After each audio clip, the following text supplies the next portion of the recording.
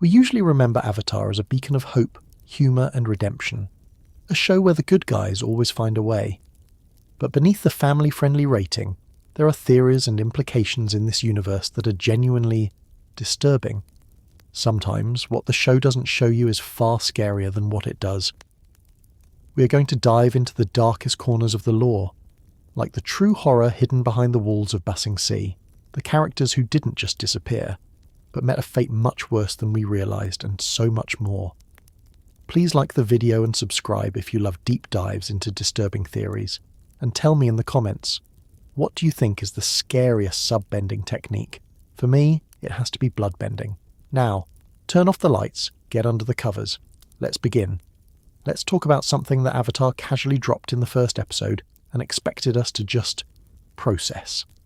A children's show opened with the aftermath of a successful ethnic cleansing campaign that wiped an entire civilization off the map. The Air Nomad Genocide wasn't a tragedy that happened off-screen in some vague mythological past. It was methodical, it was strategic.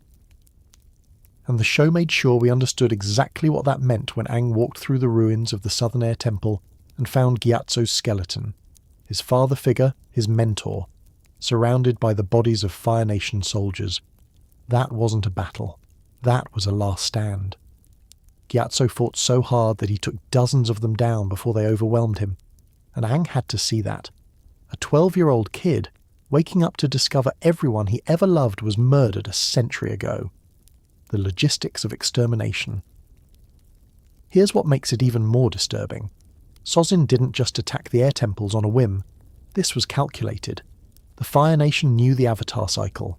Air, water, earth, fire. Roku, the previous Avatar and Sozin's former best friend, had just died. The next Avatar would be born as an airbender. Sozin's window of opportunity was narrow, maybe 12 to 16 years before that new Avatar started formal training and became an actual threat to his imperial ambitions. So what's the solution if you want to conquer the world and the universe's cosmic balancing force is about to reincarnate into a culture of pacifist monks? Simple. Kill all of them. Every single one. The Air Nomads weren't just targeted because they housed the Avatar. They were targeted because every single Air Nomad could airbend. There were no non-bending civilians to sort through, no way to tell who was the Avatar just by looking. They all wore the same robes. Most of them were bald, and culturally they were all trained as warriors in their own right. Peaceful, yes, but capable of defending themselves. Sozin couldn't exactly hold auditions, so genocide became the efficient option. A calendar. Built on mass murder. Want to know something that'll keep you up at night? The Avatar world's calendar system, the way they mark time, the way they date historical events, is based on the year of the Air Nomad Genocide. Year Zero isn't some cosmic event or the founding of a great nation. It's the year an entire people were systematically exterminated. Imagine if our real-world calendar started counting from the Holocaust. That's the energy. The Fire Nation didn't just erase the Air Nomads. They made that erasure the defining moment of modern history. The strategy didn't end there. And here's the kicker. Killing the airbenders was only phase 1. Sozin's plan was a long game. Once Aang died, and as far as Sozin knew he had died in the genocide, the Avatar would reincarnate as a waterbender, an infant, defenseless, which gave the Fire Nation at least 12 years, probably more, to hunt down and eliminate the next Avatar before they could even understand what they were. That's why the Southern Water Tribe was relentlessly raided for decades. The Fire Nation systematically captured or killed every single waterbender they could find. Katara's mother? Collateral damage in a multi-generational plan to genocide the Avatar out of existence. By the time we meet Katara, she's the last waterbender in the entire Southern Tribe. A culture that once thrived, reduced to a tiny village of survivors huddling in ice huts. If the Fire Nation succeeded with the Water Tribes, the plan would move to the Earth Kingdom. Then, eventually, cycle back to the Fire Nation itself, where they could raise a fire avatar indoctrinated with imperial ideology from birth. A cosmic weapon bred to serve the very empire it was supposed to balance. Sozin wasn't just trying to conquer the world, he was trying to corrupt the universe's fail-safe mechanism. What we watched as kids. So, yeah. We all sat down as children, watched a bald kid ride a flying bison, laughed at his penguin sledding antics in episode 1, and then the show immediately revealed that this goofy 12-year-old was the sole survivor of a genocide, that his entire culture, every person he'd ever known, every place he'd ever called home, was reduced to ruins and skeletons while he was frozen in ice, and we just kept watching. Because the show balanced that horror with hope, with humour, with the promise that Aang could still save the world despite being the last of his kind. But now, as adults, we can't unsee what that really means. The Air Nomad Genocide wasn't a plot device. It was a fully realised depiction of cultural annihilation, complete with strategic planning, execution, and a century of consequences. Avatar, The Last Airbender, really said, here's a show about war crimes and generational trauma. Also, there's a lemur. Enjoy. And somehow we did. Okay, so let's get one thing straight. Everyone treats Aang's 100-year nap in an iceberg like it was some kind of convenient time skip. A cosmic snooze button that let him dodge a century of war and wake up just in time to save the world. But what if it wasn't? What if those 100 years weren't peaceful at all? What if Aang was aware the entire time, trapped in his own body, suspended in frozen limbo, while the Avatar state kept him alive but couldn't let him wake up? We never get a clear answer about what his consciousness experienced during that century. The show glosses over it because, frankly, the alternative is the stuff of nightmares. The Avatar state, life support, or prison. Here's what we know. Aang didn't just fall asleep in that iceberg. He triggered the Avatar state out of pure panic and terror after crashing into the ocean during a storm. The Avatar state, that cosmic override mode where all past avatars take control, kept him alive by creating an air pocket and freezing him in suspended animation. It drained his life energy for a full century just to maintain that stasis.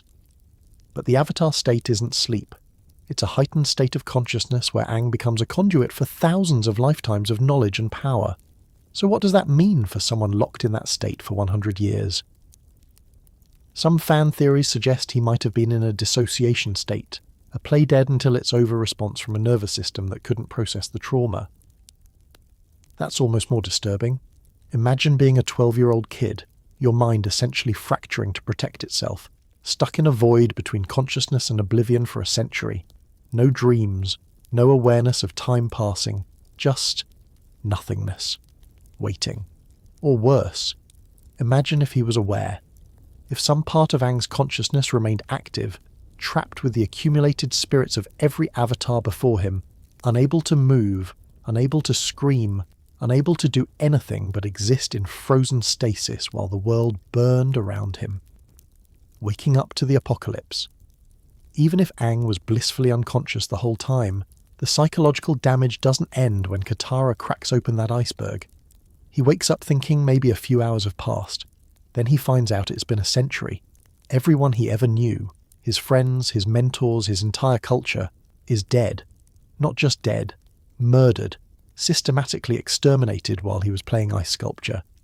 The show tries to soften this by keeping Aang optimistic, hopeful, even playful. But rewatch those early episodes as an adult, and you'll catch the moments where that mask slips.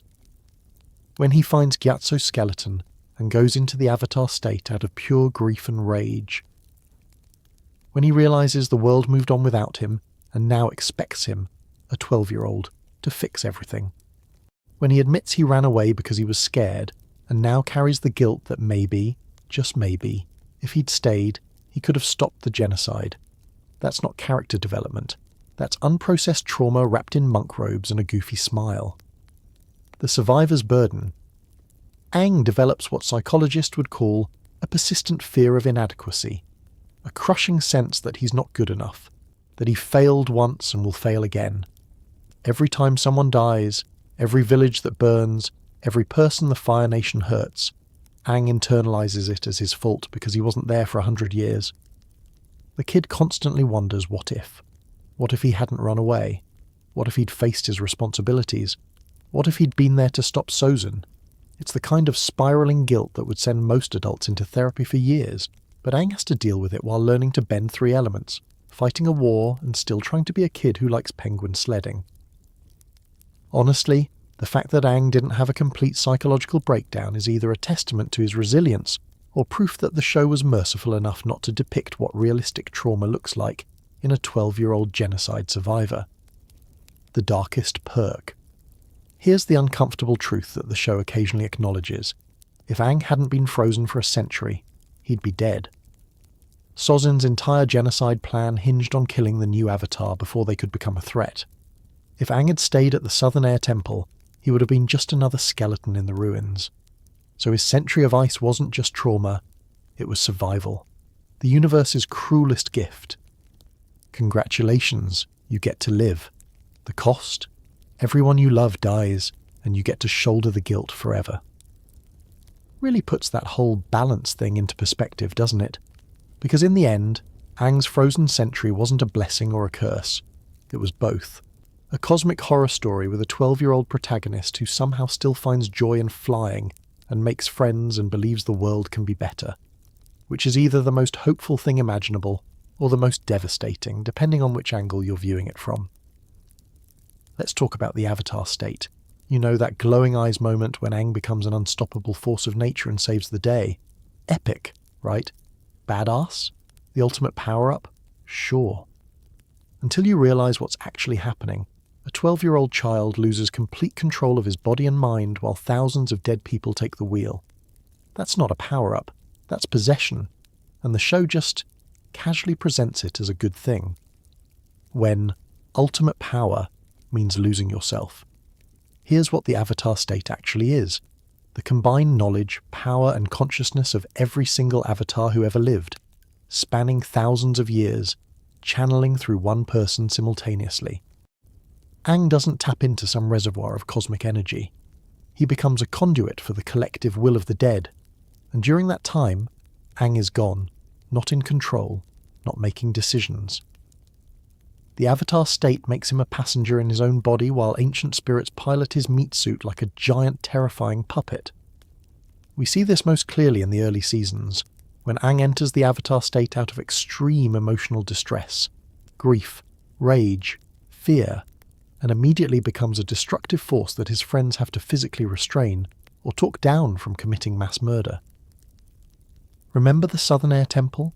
Aang finds Gyatso's skeleton, enters the Avatar state, and nearly destroys the entire temple in a tornado of grief-fueled devastation. Katara has to literally hug him back to consciousness. If she hadn't been there, who knows what he would have destroyed or who he might have hurt? That's the terrifying part. The Avatar state doesn't distinguish between friend and foe when it activates. It just acts. And Aang has to live with the consequences of whatever happens while he's blacked out. The ultimate trauma response. Think about what triggers the Avatar state in those early episodes. Life-threatening danger or overwhelming emotional trauma.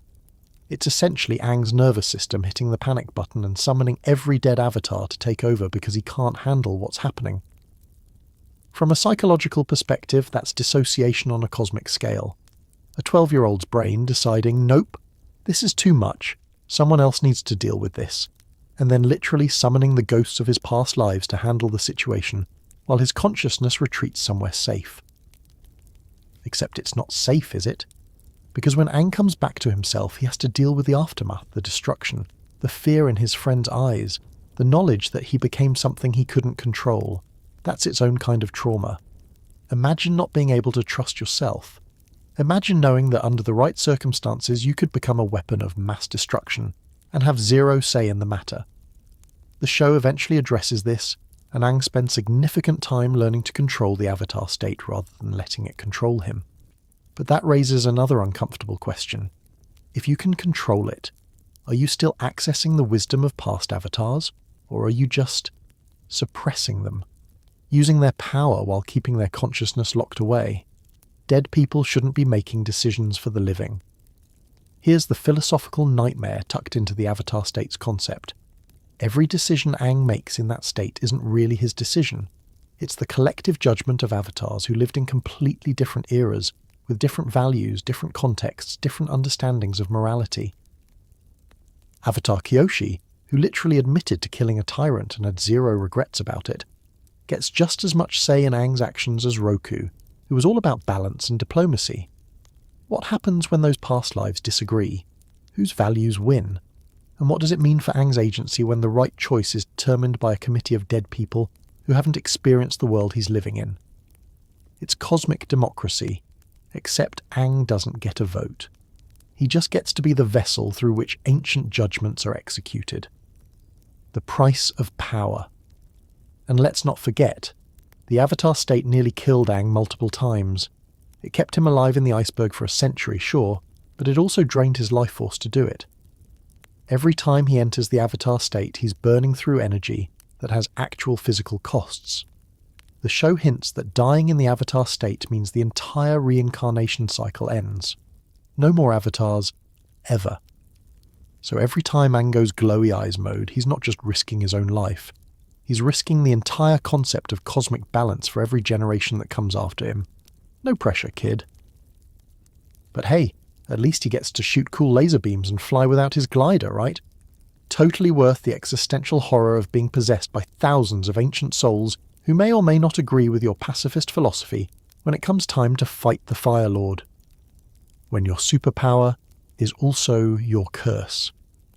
The Avatar state is presented as Aang's greatest asset, but it's also his biggest liability. It's the thing that saves the world in the finale, sure, but it's also the thing that could have gotten him killed a dozen times before he even learned waterbending.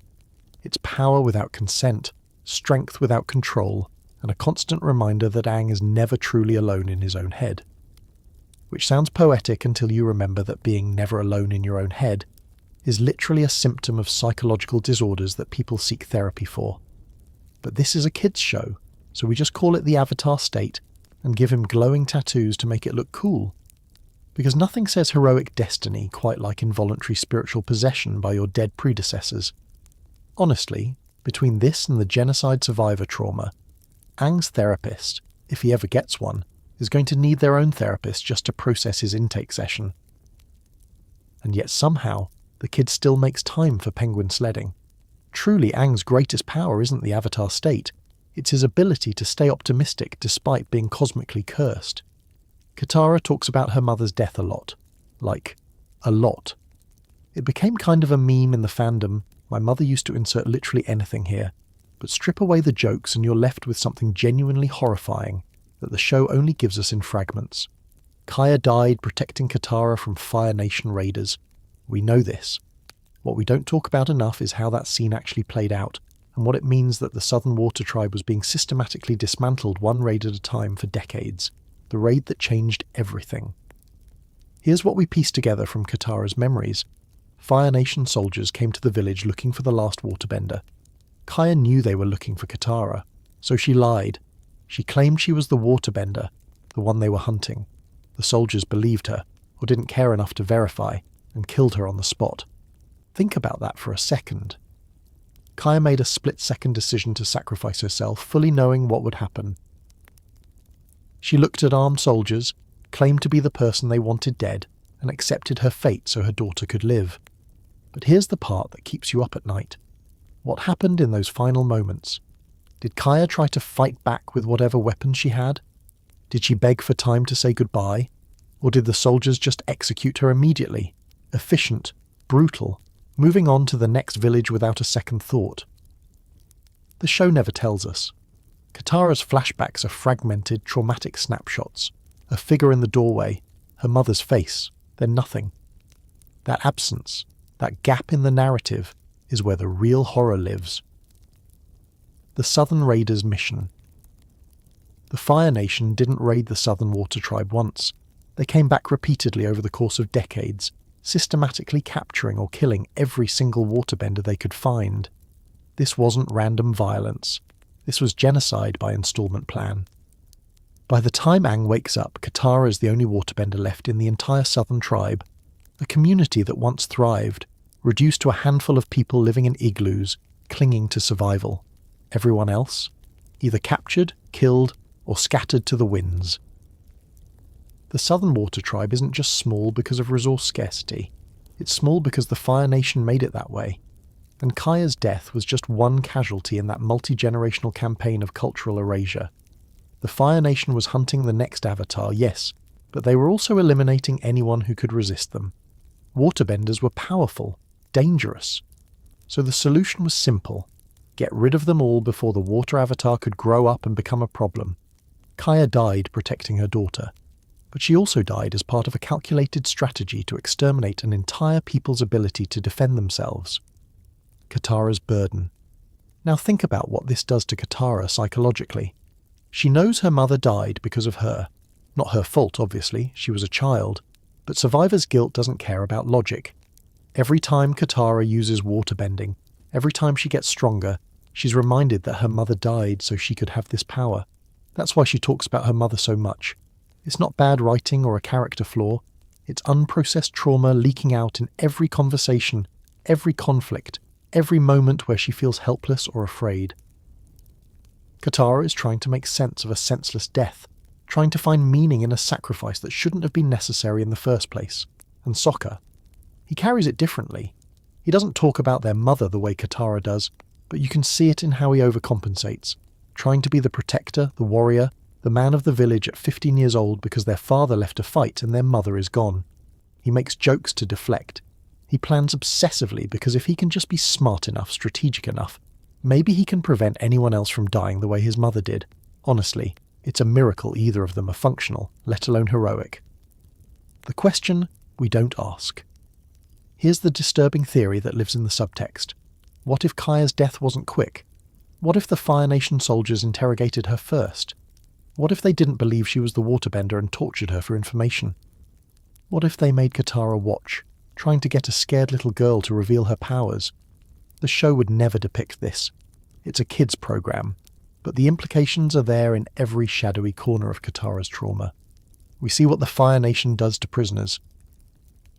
We see the concentration camps for earthbenders, the brainwashing facilities in Ba Sing Se, Hammer's decades of torture that drove her to invent bloodbending. The Fire Nation wasn't known for mercy or quick deaths. They were efficient, sure, but they were also cruel when it served their purposes. So maybe Kaya's death was quick. A soldier's blade, a burst of fire over in seconds, or maybe it wasn't, and maybe Katara has to live with not knowing. With the gaps in her memory that trauma carved out, leaving only fragments, her mother's face, a door closing, the smell of smoke. The rest is just absence, and absence can be filled with anything your mind conjures in the dark. The raid never really ended. The Southern Water Tribe survived, but survival isn't the same as healing. By the time we meet them, they're a community defined by loss. Their warriors are gone, fighting a war on the other side of the world. Their benders are gone, captured or killed. Their culture is hanging by a thread, kept alive by grand stories and Katara's determination to honour her mother's sacrifice. Kaya's death wasn't just one woman dying to protect her daughter. It was the latest casualty in a campaign of systematic erasure that spanned generations. The Fire Nation wanted to make sure the next Avatar never had a chance to grow strong, and they very nearly succeeded, all because a mother loved her daughter enough to lie to armed soldiers and accept the consequences. Sometimes heroism doesn't look like glowing tattoos and epic battles. Sometimes it looks like Kaya standing in a doorway claiming to be someone she's not, buying her child a few more years of life with her own. And sometimes that's the most devastating kind of heroism there is. Let's be real, Avatar. The Last Airbender gave us a lot of disturbing bending applications, combustion bending that makes people's heads explode, lightning that can stop your heart, earth bending that can bury you alive. But nothing, and I mean nothing, comes close to the existential horror that is bloodbending. Because bloodbending isn't just a powerful technique, it's the complete and total violation of bodily autonomy. It's someone else reaching into your veins and taking control of your limbs, your movements, your entire physical being while you remain fully conscious and aware. You become a puppet made of meat, and there's absolutely nothing you can do about it. The mechanics of nightmare fuel. Here's what bloodbending actually is. A waterbending master manipulating the water content in someone's blood and body to control their movements like a marionette. Your blood is roughly 55% plasma, which is about 90% water. Your muscles, 75% water. Your brain, 73% water. You are essentially a squishy water balloon piloted by electricity and anxiety. And a bloodbender can override all of it. They can make you walk, make you kneel, make you raise your hand and slap yourself, make you hurt the people you love while you scream internally, fully aware but completely powerless to stop your own body from obeying someone else's commands. It's like being locked in a prison made of your own flesh. But it gets worse, because bloodbending isn't limited to making you do the cha-cha slide against your will. A skilled bloodbender could theoretically stop your heart by cutting off blood flow. They could cause strokes by manipulating blood vessels in your brain. They could freeze your blood slowly or boil it, or make it clot in your arteries until you die from the inside out. The show doesn't go there, because again, kids programming, but the implications are crystal clear. Bloodbending isn't just scary because it's powerful. It's scary because it turns your own body into a weapon against you. Hammer. Victim turned monster. Now let's talk about the woman who invented this nightmare technique. Hammer. Hammer was a waterbender from the Southern Water Tribe who was captured during one of the Fire Nation raids, the same systematic campaign that eventually killed Katara's mother. She was imprisoned for decades in conditions specifically designed to prevent waterbending. No water, no moisture, just a cage and guards who made sure she stayed powerless. The Fire Nation didn't just imprison waterbenders, they tortured them. They studied them. They figured out the most efficient ways to neutralize their abilities and break their spirits. Hammer lived through that for years, watching other prisoners die, watching her culture get systematically erased, trapped in a cage, helpless, while her captors treated her like an animal, or worse, like an object to be studied and discarded. So what did Hammer do? She adapted. She innovated. She looked at the rats in her prison cell and realized they were made of water too. She practiced on them until she could control their movements. Then she used that technique to escape, by bending the blood of her guards and walking them right off a cliff or into their own prison cells. And honestly, can you blame her? When revenge becomes justice, sort of. Here's where it gets morally complicated. After Hammer escaped, she didn't just disappear. She didn't try to rebuild her life or find peace. She set up shop in a Fire Nation village and started abducting Fire Nation civilians during full moons, when her bloodbending was strongest, and locking them in a mountain prison where they'd slowly die. From a purely ethical standpoint, that's monstrous. Those villagers weren't the soldiers who imprisoned her. They were farmers, shopkeepers, regular people just trying to live their lives. They didn't personally torture Hammer. Many of them probably didn't even know about the prison camps, but from Hammer's perspective, the Fire Nation took everything from her. Her home, her freedom, her people. They turned her into a weapon through decades of suffering, and now she was using that weapon against them. Every Fire Nation citizen benefited from the war machine, even if they didn't pull the trigger themselves. Why should they get to live peaceful lives when she lost everything? That's the disturbing brilliance of Hammer's character. The show doesn't excuse what she's doing. Katara is horrified and fights back, but it also doesn't pretend her rage came from nowhere. Hammer is what happens when trauma calcifies into vengeance. When someone is hurt so badly, for so long, that mercy stops making sense, and all that's left is the desire to make others feel even a fraction of the pain you endured. She's not a villain. She's a victim who became a monster because that was the only way she knew how to survive. The legacy of violation. The worst part, Hammer forces Katara to learn bloodbending. She manipulates her into using the technique by bloodbending Sokka and Aang, making them fight each other, leaving Katara with no choice but to bloodbend Hammer herself to make it stop. Imagine that. Your first use of an incredibly powerful technique is being forced to violate someone else's body, someone from your own tribe, an elder, a survivor, just to save your friends. Katara didn't want this power. She didn't ask to learn it. But now she has it, and she can never unknow it. That's generational trauma in action. Hammer passed her pain down to Katara in the form of a technique born from torture, and Katara has to live with that knowledge for the rest of her life, the ability to take away someone's free will permanently etched into her muscle memory. Bloodbending isn't just a scary power. It's a metaphor for how trauma gets transmitted, how suffering creates more suffering, how the Fire Nation's cruelty didn't just hurt Hammer, it turned her into someone who could hurt others, who could pass that hurt to the next generation, who could ensure the cycle continues. And the truly disturbing part, the Fire Nation created bloodbending. They tortured waterbenders so thoroughly that one of them invented a technique that makes torture obsolete. They weaponized suffering so efficiently that their victims weaponized themselves back. Honestly, If there was ever proof that the Fire Nation's cruelty backfired spectacularly, it's the existence of bloodbending. They wanted to eliminate the threat of waterbenders. Instead, they created the single most terrifying bending technique in existence. Great job, Sozin. Really thought that one through. Here's a question the show never really addresses. What does bending actually cost?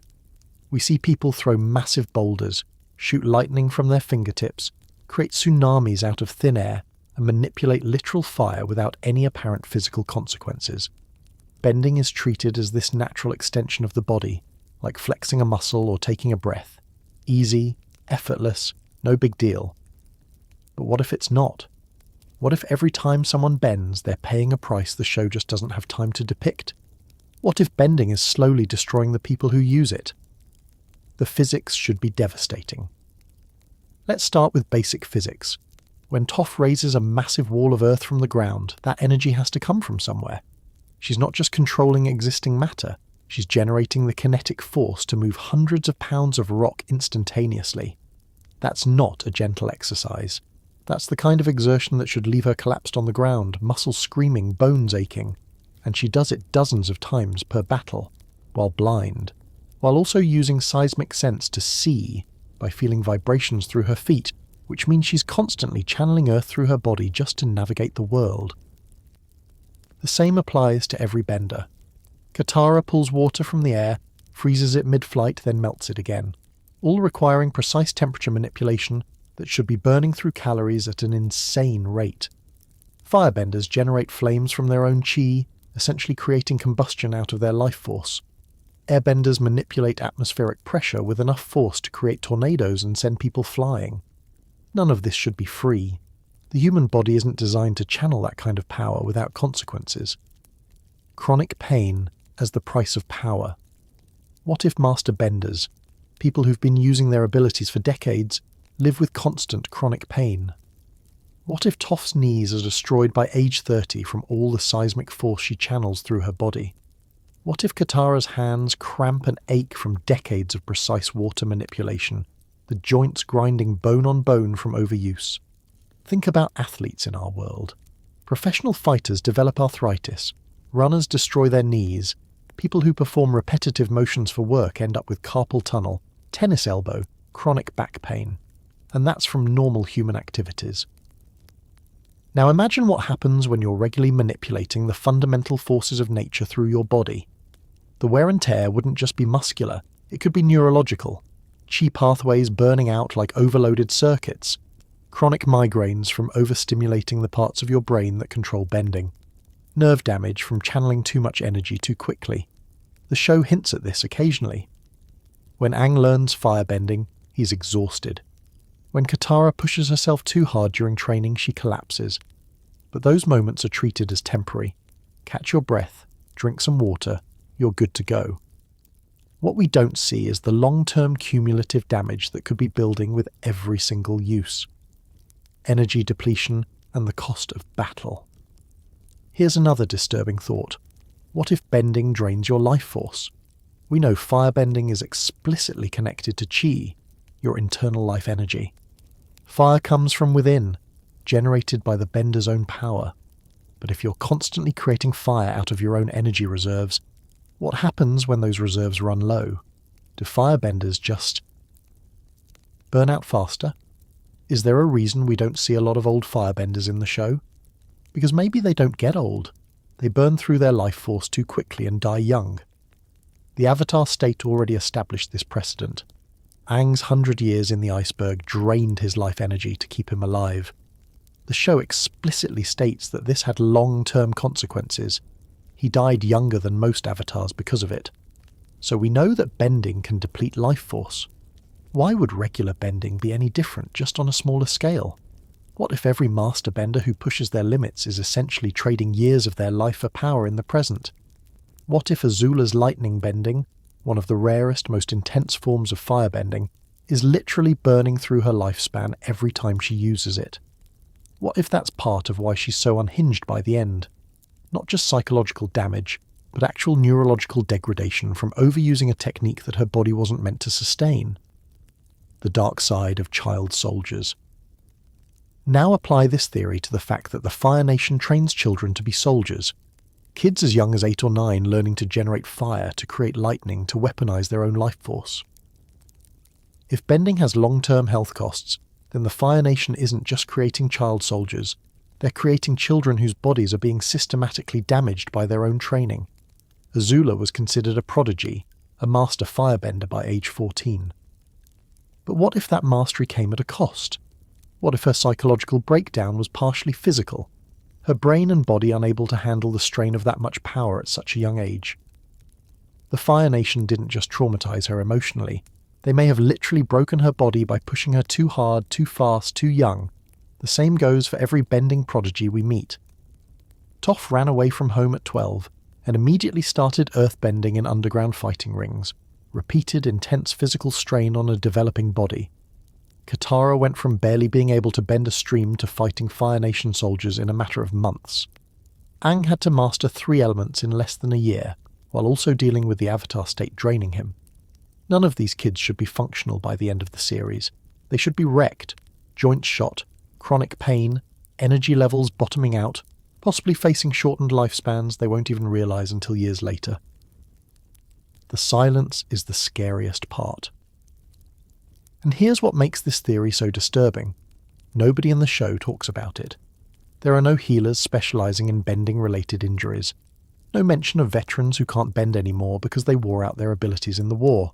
No acknowledgement that this incredible power might come with a terrible cost, which means either bending truly is consequence-free, a cosmic gift with no strings attached, or the cost is so normalised, so accepted, that nobody even questions it. Maybe every bender knows they're trading health for power, and they just do it anyway. Because what choice do they have when there's a war on, and the Fire Nation is at the gates? Maybe that's the most disturbing part. Not that bending might hurt, but that, even if it does, even if every master bender is living with chronic pain and shortened lifespans, they'd still do it. Because the alternative is being powerless in a world where power is the only thing keeping you alive. Or maybe, just maybe, the show didn't go there because depicting 12-year-olds slowly destroying their bodies with magical powers was a bit too dark for a kids' program. Either way, the next time you watch an epic bending battle, just remember, those cool moves might be costing them more than we'll ever see on screen. And suddenly, Toph's "I'm the greatest earthbender in the world" confidence hits a little different when you realise she might be paying for that title with every step she takes. But hey, at least she looks awesome doing it, right? Let's talk about one of the most disturbing characters in Avatar, the Last Airbender. And no, I don't mean Azula or Ozai. I'm talking about the guy who literally has a third eye tattooed on his forehead that he uses to make things explode from a distance. Yeah, that guy, Combustion Man. The show introduces him like he's just another assassin Zuko hired to track down the Avatar. Tall, silent, intimidating, shoots fire-powered explosions from his forehead. Cool design, right? Except the show never, and I mean never, explains where he came from, how he got that ability, or what the actual hell is going on with that third eye. And the more you think about it, the more horrifying the implications become. Combustion bending isn't natural. Here's what we know. Combustion bending is an extremely rare form of firebending that allows the user to create remote explosions by focusing their chi through their forehead. It's precise, devastating, and requires an incredible level of control. Only a handful of people in the entire Avatar universe can do it. But here's the thing. Every other specialised bending technique we see has a logical progression. Metal bending? Toph figured it out by sensing the earth impurities in metal. Lightning bending? An advanced firebending technique passed down through Fire Nation royalty. Blood bending? Hammer invented it out of desperation in a prison cell. Combustion bending, though? There's no training montage, no ancient scrolls, no wise master passing down the technique. Combustion Man just has it. Along with that very deliberate, very prominent third eye tattoo placed exactly where his combustion point is located. That's not a coincidence. That's a marker. The third eye, symbol or scar. Let's think about what that tattoo might actually represent. In our world, tattoos can be decorative, cultural, spiritual, or they can be marks of ownership, identification, experimentation. Prisoners get numbers, lab subjects get codes, Soldiers get serial identifiers. What if Combustion Man's third eye isn't a cool design choice? What if it's a designation? A way to mark someone who's been modified, experimented on, or genetically altered to channel combustion through a specific point on their body. The Fire Nation has already demonstrated they're willing to torture waterbenders for decades in specialized prisons designed to study and neutralize their abilities. They've shown they understand chi blocking, energy manipulation, and the mechanics of bending on a level that allows them to weaponize it. So why wouldn't they experiment with their own people to create more powerful soldiers? Think about it. Combustion bending is the perfect military weapon. Long-range explosions, no visible projectile, no need for ammunition or supplies. Just point your forehead at the target and boom! Instant devastation. If you could create soldiers with that ability, you'd have an unstoppable army. The Fire Nation's history of human weapons. We know the Fire Nation has no moral qualms about turning people into weapons. They indoctrinate children from birth to believe genocide is justified. They train kids as young as 8 to generate fire and fight. Azula was groomed from childhood to be the perfect weapon, emotionally manipulated, psychologically broken, and weaponized by her own father. So taking that one step further, modifying someone's body, surgically or through some kind of chi manipulation, to create combustion benders? That's not a stretch. That's a logical extension of everything else the Fire Nation has already done. And Combustion Man, he doesn't speak. Not once in the entire series. He communicates in grunts and gestures. What if that's not a character choice? What if he can't speak because whatever was done to him damaged his vocal cords, or his brain, or his ability to form coherent thoughts beyond find target, eliminate target? He's not a person anymore. He's a weapon, a tool, a failed experiment or a successful one, depending on how you measure success. Walking, breathing, killing on command, but devoid of personality, identity, or autonomy. Pali, the second data point. If you've seen The Legend of Korra, you know Combustion Man isn't unique. There's another combustion bender named Pali who shows up as part of the Red Lotus. She also has distinctive forehead markings. She also has incredibly rare abilities. And her backstory. She was held captive as a child by a warlord who collected people with rare talents. 2 combustion benders, both with forehead markings, both with mysterious, unexplained origins, both treated as weapons or prisoners at some point in their lives. That's not random chance. That's a pattern. And patterns suggest intention, design, experimentation. The body horror. We don't see.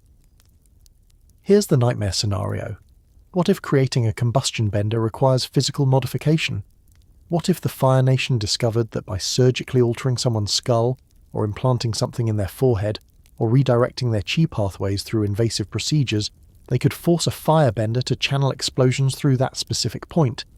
The show would never depict this. It's way too dark for a kids' program, but the implications are there. Combustion Man's metal arm and leg suggest he's already survived significant physical trauma. What if that trauma wasn't accidental? What if it was intentional? Part of the process that made him what he is. Imagine being strapped to a table while Fire Nation scientists experiment on your chi pathways.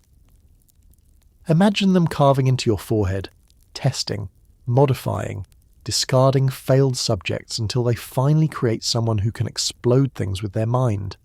Imagine surviving that process and being left with a third eye tattoo as a permanent reminder of what was done to you.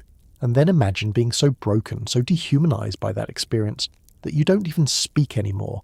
You just follow orders, hunt targets, explode things on command.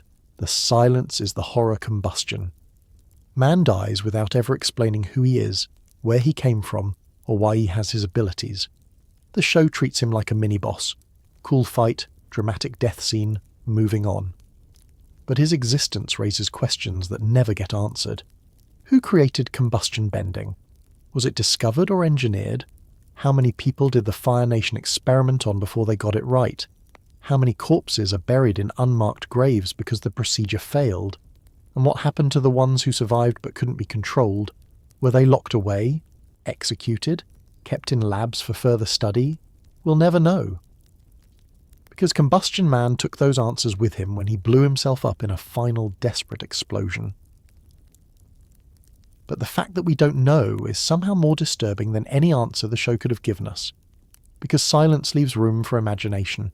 And imagination, combined with everything we already know about Fire Nation cruelty, can conjure horrors far worse than anything a kids' show could depict. So, yeah. Combustion Man. The silent assassin with a third eye who shoots explosions from his forehead. Just another quirky character in a fun animated series. Definitely not the product of systematic human experimentation and body horror that the Fire Nation probably covered up after the war ended. Totally normal. Nothing to see here. Move along. Except that Third Eye is still staring at you, even in your nightmares, and you can't stop wondering what they did to him. Dai Li is adorable. Pink outfit, bubbly personality, does acrobatics, talks about auras and positive energy. She's like if a cheerleader and a circus performer had a baby who was also secretly a living weapon of mass paralysis. Because let's not forget, Dai Li can shut down your entire nervous system with a few precise jabs, leaving you completely paralysed and helpless on the ground while she backflips away giggling about how your aura is looking a little grey today. And the show treats this like it's no big deal. Temporary paralysis. They'll be fine in a few minutes. Totally harmless compared to, actual bending. Except, what if it's not harmless? What if every time Dai Li jabs someone's pressure points, she's causing cumulative neurological damage that the show just doesn't have time to address? What chi blocking actually does. Chi blocking works by striking specific pressure points on the body to disrupt the flow of chi through a person's energy pathways. In the Avatar universe, chi is the life force that flows through everyone. Benders use it to manipulate elements, but everyone has it regardless of bending ability. When Dai Li blocks someone's chi, she's essentially severing the connection between their brain and their body. The signals stop flowing, muscles don't respond, limbs go limp. If you're a bender, you can't access your abilities because chi blocking cuts off your access to the energy that powers them. Now the show depicts this as temporary. Someone gets chi blocked, they collapse for a scene or two, and then they're back up and fighting like nothing happened. Convenient. Clean. No lasting consequences. But think about what's actually happening from a physiological standpoint. Dai Li is disrupting nerve pathways, energy flow, and the bioelectrical signals that make your body function. That's not like flipping a light switch off and on. That's more like cutting power to specific circuits and hoping they reboot correctly. The nerve damage question. In our world, nerve damage is serious business. Pinched nerves cause chronic pain. Spinal injuries lead to permanent paralysis. Even temporary nerve compression, like when your leg falls asleep, can be uncomfortable and takes time to fully resolve. Now imagine someone jabbing pressure points on your spine, your joints, your major nerve clusters with enough force and precision to shut down your entire body. Even if the effect is temporary, there's no way that's happening without some level of physical trauma.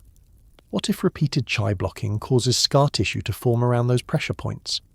What if it gradually degrades the integrity of your energy pathways until one day they just don't work right anymore? What if benders who get chi blocked repeatedly start losing fine control over their abilities, not because they're blocked in the moment, but because their chi flow has been permanently disrupted by accumulated damage?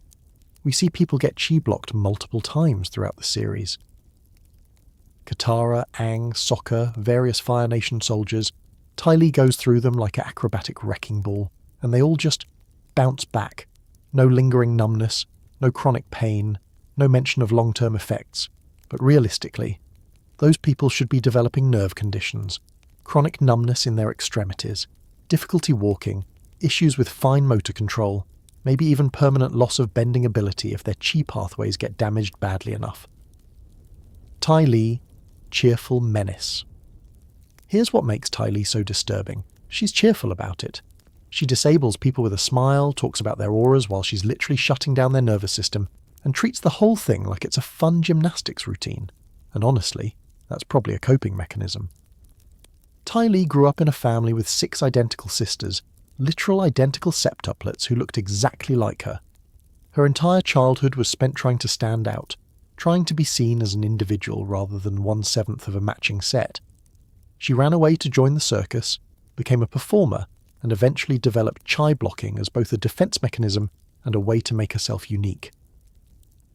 But think about what that means.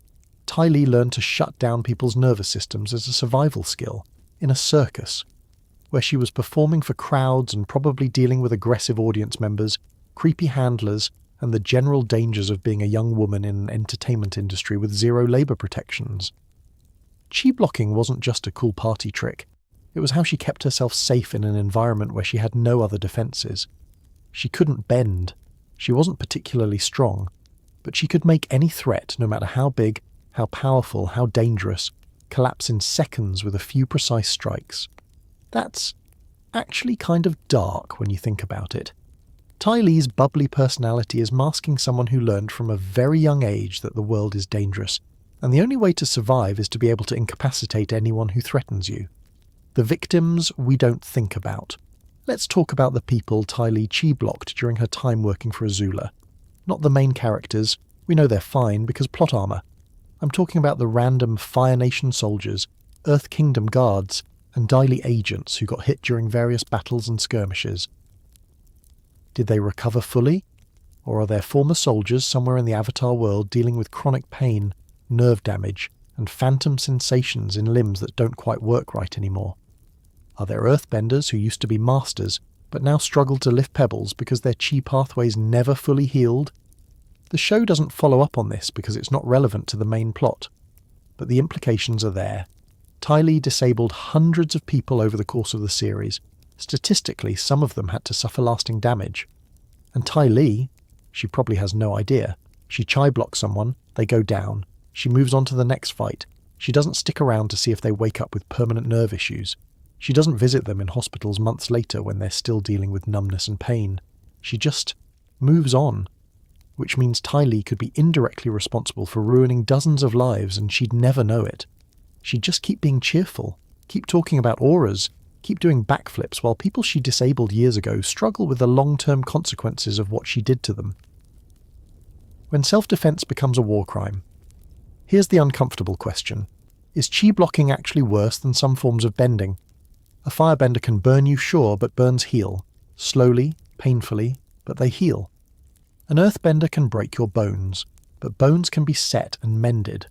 Even waterbenders and their blood-bending horror show eventually let go, and your body returns to your control. But chi blocking? That's neurological interference. That's messing with the fundamental systems that make your body work. And if it causes permanent damage, even in just a small percentage of cases, that might actually be more ethically problematic than a lot of the bending we see in the show. At least with bending, you know what you're getting. Fire burns, water drowns, earth crushes. The consequences are immediate and visible. Chi blocking's consequences might not show up for years, and by the time they do, Dai Li is long gone, completely unaware that her harmless technique left someone with chronic debilitating pain that will haunt them for the rest of their life. The smile that hides everything. In the end, Dai Li is one of the most unsettling characters in Avatar, not because she's villainous, but because she's not. She's genuinely kind, genuinely caring, and genuinely trying to do her best in a world that's been nothing but cruel to her. But that doesn't change the fact that her signature technique might be causing permanent neurological damage to everyone she uses it on. And the scariest part? She'll probably never know. She'll just keep smiling, keep doing her acrobatics, keep being the cheerful, bubbly girl who can shut down your entire nervous system before you even realise she's moved. Honestly, if you're going to be terrified of anyone in the Avatar universe, maybe it shouldn't be the guy who shoots lightning or the woman who bends blood. Maybe it should be the acrobat in pink who can paralyse you with a smile and a pressure point jab, and might accidentally ruin your nervous system for life without ever realising what she's done. Let's talk about earthbending for a second. You know, the bending style that everyone thinks is the most straightforward and honest of the four elements. Earth is solid, dependable, grounded, literally. Earthbenders are tough, practical, no-nonsense people who stand their ground and tell it like it is. Cool, great, very inspiring. Now let's talk about how earthbending is actually the perfect tool for getting away with murder. The undetectable disappearance. Here's the thing about earthbending that nobody really discusses. An earthbender can make you disappear without a trace in about 3 seconds flat. No body, no evidence, no witnesses, just gone. Think about it. You're walking through a forest, a canyon, anywhere with dirt or stone beneath your feet. An earthbender doesn't like you. Maybe you saw something you shouldn't have. Maybe you owe them money. Maybe you're just in the wrong place at the wrong time. One moment, you're standing on solid ground. The next, the earth opens up beneath you like a hungry mouth, swallows you whole and closes back up as if nothing ever happened. You're buried 10, 20, maybe 30 feet down. No air, no light, no way out. And above you, the ground looks completely undisturbed. Just another patch of ordinary earth that nobody would ever think to dig up. The perfect crime. No murder weapon, no forensic evidence, no body to find. Just a missing person who could be anywhere, and an earthbender casually walking away while you suffocate in your underground tomb. Honestly, the fact that earthbenders aren't constantly committing unsolved murders is either a testament to their moral character, or proof that they absolutely are and nobody's figured it out yet. The Dai Li's favourite trick. We actually see hints of this throughout the series, particularly with the Dai Li, Ba Sing Se's secret police, who are absolutely, definitely 100% not running a totalitarian surveillance state under the guise of maintaining order. The Dai Li are earthbending masters, and their entire operation is built on making problems disappear. Dissidents? Gone. People asking uncomfortable questions? Vanished. Anyone who threatens the carefully maintained lie that there's no war in Ba Sing Se? They end up in Lake Laogai getting their memories erased, assuming they're lucky enough to make it there alive. But here's the question. How many people didn't make it to Lake Laogai? How many problems did the Dai Li solve with a quick earthbending burial in the lower ring where nobody asks questions and nobody investigates disappearances? The show focuses on the brainwashing facility because that's the horror we can see, the conspiracy we can uncover. But the bodies buried under the streets of Ba Sing Se, those stories died with them, literally. Toph's lie detection, power or invasion. Now let's talk about Toph's seismic sense and her ability to detect lies by feeling people's heartbeats through vibrations in the ground. On the surface, this seems awesome. Toph can tell when someone's lying. She's a living lie detector. Super useful for the team, right? Except think about what that actually means. Toph can monitor your cardiovascular activity without your consent or knowledge. She can feel your heart rate spike when you're nervous, scared, or lying. She can sense your physical responses to emotional stimuli, which means she's basically reading involuntary physiological data from your body anytime you're standing on the ground near her. That's not just a cool power, that's a massive invasion of privacy. Imagine knowing someone can feel your heartbeat, your breathing patterns, every micro-movement your body makes, and use that information to judge whether you're being truthful. You can't hide. You can't even control your own body's stress responses. Toph knows. She always knows. And she's 12 years old, completely unregulated, with zero oversight and no concept of how ethically complicated this ability actually is. Sure, she uses it to help Team Avatar. But what happens when Toph gets older and realizes she can use this ability for personal gain? Interrogations, criminal investigations, business negotiations where she can detect every bluff, every nervous tell, every lie before it's even finished leaving someone's mouth? That's not justice. That's omniscience. And giving one person that kind of power, no matter how noble their intentions, is terrifying. The criminal potential. Let's go full crime procedural for a minute and think about what an earthbender with malicious intent could actually do. Scenario 1. The silent execution. You're sleeping in your home. Stone walls, stone floor. Pretty standard in the Earth Kingdom.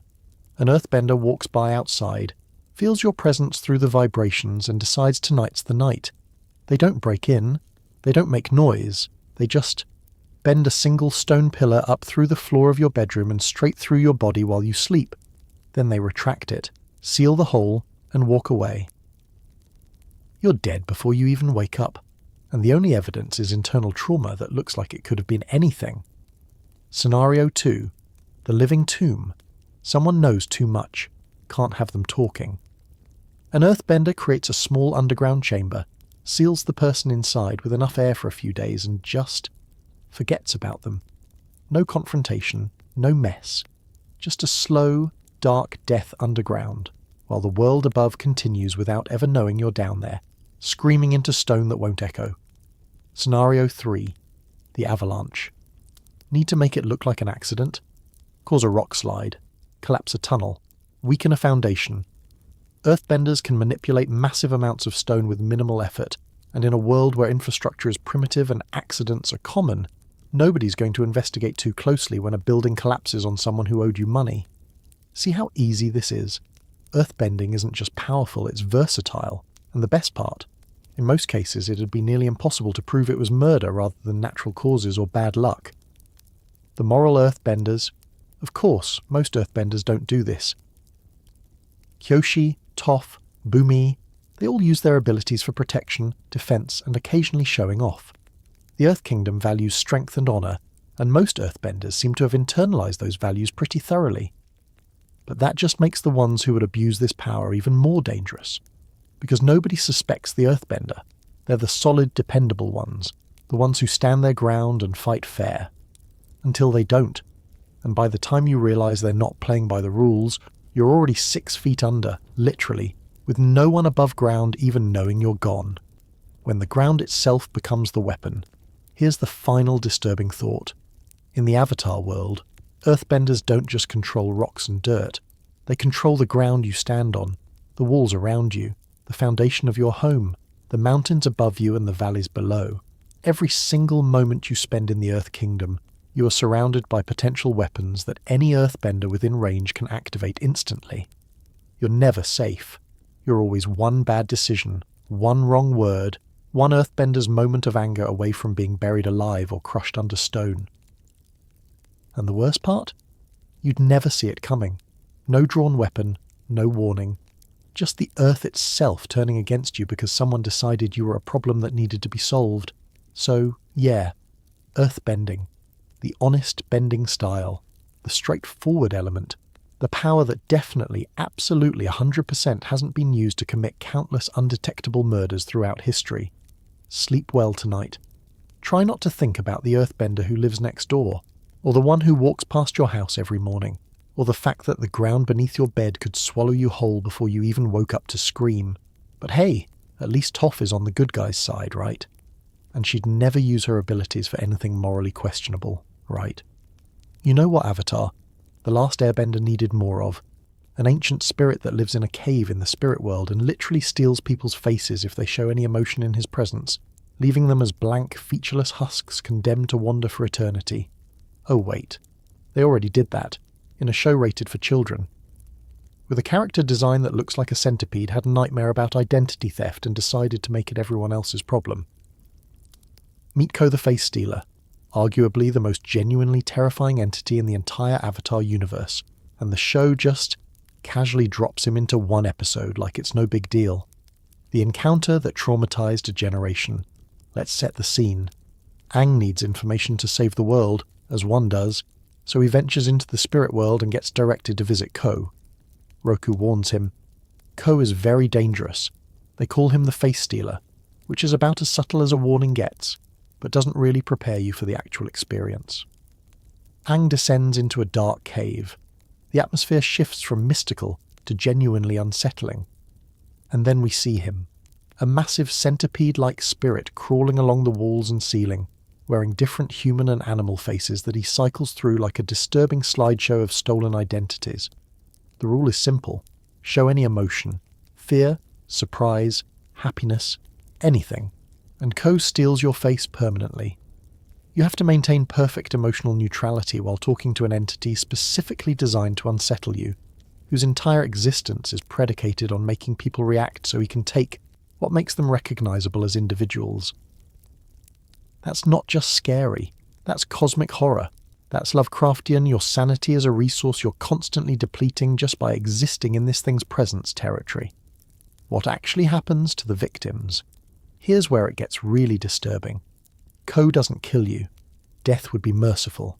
Instead, he takes your face, your identity, your ability to express emotion, your capacity to be recognized by anyone who ever loved you, and leaves you alive. We see one of his victims briefly, a faceless figure wandering the spirit world, a blank slate where a person used to be. No eyes, no mouth, no features whatsoever, just smooth skin where their humanity used to exist. Imagine that existence. You're still conscious, still aware, still you on the inside, but nobody can see you anymore.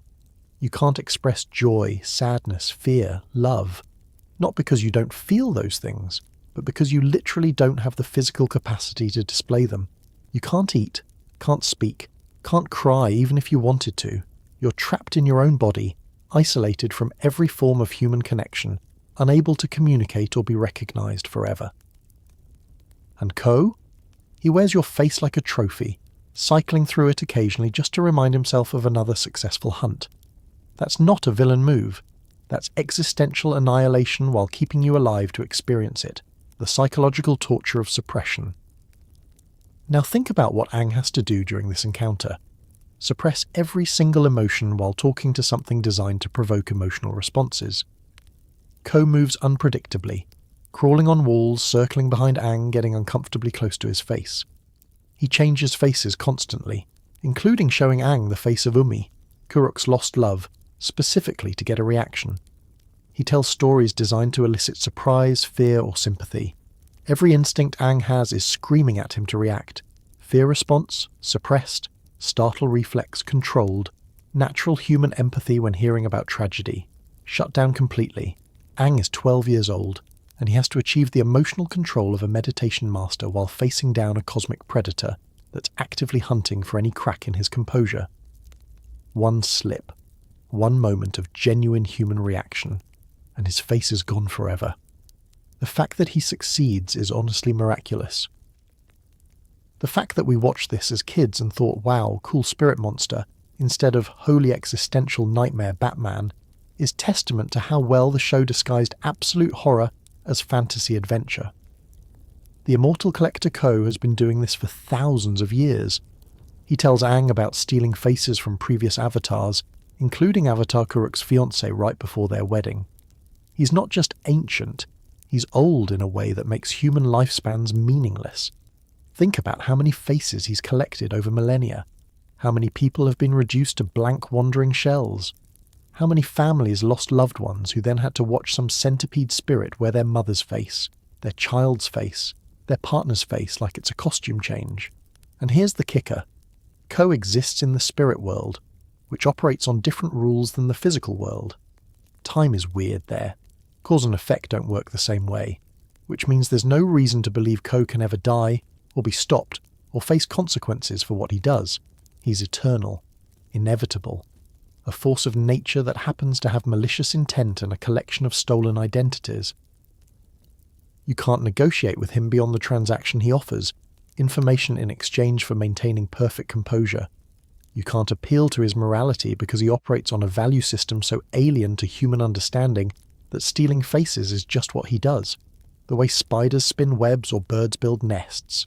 Koh is the universe's reminder that some things are simply too vast, too old, and too other to be understood or defeated. You can only hope to survive the encounter by denying your own humanity long enough to escape. Why this works in a kids' show. The genius of Koh is that the show presents him in a way that's viscerally scary without being explicitly violent. There's no blood, no graphic descriptions, just the slow, creeping realization that you're watching a 12-year-old suppress his fear response while talking to something that collects people's identities for fun. Kids watching this episode feel the tension, even if they don't fully understand the existential implications. Adults watching it realize they're seeing cosmic horror, the kind where the true terror isn't what the monster does to your body, but what it does to yourself. Koh doesn't want to eat you or hurt you in conventional ways. He wants to erase what makes you recognizable, to take your identity and add it to his collection while leaving you alive to experience the loss. That's the stuff of nightmares that don't fade when you wake up. The face. You'll never get back. One last disturbing detail. There's no indication that Koh's victims ever get their faces back. No magical cure. No way to reverse what he's done. Once your face is stolen, that's it. You're faceless forever, and Koh gets to wear your identity whenever he feels like it. The impermanence of that loss is what makes it truly horrifying. You can't earn it back, can't fight for it, can't negotiate or bargain. It's just gone, and you have to exist without it for the rest of eternity. So, yeah, Koh the Face Stealer, a cosmic horror entity living in a children's show, reminding us that sometimes the scariest monsters aren't the ones who want to kill you. Sometimes they're the ones who want to make you wish you were dead while keeping you very much alive. Sweet dreams, kids. Try not to show any emotion while you sleep. You never know who might be watching, waiting for you to slip up so they can take what makes you you. But hey, at least Koh gave Aang the information he needed to find the ocean and moon spirits. Totally worth the risk of having your face stolen and spending eternity as a blank wandering husk, right? Right? Okay, so the spirit world seems cool at first glance, right? Mystical floating islands, giant pandas, glowing forests, wise spirits who can offer guidance and wisdom.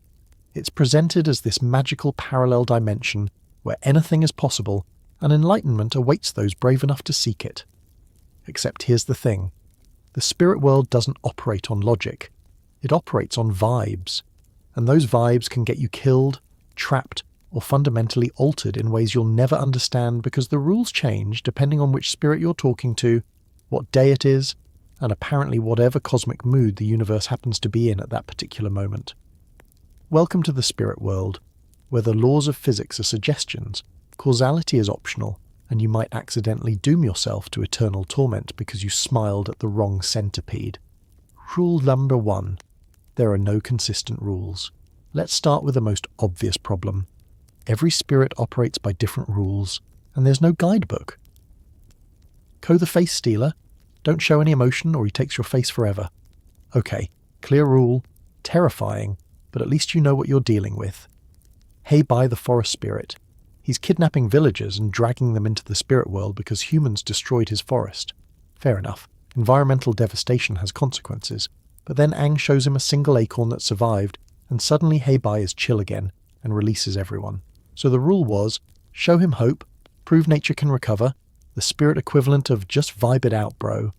Wan Shitong, the knowledge spirit, his library exists in both worlds, and his rule is don't use knowledge for war. Reasonable. Except he decides to sink his entire library into the spirit world, taking Appa with it, because one person, Zhao, abused knowledge he gained there. Collective punishment for an individual's crime isn't exactly fair, but try arguing with a several story tall owl who's already made up his mind. The point is, you can't learn the spirit world's rules ahead of time because they're arbitrary. Each spirit makes up their own code of conduct, and violating it can have consequences ranging from mild inconvenience to eternal damnation, with no way to predict which. Time doesn't work, and neither does your body. Here's another fun wrinkle. Time in the spirit world doesn't match time in the physical world. Aang spends what feels like maybe an hour or two in the spirit world during his first visit. He wakes up in his body to discover a full day has passed and his friends are in mortal danger. Iroh mentions that people can spend years in the spirit world and return to find centuries have passed, or vice versa. So not only do you have no idea what the rules are, you also have no idea if you'll return to find everyone you love aged to death, or if you'll have been gone for 5 minutes. Time is relative, causality is negotiable, and your sense of when you are becomes meaningless the moment you cross over. Oh, and your body. It stays behind in the physical world, completely vulnerable, while your spirit goes wandering. If someone finds your body and, say, moves it, or hurts it, or throws it off a cliff while you're spirit walking, congratulations, you're either severely injured when you return or you just straight up die and get permanently stuck in the spirit world. No pressure though. Just leave your meat suit lying around unguarded while you chat with a talking badger mole about the nature of existence. What could go wrong? You can get trapped. Forever. Remember Zhao? The Fire Nation admiral who killed the moon spirit and then got dragged into the spirit world by the ocean spirit as punishment? Yeah, he didn't die.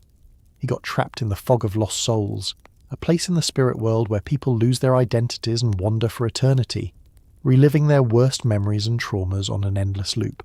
That's not death. That's worse than death. That's your consciousness being preserved in a state of perpetual psychological torture, with no possibility of escape, redemption, or peace. And the spirit world just has places like that. Whole regions designed to trap humans and break them mentally for all eternity. The fog of lost souls isn't even guarded by a malicious spirit.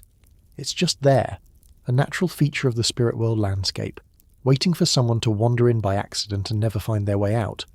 So if you cross into the spirit world, not only do you not know the rules, and not only does time work differently, but you could also accidentally stumble into a zone that traps you in an eternal nightmare. And there's no map, no warning signs, no spirit guide saying, hey, maybe don't go that way unless you enjoy existential suffering. You just have to hope you don't take a wrong turn. Spirits can just do whatever. Here's the thing that makes the spirit world truly terrifying. Spirits have power in ways that humans fundamentally don't, and they can use that power however they want with zero accountability. The ocean and moon spirits can amplify or nullify water bending on a global scale. Heibai can cross between worlds and kidnap people. Koh can steal your face. Wan Shitong can trap you in his library. And those are just the spirits we meet in the show. How many other spirits are out there with equally bizarre and horrifying abilities? How many of them hold grudges? How many of them have alien moral systems that consider human suffering irrelevant or even entertaining? The spirit world isn't governed by democracy or justice, or any system humans can appeal to. It's governed by individual spirits who make their own rules and enforce them with cosmic-level power.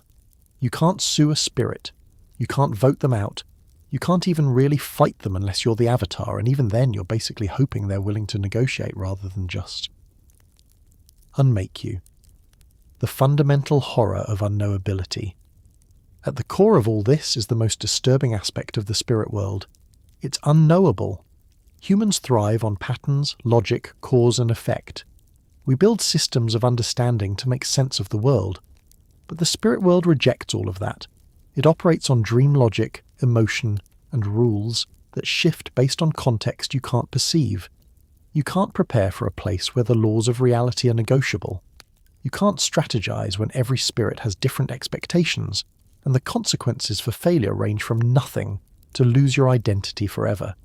You just have to walk in, hope you don't offend anyone, and pray you make it out intact. That's cosmic horror. Not the kind with tentacles and elder gods, but the kind where the universe simply doesn't care about your need for structure, meaning, or fairness. The spirit world exists. It has power over you, and it will never ever make sense in terms you can fully understand. So yeah, the spirit world is beautiful, mystical, and full of wisdom. It's also an arbitrary nightmare dimension, where the rules are made up, time is meaningless, and you could get your face stolen by a centipede for having the audacity to feel surprised. But hey, at least the glowing trees are pretty. Totally worth the risk of eternal damnation, right? Right? Let's talk about everyone's favourite several-story-tall owl spirit who got really mad when Team Avatar used his library to gain tactical military advantage and then proceeded to bury the entire building in the desert while they were still inside. You know, Wan Shitong. He who knows 10,000 things. The knowledge spirit who gave humanity access to the greatest repository of information in the world and then took it all away because, shocking, humans kept using that knowledge to hurt each other. And here's the uncomfortable truth we need to sit with. He was right to do it. The deal was always clear. Wan Shitong's rule for his library was incredibly simple. You can access infinite knowledge, learn about any subject across history and cultures, browse to your heart's content.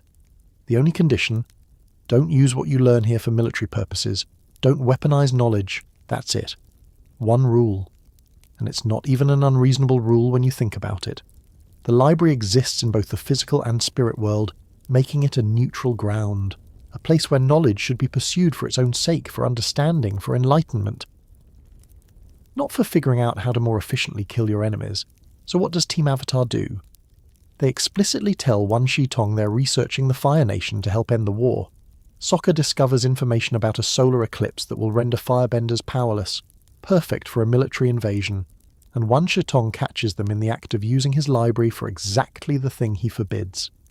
The gang argues that they're the good guys, and they're using the knowledge to end the war, not perpetuate it.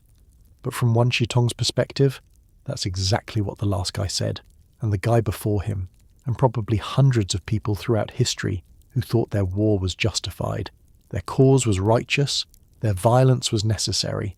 Admiral Zhao ruined it for everyone. Here's the thing that makes Wan Shitong's decision even more understandable.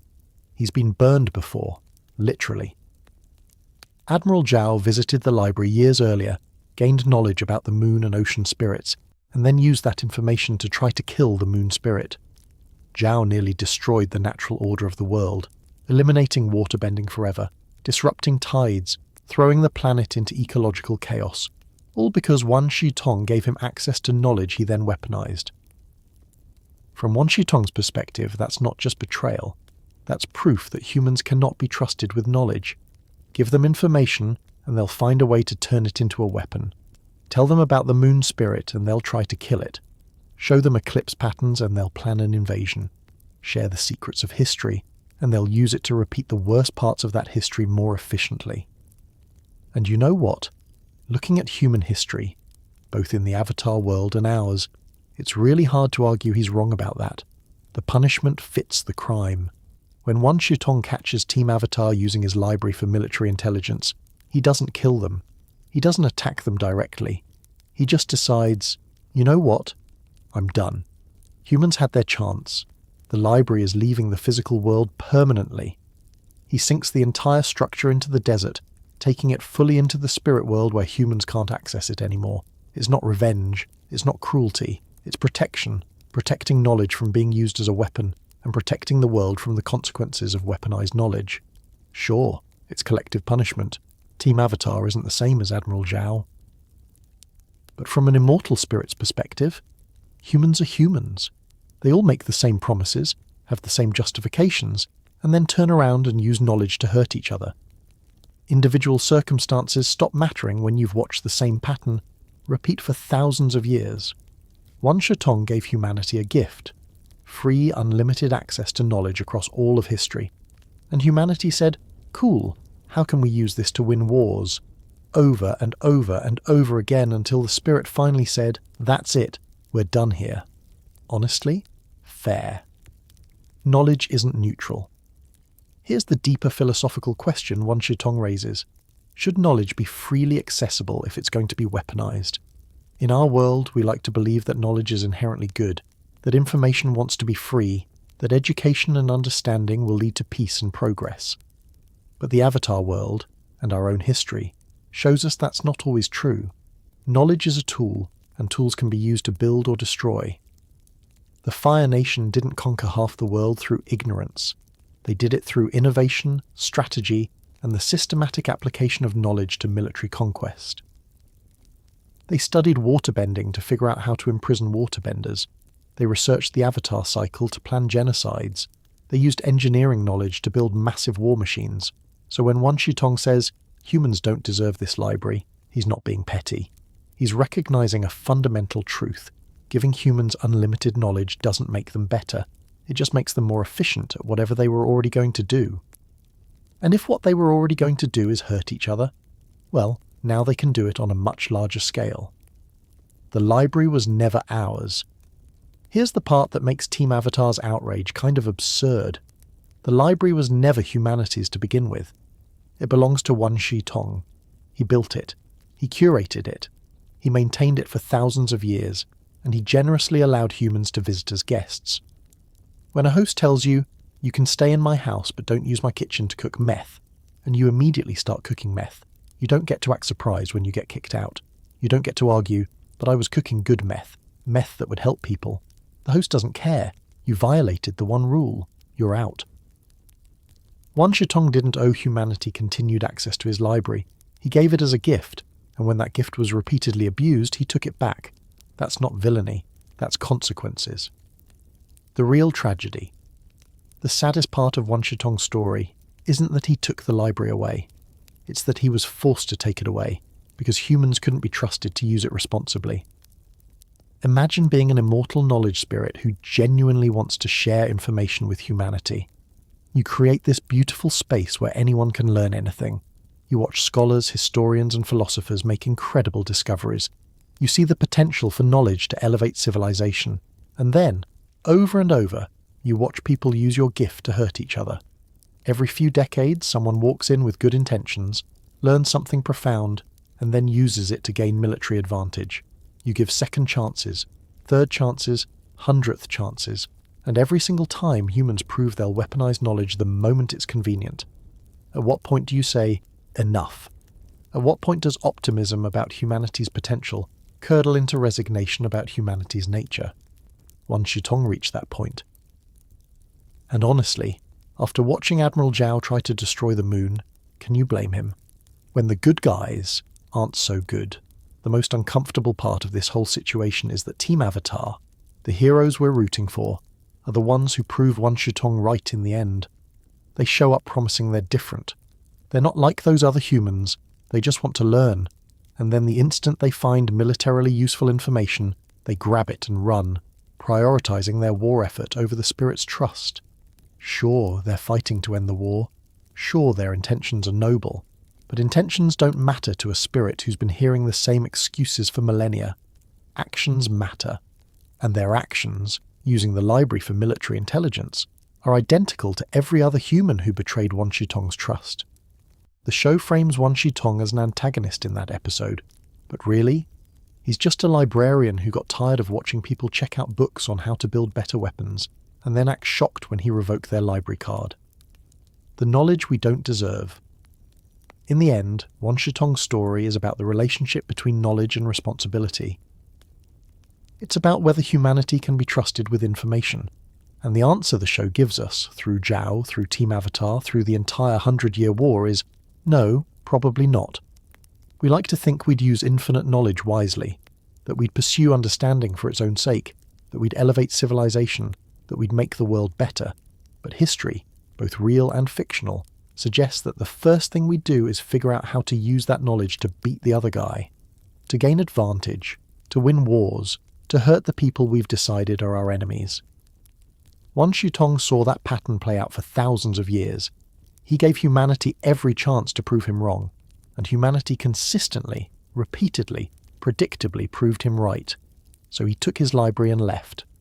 Not because he's evil, but because he finally accepted that humans will always weaponize knowledge, no matter how many chances they're given, no matter how noble their intentions, no matter how much they promise, this time will be different. And honestly, looking at Team Avatar using his library to plan a military invasion while insisting they're the good guys, can't really argue with his logic. Sometimes the villain of the story is just someone who's tired of being proven right about humanity's worst tendencies, and sometimes the heroes are the ones who prove him right one last time. But hey, at least they got the eclipse information before the library sank, right? Totally worth betraying an ancient spirit's trust and losing humanity's access to thousands of years of accumulated knowledge. Worth it. Remember the first time Aang ventured into the spirit world? Not the terrifying centipede with a face collection. That came later. I'm talking about the first spirit encounter of the series, Bai, the adorable panda forest spirit who transformed into a towering six-armed nightmare creature that kidnapped an entire village because humans cut down his forest. Yeah, that escalated quickly. But here's what makes Bai's story genuinely disturbing. He wasn't always a monster. He was a peaceful guardian spirit, content to watch over his forest and exist in harmony with the natural world. Then humans showed up with axes and saws and the audacity to treat centuries-old trees like a renewable resource, and Bai snapped. And honestly, the show makes you understand exactly why. When your home is erased, imagine being a spirit whose entire existence is tied to a forest. Not just living there, being the forest in a fundamental, existential way. Every tree is part of you, every root system, every branch, every leaf. The forest isn't your home, it's an extension of your consciousness, your identity, your purpose. Now imagine waking up one day to find it gone. Not damaged, not pruned, gone, clear-cut, stumps where ancient trees used to stand, bare earth where life used to thrive. The Fire Nation didn't just harvest lumber, they systematically erased an entire ecosystem, probably to fuel their war machine or build more ships to continue their conquest. For Bai, that wasn't environmental damage, that was amputation. That was watching pieces of himself get hacked away and carted off while he was powerless to stop it. That was trauma on a scale humans can barely comprehend because we don't exist in that kind of symbiotic relationship with our environment. So yeah, he turned into a massive black and white monster and started kidnapping villagers. What did everyone expect? A strongly worded letter? The transformation is body horror. Let's talk about what Bai looks like after his forest gets destroyed. He goes from being a gentle, peaceful panda spirit to this hulking, multi-armed creature made of rage and shadow. His form is twisted, wrong, barely recognizable as the being he used to be. That's not just character design. That's visual representation of what trauma does to someone, how it warps you, changes you, makes you unrecognizable even to yourself. Heibai didn't choose to become a monster. He was made into one by violence inflicted on him and everything he loved. And the worst part, he's not even fully conscious of what he's doing. When Aang finally confronts him in the spirit world, Heibai is operating on pure instinct, pain, rage, grief, and the desperate need to make someone pay for what was taken from him. He's not evil, he's wounded, and wounded things lash out. The villagers he kidnapped? They're not consciously chosen targets. They're just the nearest humans, and humans are the species that destroyed his forest, so humans must suffer. It's not justice. It's not even revenge. It's just trauma expressing itself the only way it knows how, through violence. The solution is devastatingly simple. Here's what finally calms Heibai down. Aang shows him a single acorn. One seed. Proof that the forest can regrow, that not everything was lost, that life will return even if it takes decades or centuries. One acorn. That's all it takes to bring Heibai back from the edge. He transforms back into his panda form, releases the villagers, and disappears, presumably to wait for the forest to regenerate while existing in whatever diminished, painful state a forest spirit occupies when their forest is mostly gone. On one hand, that's beautiful. Hope conquers rage. The promise of renewal soothes grief. Very inspirational. On the other hand, it's heartbreaking. Because Heibai's entire rampage, his transformation into a monster, his kidnapping of innocent people, all of that could have been prevented if someone had just asked before destroying his forest. If the Fire Nation had shown even a shred of respect for the land they were exploiting, or if someone had thought, hey, maybe this massive ancient forest is important to someone. But they didn't. Because to empires, resources are just resources, trees are lumber, land is territory.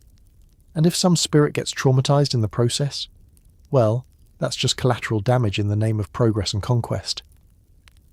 Environmental trauma is real. Heibai isn't just a cool spirit villain of the week. He's a walking, rampaging metaphor for what ecological destruction does to the world, and specifically to the beings whose existence is tied to that ecology. The spirit world reflects the physical world in Avatar's lore. When humans destroy nature, spirits feel it. When ecosystems collapse, spiritual balance collapses with it. And when that balance tips far enough, you get Heibai, a being so consumed by trauma and grief that he becomes the very thing humans fear, which then justifies further violence against spirits. It's a cycle. Humans destroy nature. Spirits lash out. Humans see spirits as threats. More destruction follows. More trauma. More violence. The Fire Nation probably pointed to Heibai's rampage as proof that spirits are dangerous and need to be controlled or eliminated, completely ignoring that they created the problem in the first place. Sound familiar? Because that's exactly how ecological destruction works in our world too.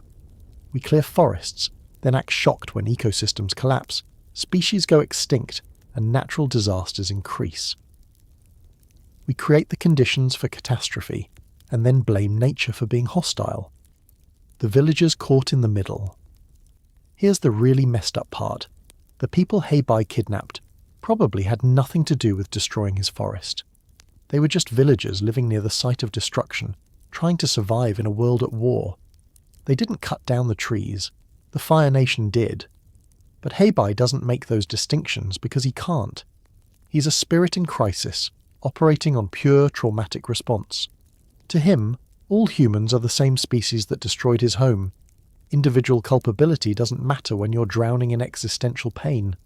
So innocent people get pulled into the spirit world and trapped there, victims of violence they didn't commit, suffering consequences for crimes they didn't participate in. They're collateral damage in a conflict between the Fire Nation and the natural world, and nobody's coming to save them except a 12-year-old Avatar who doesn't even fully understand what he's dealing with yet. That's war. That's ecological disaster. The people who cause the harm are rarely the ones who suffer the consequences. It's always the bystanders, the villagers, the regular folks just trying to live their lives who get caught in the crossfire. The forest that will take centuries to heal. Even after Aang calms Hei-Bai down, the forest is still mostly gone. That acorn is a promise, not a solution.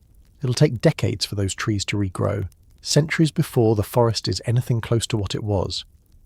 And Hei-Bai has to live with that.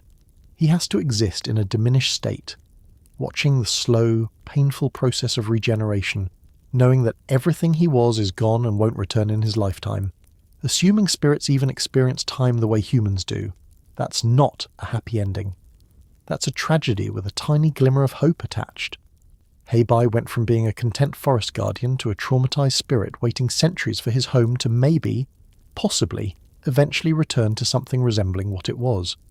The Fire Nation moved on, probably cut down another forest somewhere else. Never thought about Hei-Bai again, but he's stuck living with the consequences of what they did forever. When nature fights back.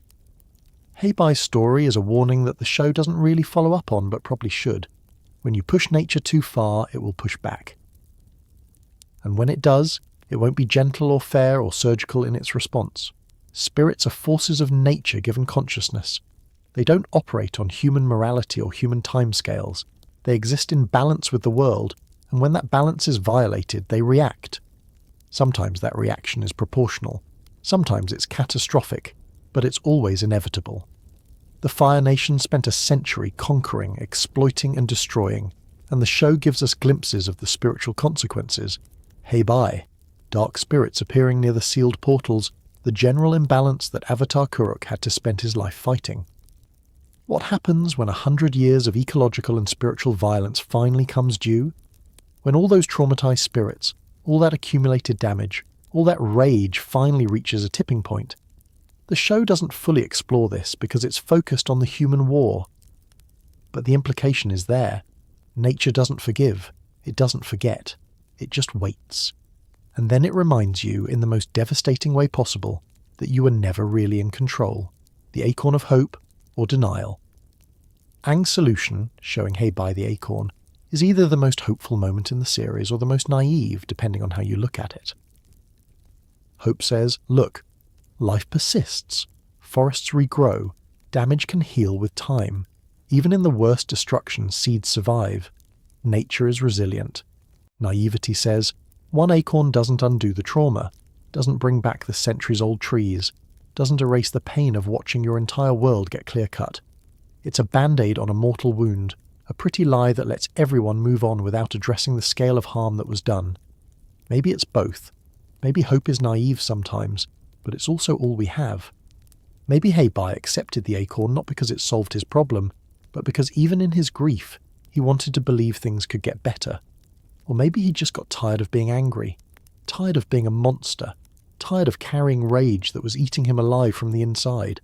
Either way, the forest is still gone, the damage is still done. And somewhere in the spirit world, a panda spirit waits for trees that won't fully grow back in any timeline that matters to the humans who caused this mess in the first place. But hey, at least we saved the villagers and learned a valuable lesson about respecting nature, right?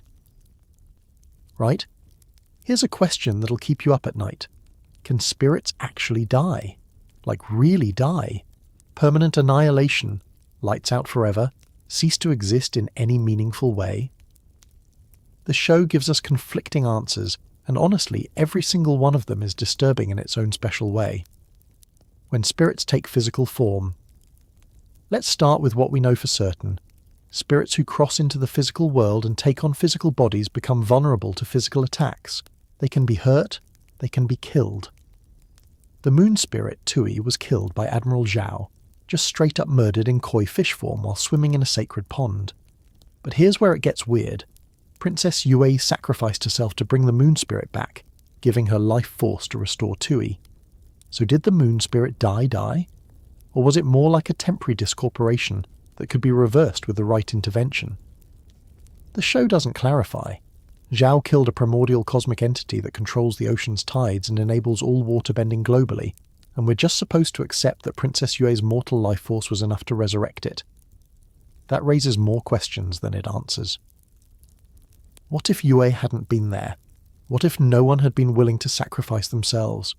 Would the moon spirit just stay dead? Would waterbending cease to exist forever? Would the ocean's tides stop, throwing the entire planet's ecosystem into catastrophic collapse? Probably. No pressure though, Yue. Just the fate of the entire world's hydrological cycle resting on your 16-year-old shoulders. The fog of lost souls. A fate worse than death now. Let's talk about Admiral Zhao, because his fate is genuinely one of the most horrifying things in the entire Avatar franchise. After killing the moon's spirit, the ocean spirit, ATLA, drags Zhao into the spirit world as punishment. Not to kill him, not to imprison him in some cosmic jail cell where he can at least maintain his sense of self.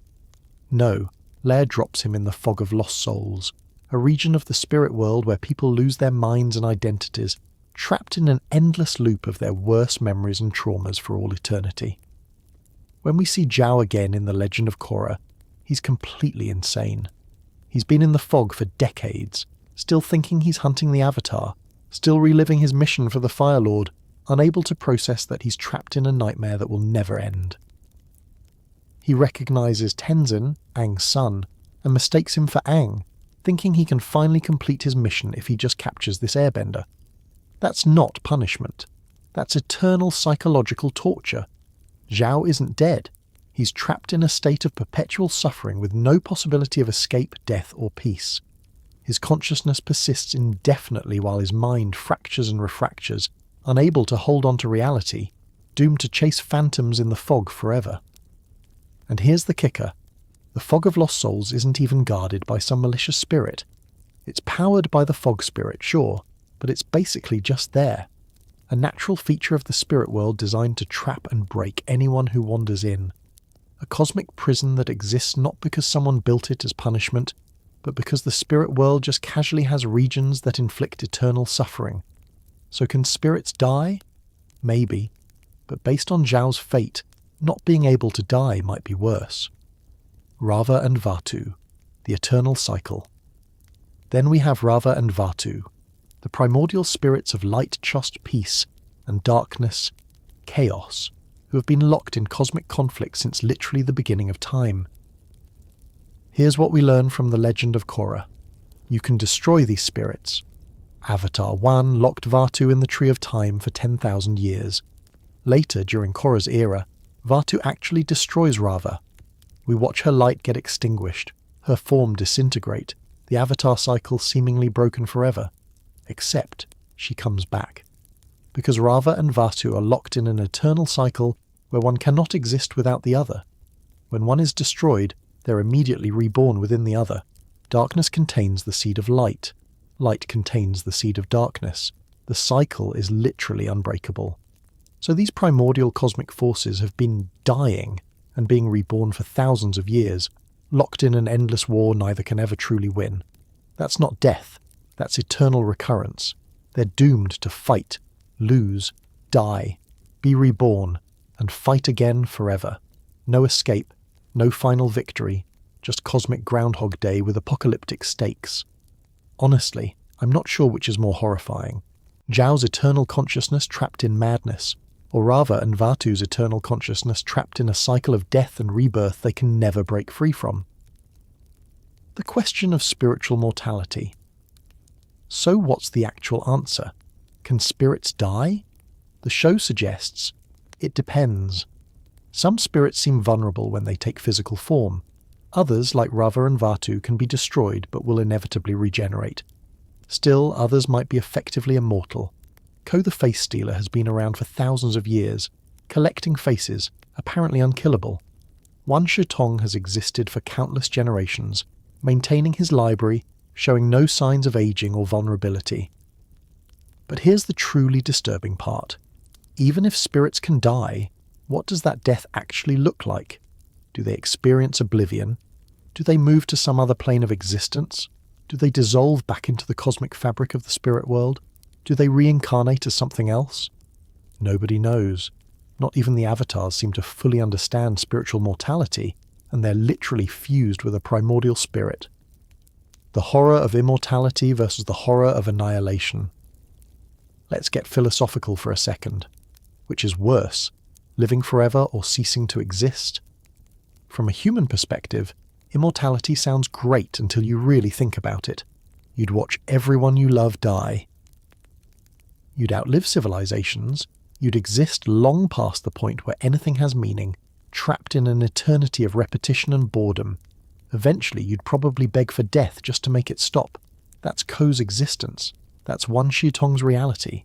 These ancient spirits have lived for thousands of years, will live for thousands more, locked in whatever purpose or nature defines them, unable to die even if they wanted to. But true death? Permanent annihilation? The complete cessation of consciousness? That's existential terror of a different flavour. No afterlife, no reincarnation, just nothing. Forever. The knowledge that you will stop existing, and the universe will continue without you as if you never were. The spirit world offers both horrors depending on the spirit. Some live forever, some can be destroyed, some get trapped in psychological nightmare realms where death would be merciful but never comes, and all of them exist in a reality where the rules are arbitrary and consequences are incomprehensible. When death is a gift. Here's the most messed up conclusion. In the Avatar universe, being mortal might actually be the better option. Humans die. It's inevitable, often tragic, frequently unfair, but at least it ends. You don't have to exist for thousands of years watching the world change in ways that make your existence meaningless. You don't risk getting trapped in the fog of lost souls for eternity. You don't have to be Rava, dying and being reborn to fight the same battle forever. You live. You die. It's over. And maybe that's not such a bad deal compared to what spirits have to endure. Spirits are powerful, sure. They can influence the world in ways humans never could. But that power comes with the burden of either living forever or experiencing death in ways that might be infinitely worse than the mortal experience. Zhao wanted power. He wanted to be remembered. He wanted to kill the moon spirit and prove the Fire Nation's supremacy over even cosmic forces. And as punishment, he got exactly what he wanted. Immortality. He'll be remembered forever as the madman trapped in the fog, chasing phantoms, his mind shattered, his identity dissolved, his existence an eternal cautionary tale. Be careful what you wish for in the spirit world, because sometimes getting what you want is the worst punishment imaginable. The unanswered question. So do spirits die? Answer. Yes, maybe, sometimes, but also no. And also it doesn't matter because spiritual death might be worse than spiritual life anyway, and honestly the whole thing is cosmically horrifying, no matter which angle you approach it from. Sleep tight knowing that somewhere in the spirit world, Admiral Zhao is still running through fog, forever chasing an avatar he'll never catch, in a body that won't die, with a mind that can't heal, for all eternity. But hey, at least he's not stuck in a boring office job, right? Right. Let's talk about the scene that opens Avatar: The Last Airbender and introduces us to one of its most complex characters, Zuko, the banished Fire Nation prince with a massive burn scar covering a quarter of his face, desperately hunting the Avatar to restore his honour. Cool character design, right? Tragic backstory that makes him sympathetic but also threatening. Great narrative setup for a redemption arc. Sure, all of that. But let's call it what it actually is. We're watching a 13-year-old boy who was publicly mutilated by his own father as punishment for speaking out of turn in a war meeting, not punished in private. Not disciplined behind closed doors, publicly, ritually, in front of an audience, in a formal Agni Kai, a fire duel, where Zuko was forced to fight or be branded a coward, only to discover his opponent wasn't the general he'd disrespected, but his own father, Fire Lord Ozai. And when Zuko refused to fight his dad, begging for mercy while prostrated on the ground, Ozai burned half his son's face off, scarred him for life, banished him from the Fire Nation, and sent him on an impossible quest to restore the honour he'd just destroyed. That's not discipline. That's calculated cruelty disguised as cultural tradition, and the show just presents it as Zuko's tragic backstory while we all nod along like, yep, that tracks. The Agni Kai. When tradition enables torture. Here's what makes the Agni Kai particularly horrifying. It's a legitimate cultural practice in the Fire Nation. Fire duels are how disputes are settled, how honour is maintained, how warriors prove their worth. It's built into their society as an acceptable, even noble, way to resolve conflict. Which means Ozai didn't break any laws when he scarred his son. He didn't violate Fire Nation customs. He followed the rules perfectly, using a respected tradition as cover for an act of unforgivable brutality. Nobody stopped him. Nobody questioned whether forcing a 13-year-old to fight his adult father in a fire duel might be, I don't know, wildly inappropriate. The crowd watched. The fire sages observed. Azula watched with what can only be described as delight. And Iroh, the only adult in that room who gave a damn about Zuko, could only watch in horror as his brother permanently disfigured his own child. Because it was legal, it was tradition, and in the Fire Nation, tradition trumps morality every single time. What that scar actually represents. Zuko's scar isn't just a visual signifier that he's the bad guy turned good. It's a permanent reminder of the moment his father chose cruelty over compassion, chose public humiliation over private correction, chose to destroy his son's face, his identity, his ability to ever blend in or be anonymous, because a 13-year-old spoke out of turn in a meeting. Think about what Zuko actually did to deserve this. He advocated for Fire Nation soldiers' lives. He suggested that sacrificing an entire division as bait was wrong, that those soldiers deserved better than being treated as expendable. He spoke up for the powerless in a room full of generals who saw human lives as tactical resources. That was his crime. Compassion, empathy, believing that soldiers, Fire Nation soldiers, his own people, shouldn't be casually sacrificed for strategic advantage. And Ozai's response was to brand him, permanently, in the most visible way possible, to make sure that every single person Zuko ever met for the rest of his life would see that scar and know, this boy defied his father. This boy showed weakness. This boy cared about the wrong things. The scar isn't just physical trauma, it's a mark of ownership, a constant reminder that Zuko belongs to Ozai, that his father literally shaped his face, his identity, his entire existence through violence. The normalization is the scariest part. Here's what's truly disturbing. The show treats Zuko's scar as tragic, yes, but also kind of normal? Expected even for someone from the Fire Nation. Other characters react to it, sure. Katara touches it during a moment of vulnerability. People recognize him by it, but nobody, not Team Avatar, not random villagers, not even Zuko himself, ever stops to say, your father mutilating his own son in front of an audience is actually insane, and everyone who watched should be prosecuted. The Fire Nation accepts it because it was done through proper channels. The rest of the world accepts it because, well, that's just how the Fire Nation is. And Zuko internalizes it as his own failure. He should have been stronger, should have known better, should have earned his honor in some impossible way that would make his father's cruelty retroactively justified.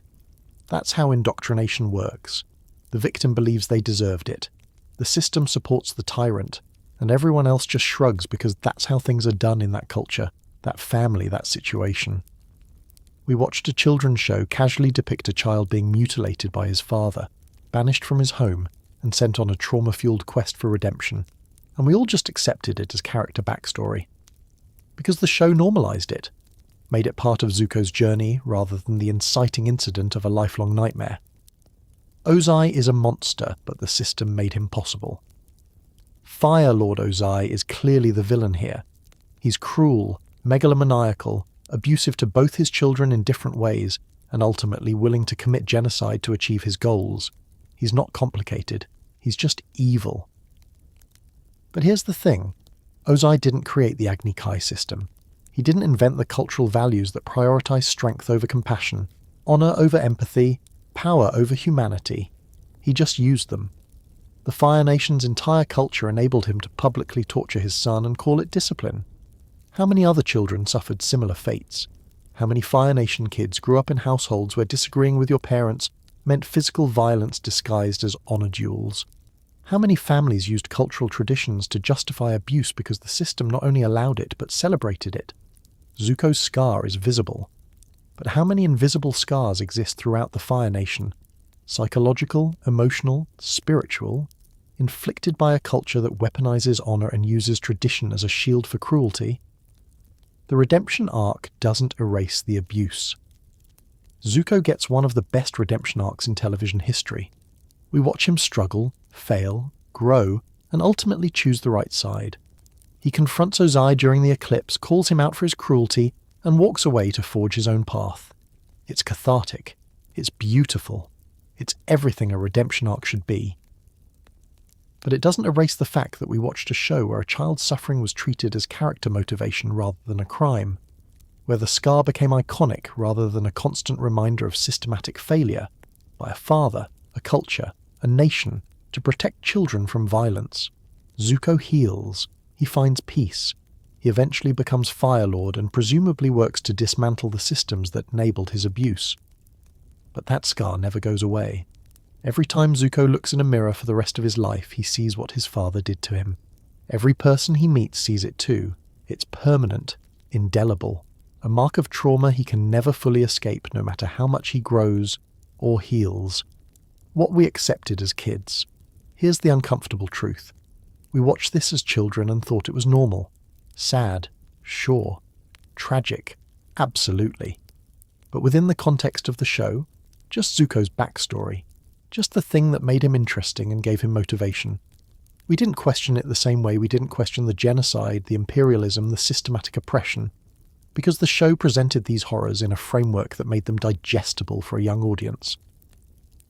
But as adults, looking back at Zuko's scar and really processing what it represents, that's a father publicly torturing his child while a crowd watched and did nothing.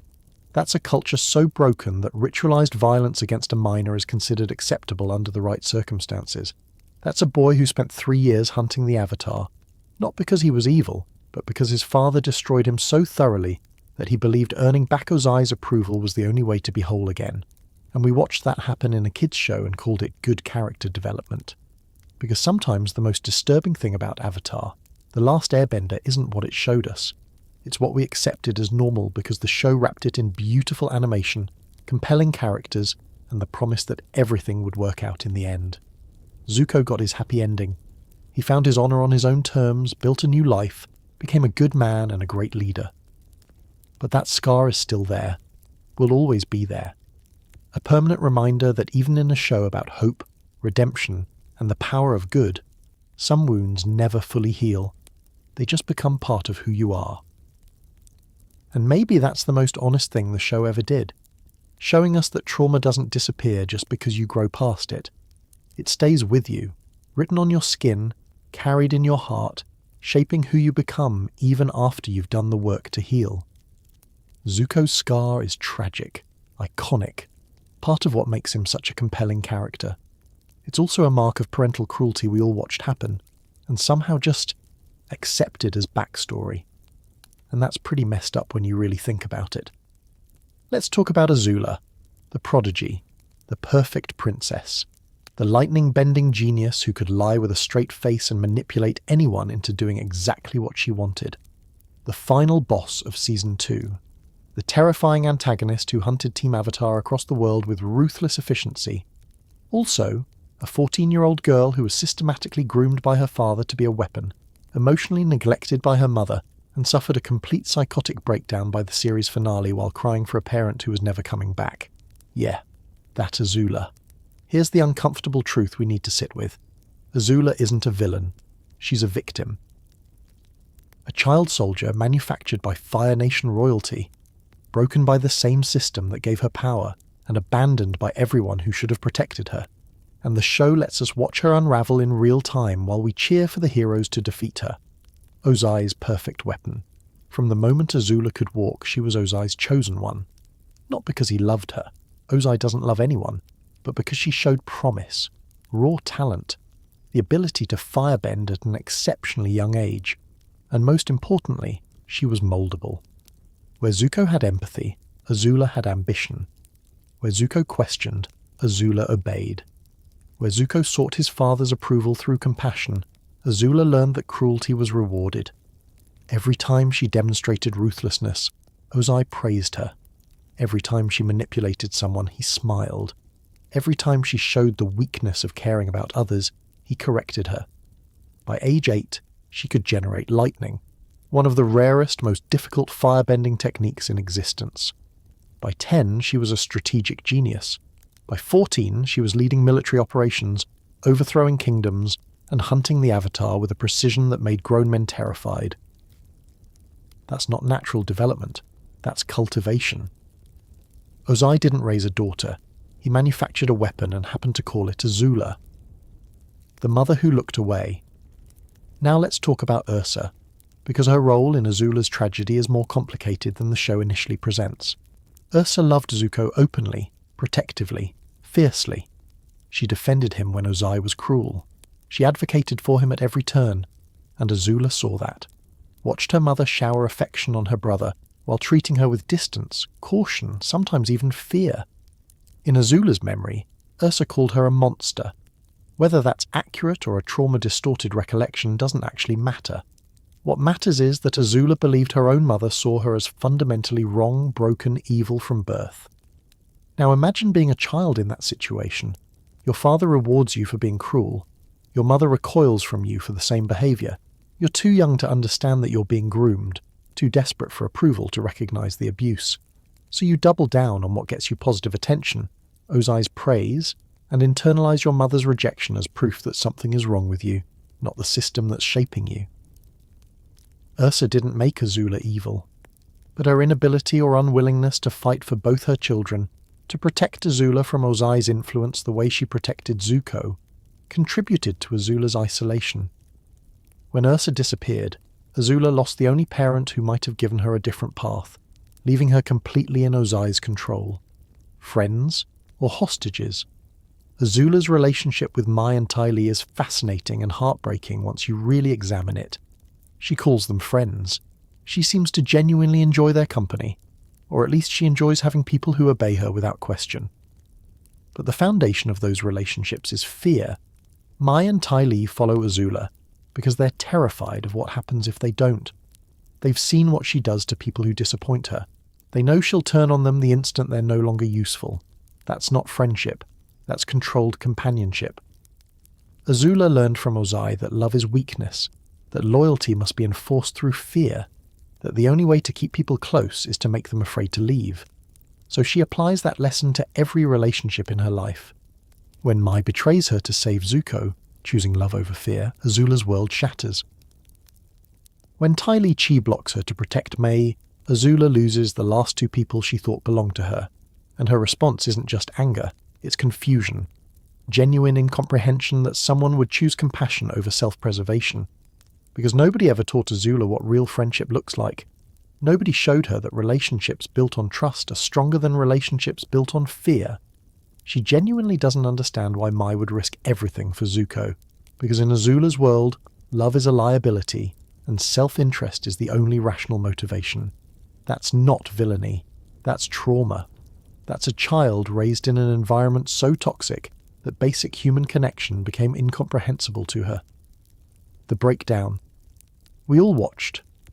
The series finale gives us Azula's complete psychological collapse, and it's genuinely one of the most devastating sequences in the show. She's been named Fire Lord. She's achieved everything she was groomed to want. She's at the pinnacle of power, exactly where Ozai trained her to be. And she's falling apart. She banishes servants for tiny infractions, seeing threats everywhere. She hallucinates her mother arguing with a phantom who tells her she's loved while Azula screams that she's lying. She cuts her own hair in a manic episode, her hands shaking, her eyes wild. By the time she faces Zuko in the final Agni Kai, she's barely functional, shooting lightning wildly, sobbing, completely unhinged. This is what happens when a child soldier outlives her usefulness, when the weapon realizes she's been discarded by the person who made her. Ozai left. Didn't take her with him to fight the Avatar, didn't trust her with the real power, just gave her an empty title and abandoned her the same way he abandoned Zuko. And Azula, who built her entire identity on being Ozai's perfect weapon, his chosen child, his ultimate creation, she can't process it. Her mind fractures. The girl who could lie to anyone, manipulate everyone, stay 3 steps ahead of every opponent, can't even maintain basic self-care because the foundation of her entire sense of self just collapsed. Nobody came to save her. Here's the part that hurts the most. After the Agni Kai, after her breakdown, after everything, Azula gets chained, literally shackled to a grate while she sobs and shoots fire from her mouth in impotent rage. And then, what? The show ends. We don't see Azula getting help. We don't see anyone. Not Zuko, not Iroh, not even Ursa when she eventually returns. We don't see anyone fighting for Azula the way everyone fought for Zuko. Zuko got a redemption arc because Iroh never gave up on him. Because Katara and Aang eventually saw his humanity. Because the show insisted that even the villain could be saved with enough love, patience, and support. Azula got chains, and a mental institution, we later learn. Years of confinement while her mind stays broken, while she remains dangerous, while everyone treats her like the monster she was groomed to become rather than the victim she always was. She was 14, younger than Zuko, just a kid who never had a chance to be anything other than what Ozai made her. And when she finally broke under the weight of expectations she was too young to carry, the world just locked her away.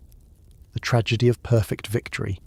Azula is a tragedy specifically because she succeeded at everything she was trained to do.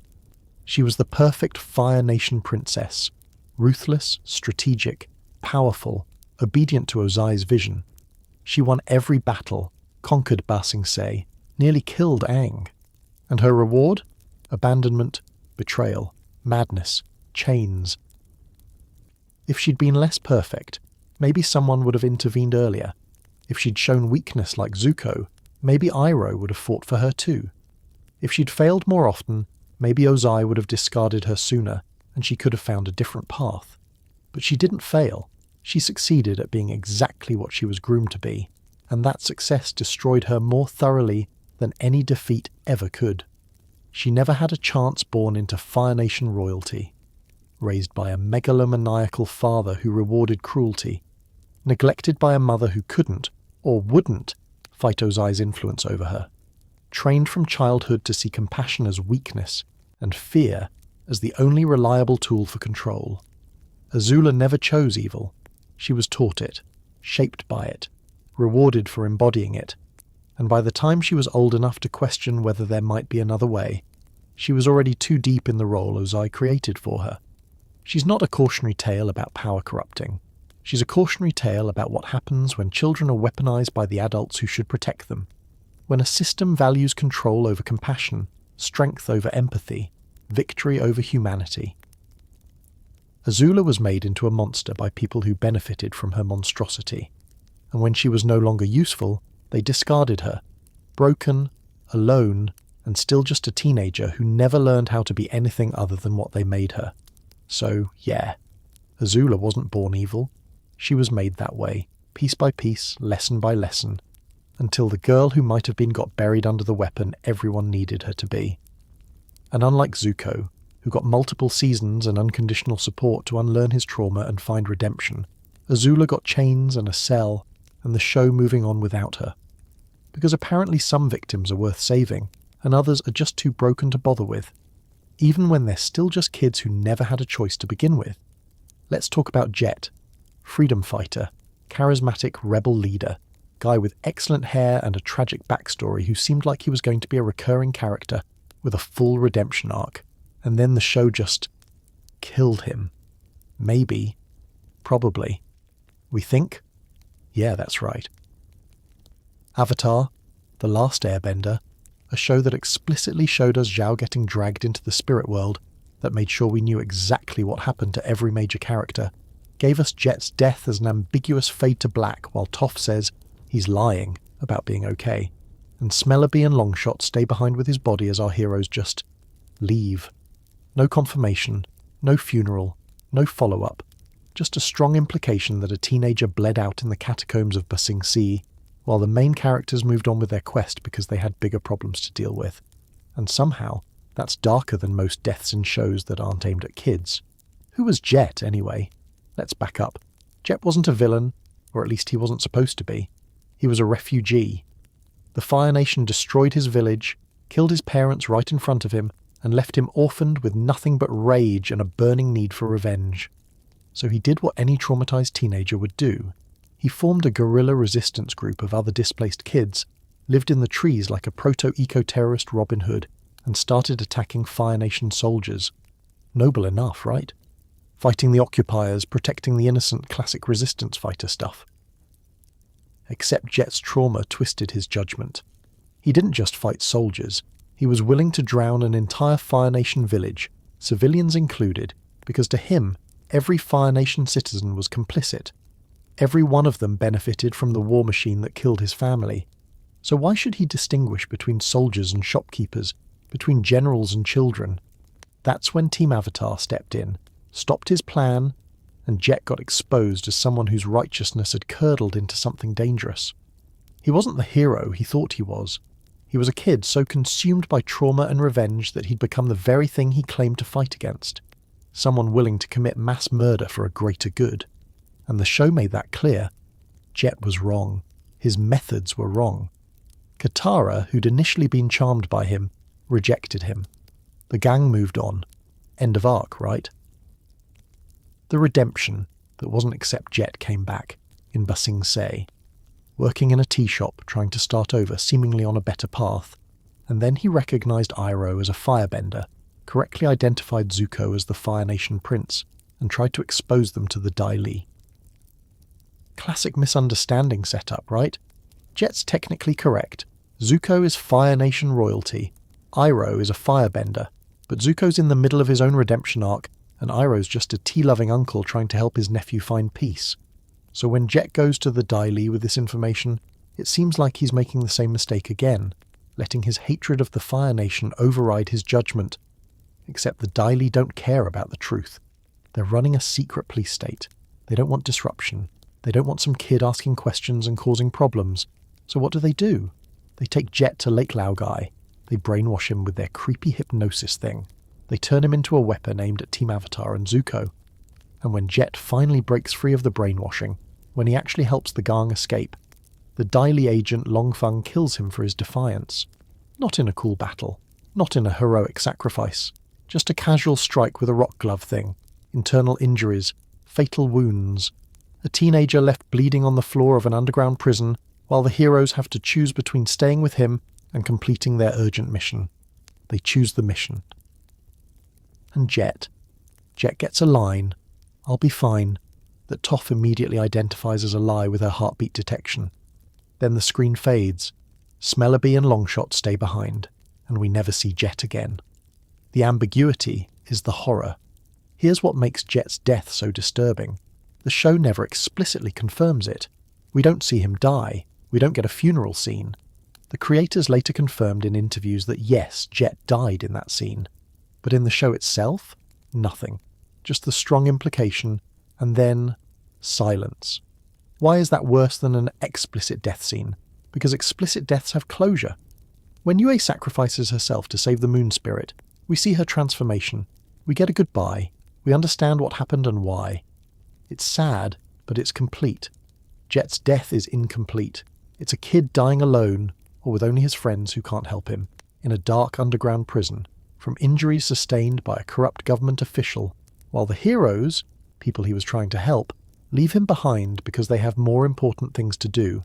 There's no honour in it, no meaning, no redemption arc that culminates in sacrifice and purpose. Just a traumatised teenager who spent his whole life fighting the Fire Nation, who finally tried to do the right thing and got murdered by his own nation's secret police for his trouble. And then everyone moved on because there was a war to win, and Jet was ultimately expendable. The meta-horror, a kid's show that couldn't say death. Here's the really messed up part. The ambiguity exists partly because Nickelodeon had limits on what could be shown in a Y7 Kids program. You can imply death. You can show someone getting fatally injured, but you can't linger on it. Can't show the body. Can't say the word die or killed in certain contexts. So the writers did what they could. They made Jet's fate as clear as network standards would allow, then confirmed it outside the show. But that limitation created something accidentally more disturbing than an explicit death would have been. Because now Jet's death exists in this liminal space. Kids watching might have thought he survived, might have expected him to show up later, recovered, ready to help in the final battle, but he never did. He just disappeared from the narrative, forgotten by everyone except the viewers who caught that "he's lying" line and realised what it meant. What Jet's death says about the show. Jet represents something the show doesn't usually dwell on. The expendable casualties of war. the people who don't matter enough to the main narrative to get proper closure, the teenagers who fight and die in conflicts that aren't really about them, whose deaths don't change the course of history because they're not important enough. Team Avatar are heroes, their deaths would matter. Jet's just another casualty, another kid ground up by the war machine, first by the Fire Nation that destroyed his home, then by his own nation's corrupt government, and finally by the narrative itself, which couldn't spare the time to give him a proper send-off. And that's real. That's what war actually does. It creates Jet, traumatized kids who become radicalized, who fight desperately for causes that consume them, who die meaningless deaths that nobody remembers except the people who loved them. Yue's death was tragic but meaningful. She saved the world. Jet's death was just pointless. He died trying to expose corrupt officials in a city that didn't want to be saved, killed by a system that saw him as a minor inconvenience, mourned only by two friends while the heroes who could have stayed with him chose mission over mercy. The uncomfortable question. Here's what haunts me about Jet's death. What if the gang had stayed? What if Katara, who has healing powers, had tried to save him? What if they'd prioritized this dying teenager over their quest for Appa? We'll never know, because they didn't. They made the tactical decision. Save the bison, stop the conspiracy, win the war. One kid's life versus the fate of the world. Easy math, right? Except Jet was a person. A traumatized, flawed, trying to be better person who deserved more than bleeding out in a basement while the people he helped walked away. And the show makes us complicit in that decision because we're rooting for the gang. We want them to save Appa. We understand why they can't stay, but that doesn't change the fact that they left a dying kid behind, and we were okay with it because he wasn't important enough to the story we cared about. Deaths we remember versus deaths we forget. Compare Jet's death to literally any other significant character death in the series. Yue. Beautiful, meaningful, transforms into the moon, everyone mourns, Sokka carries it forever, Zhao. Dragged to the spirit world, imprisoned forever, we see it happen. Clear consequences. Combustion Man explodes himself, dramatic. We see the aftermath. Fire Lord Azalon, poisoned, probably, but it's plot relevant and discussed extensively. Jet, maybe died off screen in a basement. Maybe, we think. His friends probably buried him somewhere. Nobody talks about it ever again. One of these things is not like the others, and it's the one that feels most like real war, unceremonious, ambiguous, forgotten by everyone except the people who were there. The dark lesson Jet's death teaches us something the show usually sugarcoats. In war, good intentions aren't enough. Trying to be better isn't enough. Being right about the conspiracy isn't enough. Sometimes you just die, meaninglessly, and the world moves on without you because it has to. Jet didn't get his redemption arc. He got brainwashed, used as a weapon, and killed for defying his controllers. His last act was helping the heroes escape. His reward was dying alone while they left to save a bison. That's not heroic. That's not meaningful. That's just tragic. The kind of tragedy that happens to thousands of people in every war. People who fight and die for causes that don't even remember their names. And somehow, a kids' show on Nickelodeon managed to capture that better than most adult war dramas do. Not despite the ambiguity, but because of it. Because the uncertainty, the lack of closure, the way Jet just disappears from the narrative, that's more honest than any dramatic death scene could have been. He's lying, those two words from Toph. That's all we get. He's lying when Jet says he'll be fine, her seismic sense detecting his elevated heartbeat, his laboured breathing, the signs that he's dying even as he tries to reassure everyone, and then Smellaby and Longshot stay behind while everyone else leaves, and we never find out if they buried him, if they held him while he died, if he said anything in his final moments. We just don't know. That uncertainty lives in the narrative forever. Jet exists in Schrödinger's liminal death space, simultaneously confirmed by creators and ambiguous in canon.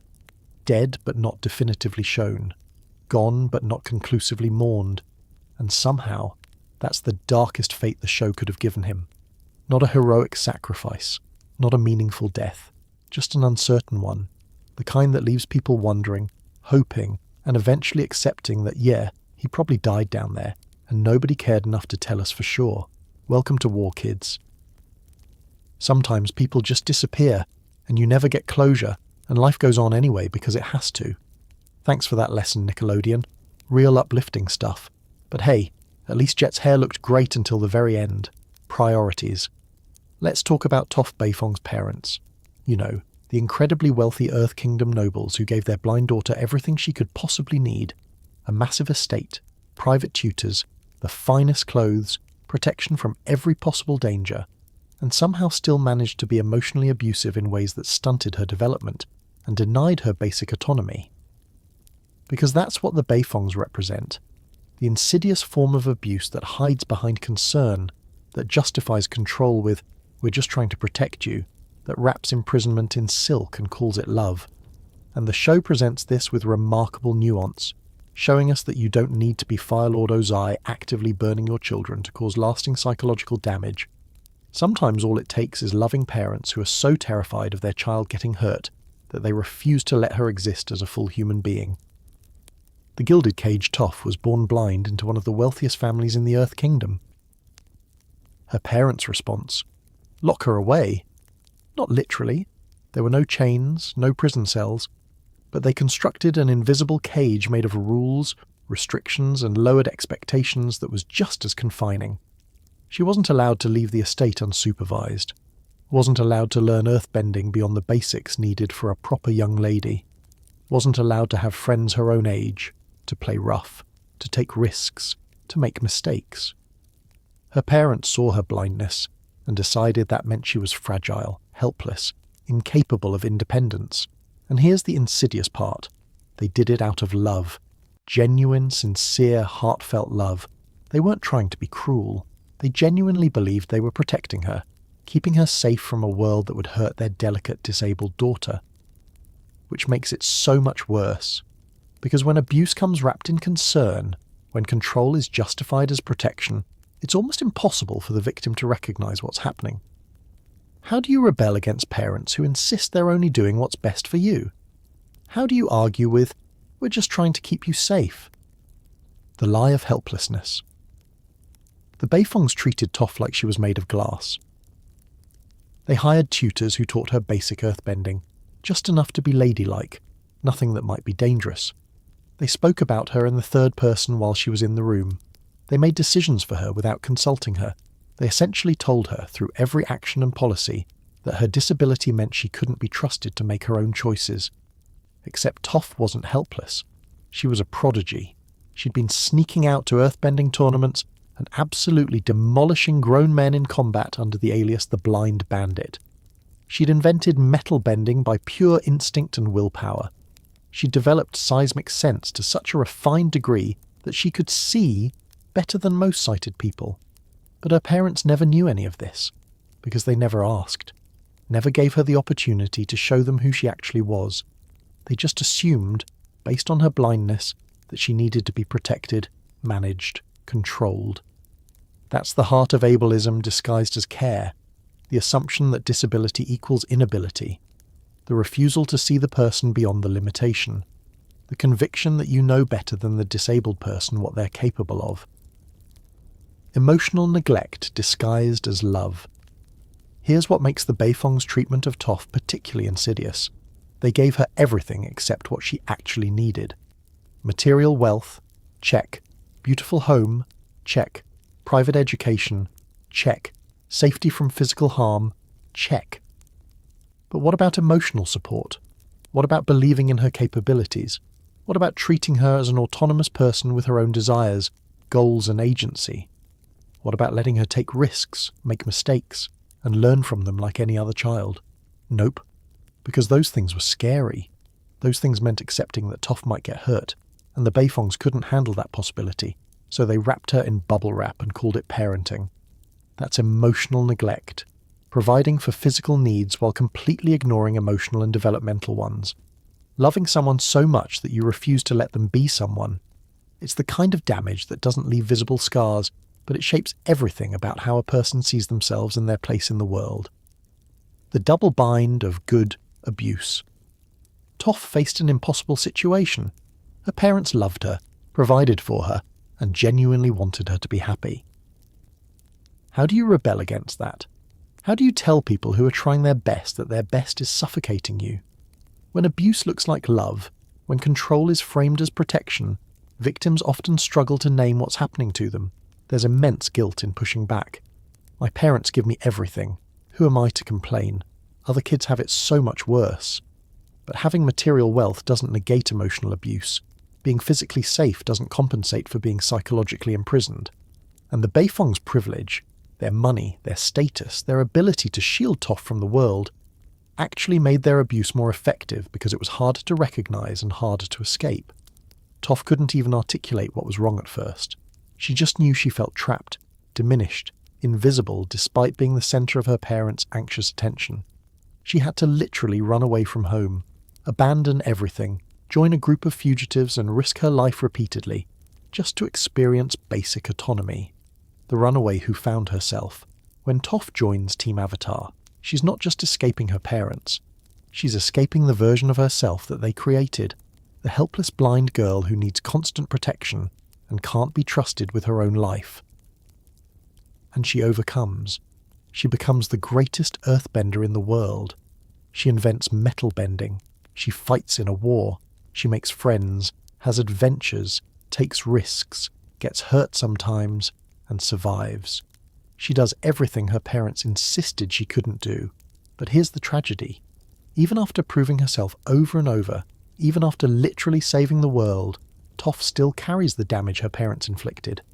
She's defensive about her capabilities. She overcompensates by refusing help even when she needs it. She pushes people away because vulnerability feels like weakness, and weakness is what her parents saw in her. Their protection didn't make her safer. It made her defiant. Their love didn't make her confident. It made her desperate to prove she wasn't what they believed she was. When good intentions cause lasting harm. The Beifongs aren't villains. They're not Ozai. They're not even close. They're just ordinary parents who love their child and let their fear override their trust. They saw disability and decided it meant inability. They saw danger and decided the solution was elimination of all risk, rather than teaching their daughter how to navigate risk. And in doing so, they caused real, lasting psychological harm. They taught Toph that the people who love you will try to control you, that safety comes at the cost of autonomy, that being cared for means being infantilized. Those lessons shape everything about adult Toph. Her stubbornness, her independence to the point of isolation, her difficulty accepting help or admitting vulnerability. She's not just strong despite her parents' treatment. She's strong in reaction to it, which means her strength is forever entangled with the wounds they inflicted. The privilege that enables abuse. The Beifong's wealth and status made their abuse possible in ways that are often overlooked. They could afford to keep Toph isolated on their estate. They could hire private tutors who would teach her their version of appropriate skills. They could construct an entire world where Toph never had to interact with anyone who might challenge their vision of what she should be. Poor families don't have that option. Disabled children from working-class backgrounds often have to integrate into broader society out of necessity. They face ableism, absolutely, but they also have opportunities to prove themselves, to develop autonomy, to find communities beyond their immediate family. The Beifong's privilege allowed them to create a perfect, controlled environment where Toph could be kept safe and kept small indefinitely. Their money bought them the ability to love their daughter to death, slowly suffocating her potential while convincing themselves they were being good parents. That's the dark side of privilege. It gives you the resources to make your worst impulses seem reasonable, even noble. The parents who didn't learn. Here's the most frustrating part. Even after Toph runs away, even after she helps end a century-long war, even after she becomes legendary, her parents still don't fully get it. The show gives us a moment where Toph writes a letter to her parents, trying to explain why she left, who she's become, and their response? They're just relieved she's alive and want her to come home where she'll be safe. They learned nothing. Their daughter became one of the most powerful benders in the world, and they still see her as the helpless blind girl who needs to be protected from herself. That's the tragic reality of this kind of abuse. The people inflicting it often never recognize what they're doing. They're so convinced their fear is justified, their control is necessary, their love is pure, that they can't see the damage they're causing. And when the victim finally breaks free, The abusers feel hurt, confused, betrayed, because from their perspective, they were only ever trying to help. What Toph's story teaches us: the Beifongs represent something Avatar rarely shows us elsewhere. Well-intentioned harm. Not malice, not cruelty for its own sake. Just ordinary people who loved their child so much they forgot to let her be her own person. It's a reminder that abuse doesn't always look like Ozai's fire or Azula's manipulation. Sometimes it looks like concerned parents making rules for your own good. Sometimes it looks like being given everything except freedom. Sometimes it looks like love that holds so tight it suffocates. And the show handles this with remarkable sensitivity, showing us both sides: parents whose fears are understandable, and a child whose need for autonomy is equally valid. Neither side is purely wrong. But intention doesn't negate impact. The Beifongs meant well, and they still hurt their daughter in ways that shaped her entire life. Toph escaped. She found herself. She became legendary. But she did it despite her parents' love, not because of it. And that might be the saddest part of all, that the people who should have helped her become who she was meant to be were actually the biggest obstacles she had to overcome. So yeah, Toph's parents. Emotional abuse wrapped in silk robes and justified by genuine concern. Proof that you can damage someone while insisting you're protecting them. Evidence that privilege and love aren't enough if you refuse to see your child as a complete, capable human being rather than a fragile thing that needs to be kept in a gilded cage. At least Toph got out. At least she proved them wrong. At least she found people who saw her for who she actually was. A blind, earth-bending prodigy who could kick anyone's arse and didn't need protection from the world. But she shouldn't have had to fight her own parents for the right to exist on her own terms, and the fact that she did, the fact that she had to choose between being loved and being free, is its own kind of tragedy. Even if nobody got burned, even if there was no malice, even if it all came from a place of genuine, heartfelt love, sometimes the softest cage is still a cage. And sometimes the people who love you most are the ones holding the key and refusing to turn it. Uncle Iroh, the Dragon of the West, beloved tea enthusiast, wise mentor, father figure to Zuko and spiritual guide to basically everyone who meets him, the most wholesome, kind-hearted character in Avatar, the Last Airbender, a man who radiates warmth, forgiveness, and unconditional love. Also, a retired Fire Nation general who spent decades leading military campaigns, personally laid siege to Ba Sing Se for 600 days, and was directly responsible for the deaths of countless Earth Kingdom soldiers and civilians. Yeah, that Iroh. Here's the uncomfortable truth we need to sit with. Before Iroh became everyone's favourite tea-drinking uncle, he was a war criminal, a high-ranking military commander in an imperialist regime that committed genocide, enslaved populations, and systematically destroyed cultures, and the show just lets him retire into wholesome mentor territory without ever really confronting the full scope of what he did. The Dragon of the West. Let's start with Iroh's title, the Dragon of the West. Sounds cool, right? Mythic. Powerful. The kind of nickname you earn through legendary deeds. Except those legendary deeds were military conquests. Iroh earned that title by being such an effective general that the Fire Nation's enemies gave him a fearsome moniker. He was that good at conquest, that successful at killing Earth Kingdom defenders and expanding Fire Nation territory. The siege of Ba Sing Se, which Iroh personally led, lasted 600 days. That's nearly 2 years of sustained military assault on the largest city in the Earth Kingdom. Think about what that means. Blockades that starved civilians, bombardments that killed families, systematic attacks designed to break the city's will to resist. Iroh was the architect of that suffering. He planned it, led it, watched it unfold for 2 years, and he only stopped because his son Lu Ten died in battle, breaking Iroh's spirit and causing him to abandon the siege. Not because he suddenly realized the war was wrong, not because he had a moral awakening about imperialism, because his personal loss made him too sad to continue. The thousands of Earth Kingdom deaths? Those apparently didn't bother him. Only when the war took his child did he question what he was doing. What retired general actually means. When we meet Iroh in the show, he's already transitioned into wise uncle mode. He's travelling with Zuko, drinking tea, playing pai sho, offering philosophical wisdom. He seems fundamentally opposed to the Fire Nation's conquest, encouraging Zuko toward peace and balance. But here's the thing. Iroh didn't leave the military because he disagreed with the war. He left because he was broken by his son's death. His redemption arc isn't about recognizing the Fire Nation's atrocities and choosing to fight against them. It's about personal grief redirecting his priorities.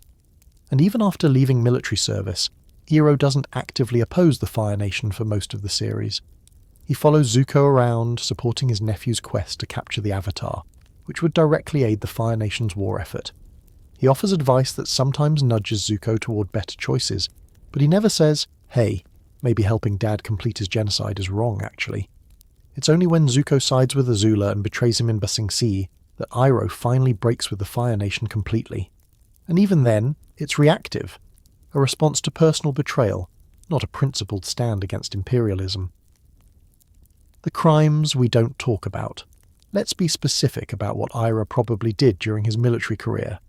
Led conquests that killed thousands of Earth Kingdom soldiers defending their homeland, ordered sieges that starved civilians, including children, elderly, and non-combatants, commanded forces that destroyed Earth Kingdom infrastructure, burned villages, displaced populations, participated in, or at minimum, tolerated the Fire Nation's systematic cultural erasure, benefited from the spoils of imperialism, resources stolen from conquered territories, prestige built on the suffering of occupied peoples. The show never makes Iroh account for any of this. We get one episode where an Earth Kingdom soldier recognizes him and holds a grudge, but that conflict gets resolved with, well, we all suffered in the war, let's move on. That's not justice. That's letting a war criminal retire peacefully because he's learned to be nice now. The Luten exception. Here's what makes Iroh's redemption complicated. His transformation genuinely seems tied to losing his son. Luten's death devastated him so completely that he abandoned everything: his military career, his claim to the throne, his place in Fire Nation society. From a character standpoint, that's compelling. Grief changes people. Losing a child can shatter your worldview and force you to question everything you believed. But from a moral standpoint, it's deeply problematic that Iroh only developed empathy for the victims of war after it personally affected him. All those Earth Kingdom parents who lost children during his campaigns, they didn't matter enough to make him question the war. Only when his child died did he suddenly understand that maybe, just maybe, all this conquest and killing was wrong. That's not enlightenment. That's selective empathy. It's the same logic people use when they say, I never cared about this issue until it happened to my family. Personal loss shouldn't be the prerequisite for recognizing systemic harm. The comfort of redemption, without accountability. The show loves Iroh. The audience loves Iroh. And honestly, it's hard not to love him. He's genuinely kind, wise, supportive, and emotionally available in ways most adult characters in fiction aren't. But here's the uncomfortable question. Does being a good person now erase what you did then? Iroh never faces a war crimes tribunal, never makes reparations to the Earth Kingdom, never publicly acknowledges his role in Fire Nation imperialism or apologizes to the people he harmed. He just retires into tea-drinking wisdom, and everyone accepts it because he's nice now. Compare that to Zuko, who gets an entire arc of actively making amends, apologizing to Team Avatar individually, helping Katara find closure for her mother's death, working to restore balance, eventually becoming Fire Lord and presumably reforming the Fire Nation. Iroh doesn't do any of that. His redemption is passive. He supports Zuko's journey, sure, but he never takes active steps to undo the harm he personally caused. And the show doesn't require him to, because by the time we meet him, he's already the lovable tea uncle. His war crimes are backstory, not present-tense moral complications. When wisdom replaces Justice Iroh's role in the series is to be the wise mentor, the Obi-Wan figure who guides the younger generation toward enlightenment. And he does that beautifully. His advice to Zuko is genuinely profound. His understanding of balance, spirituality, and emotional growth is exactly what the show needs. But here's the thing. Wisdom earned through causing suffering isn't the same as wisdom earned through resisting it. Iroh learned about balance by throwing the world out of balance. He learned about peace by waging war. He learned about the value of life by taking lives. That's not enlightenment. That's reformation. And reformation is good. People should be able to change, grow, become better than they were. But reformation doesn't erase responsibility. It doesn't mean you're absolved of accountability for past actions.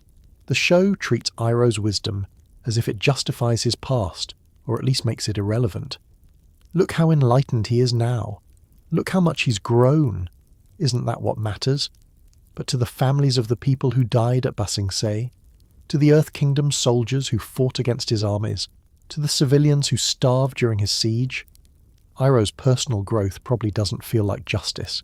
It probably feels like a war criminal retiring comfortably, while his victims are still burying their dead. The question we're not supposed to ask: can someone who committed atrocities during wartime ever truly be redeemed? The show's answer via Iroh is yes, if they become a better person and support the next generation in making better choices. But that's a really generous interpretation of redemption. It asks nothing of the person who caused harm except that they feel bad about it and try not to do it again. No reparations, no public accountability, no systematic attempt to undo the damage, just personal growth, a change of heart, and the assumption that being wise and kind now somehow balances the scales for the people you killed or contributed to killing when you were younger. And maybe that's the most realistic part of the show, because that's exactly how war criminals do get redeemed in real life. They retire, they write memoirs, they give speeches about learning from mistakes, they become respected elder statesmen, and the people they harmed, they're expected to just move on, to accept that personal transformation is sufficient justice. The uncle we love versus the general. Here's the paradox at the heart of Iroh's character. He's both. The kind, tea-loving mentor and the dragon of the West who laid siege to cities, the wise spiritual guide and the military general who led conquests, the man who teaches Zuko about honor, and the man who spent decades in service of a regime built on genocide. The show wants us to focus on who he became. And there's value in that, in showing that people can change, that redemption is possible, that wisdom can emerge from terrible mistakes. But in doing so, it lets us forget who he was. And maybe that's intentional. Maybe the show is arguing that redemption means getting to move forward without constantly being defined by your past. Or maybe it's just easier to love Uncle Iroh if we don't think too hard about what the Dragon of the West actually did to earn that title. The uncomfortable conclusion. Iroh is a war criminal who found peace, a general who became a mentor, a man responsible for countless deaths who learned to value life. His redemption arc is real. His transformation is genuine. His wisdom is earned through suffering, both his own and the suffering he inflicted on others. But redemption without accountability is just forgiveness without justice. And the show gives Iroh forgiveness. From Zuko, from Team Avatar, from the narrative itself, without ever requiring him to face justice for what he did. So we're left with the most beloved character in Avatar, the Last Airbender being a reformed war criminal whose crimes are treated as backstory rather than ongoing moral complications. And we love him anyway, because he makes good tea and gives great advice and genuinely cares about helping the next generation avoid his mistakes, which maybe says something about how we think about redemption, justice, and accountability. How much personal growth is enough to balance past harm? Can wisdom earned through causing suffering ever truly compensate for that suffering? Is it enough to simply become better? Or do we owe something more to the people we've harmed? The show doesn't answer these questions. It just gives us Iroh, complicated, beloved, wise, kind, and carrying a past filled with actions the narrative chooses not to examine too closely. And we accept it. Because Uncle Iroh is everyone's favourite character, and sometimes love means not looking too hard at the uncomfortable truths lurking in someone's history, even when that history includes a 600-day siege, countless deaths, and decades of service to an imperialist war machine.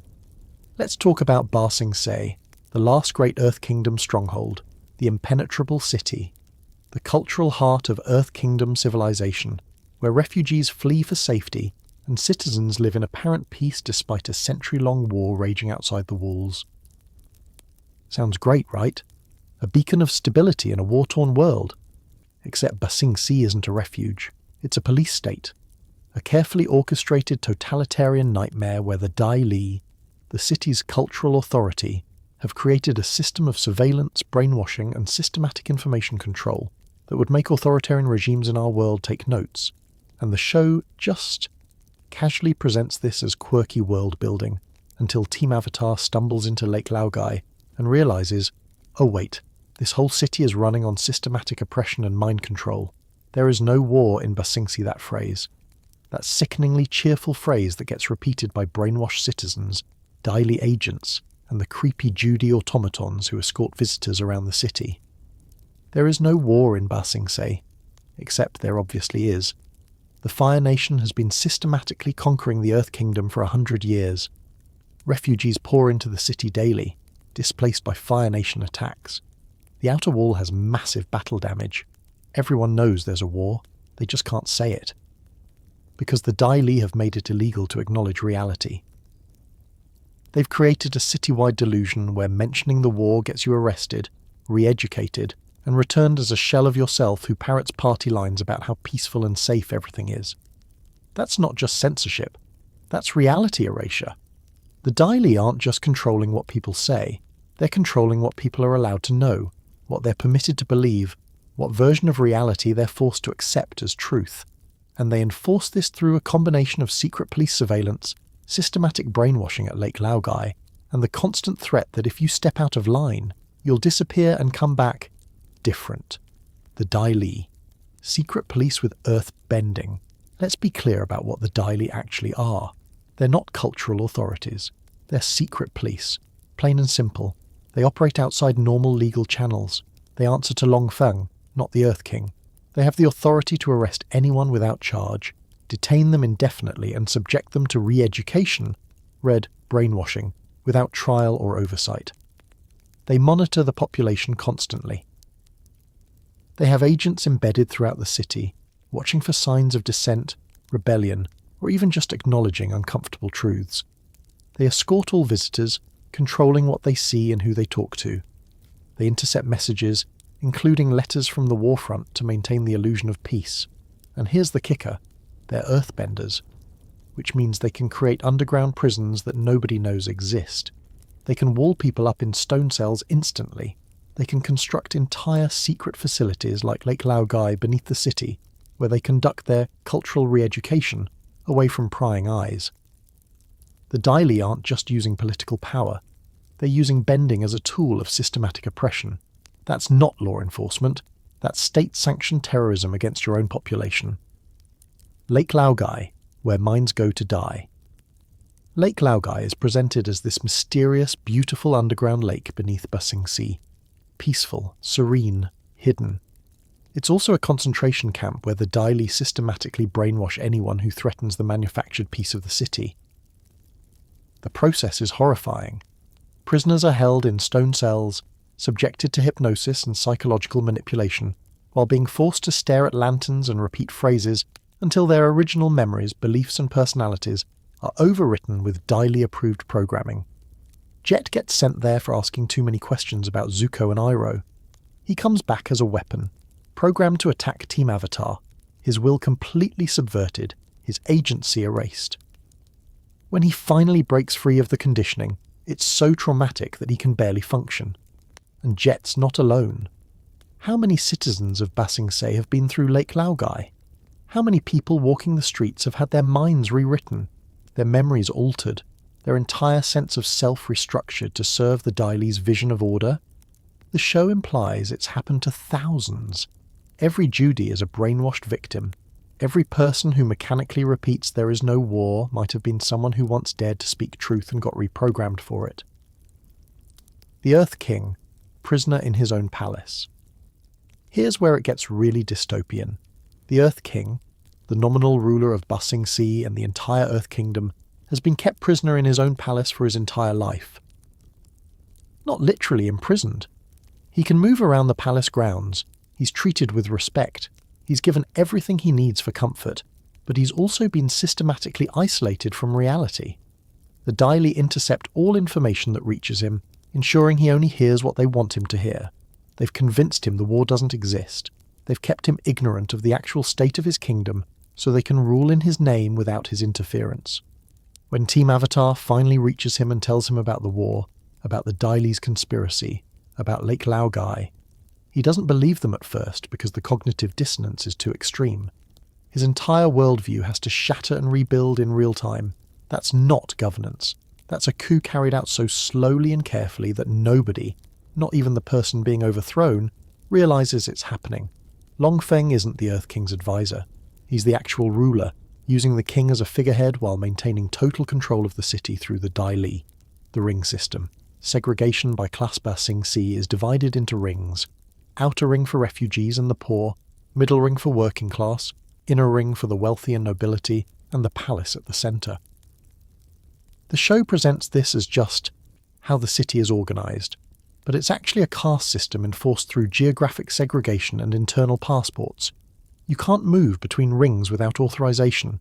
Refugees are trapped in the outer ring, the poorest, most crowded area with the worst living conditions, while the wealthy elite in the inner ring live in luxury, completely insulated from the reality of war refugees suffering just a few miles away. The Dai Li maintain this system because it makes control easier. Keep the refugees segregated and desperate. Keep the middle class comfortable enough not to question.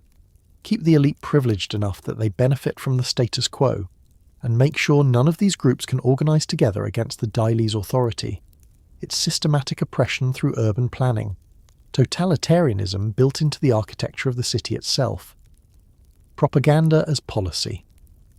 The most insidious part of the Dai Li's control isn't the brainwashing or the secret police. It's the normalization. The way everyone in Ba Sing Se just accepts this as how things work. There is no war in Ba Sing Se isn't just a slogan. It's a lived reality for most citizens who've never known anything different. They genuinely believe they're safe, peaceful, protected by their walls and their government. The outer ring refugees know better, but they're powerless and constantly monitored. The middle class might suspect something's wrong, but they're too comfortable to risk losing what they have by asking questions. And the inner ring elite benefits so much from the current system that they have no incentive to change it. That's how totalitarianism works. Not through constant overt violence, but through creating a system where most people are either content enough to ignore the suffering or too afraid to speak up about it. Where the propaganda becomes so pervasive that people start to believe it, or at least pretend to believe it because the alternative is too dangerous, when the good guys run a police state. Here's the most disturbing part. Ba Sing Se is part of the Earth Kingdom. The good guys in this war, the ones being invaded by the imperialist Fire Nation, the ones we're supposed to root for, and they're running a totalitarian police state that systematically brainwashes its own citizens and maintains power through surveillance, propaganda, and psychological torture. The show doesn't let the Earth Kingdom off the hook for this. Team Avatar explicitly calls out the Dai Li's corruption and works to expose it. But it's still uncomfortable to realise that the heroes of this war have their own massive human rights violations happening in their capital city. War doesn't just corrupt the aggressors, it corrupts everyone. The Fire Nation commits genocide and conquest. The Earth Kingdom, in response, creates a surveillance state that prioritises the appearance of peace over actual freedom or justice for its citizens. The liberation that wasn't when Azula conquers Ba Sing Se, she doesn't do it through military might. She does it by co-opting the Dai Li. She shows Long Feng that she can offer him more power than the Earth King ever could, and the Dai Li just switch sides. Because to them, it doesn't matter who's in charge. Fire Nation, Earth Kingdom, it's all the same as long as they get to maintain their authority, their control, their systematic oppression of the population. That's not loyalty to a nation. That's loyalty to power. The Dai Li aren't patriots defending their homeland. They're authoritarians defending their authority, and they'll serve whoever lets them keep doing that. And after the war ends, after Zuko becomes Fire Lord and the Earth Kingdom is liberated, the show doesn't really address what happens to the Dai Li. Do they face war crimes, trials for their systematic brainwashing? Do they get disbanded, or do they just continue existing because Ba Sing Se still needs cultural authorities? We don't get answers, which is probably realistic. Police states don't usually dismantle themselves just because the war is over. The disturbing parallel. The show's creators have confirmed Ba Sing Se was partially inspired by North Korea and other authoritarian regimes that maintain power through information control and manufactured reality. And honestly, they nailed it. The Dai Li's systematic control of information, the brainwashing facilities, the obsessive maintenance of a state-approved narrative that contradicts observable reality. That's not fantasy exaggeration. That's how real totalitarian systems work. The only difference is that in Ba Sing Se, they have earthbending to make their oppression more efficient. Underground prisons, instant walls, the ability to literally bury evidence and seal away dissidents in stone. But the psychological mechanisms, the propaganda, the way they make citizens complicit in their own oppression through fear and normalization, that's all pulled directly from real-world authoritarian playbooks. There is no war in Ba Sing Se, except there is, and we all know it. In the end, Ba Sing Se represents one of the show's darkest implications, that safety achieved through denial isn't safety at all, that peace maintained through oppression is just another form of war, that walls built to keep enemies out can also become walls that keep citizens in. The city survived for 100 years without falling to the Fire Nation. But what kind of survival is it when your own government is torturing your mind? When speaking truth is a crime? When refugees flee from one nightmare into another? Just a different flavour of oppression. Ba Sing Se didn't fall to external conquest. It fell because it was already rotten from within.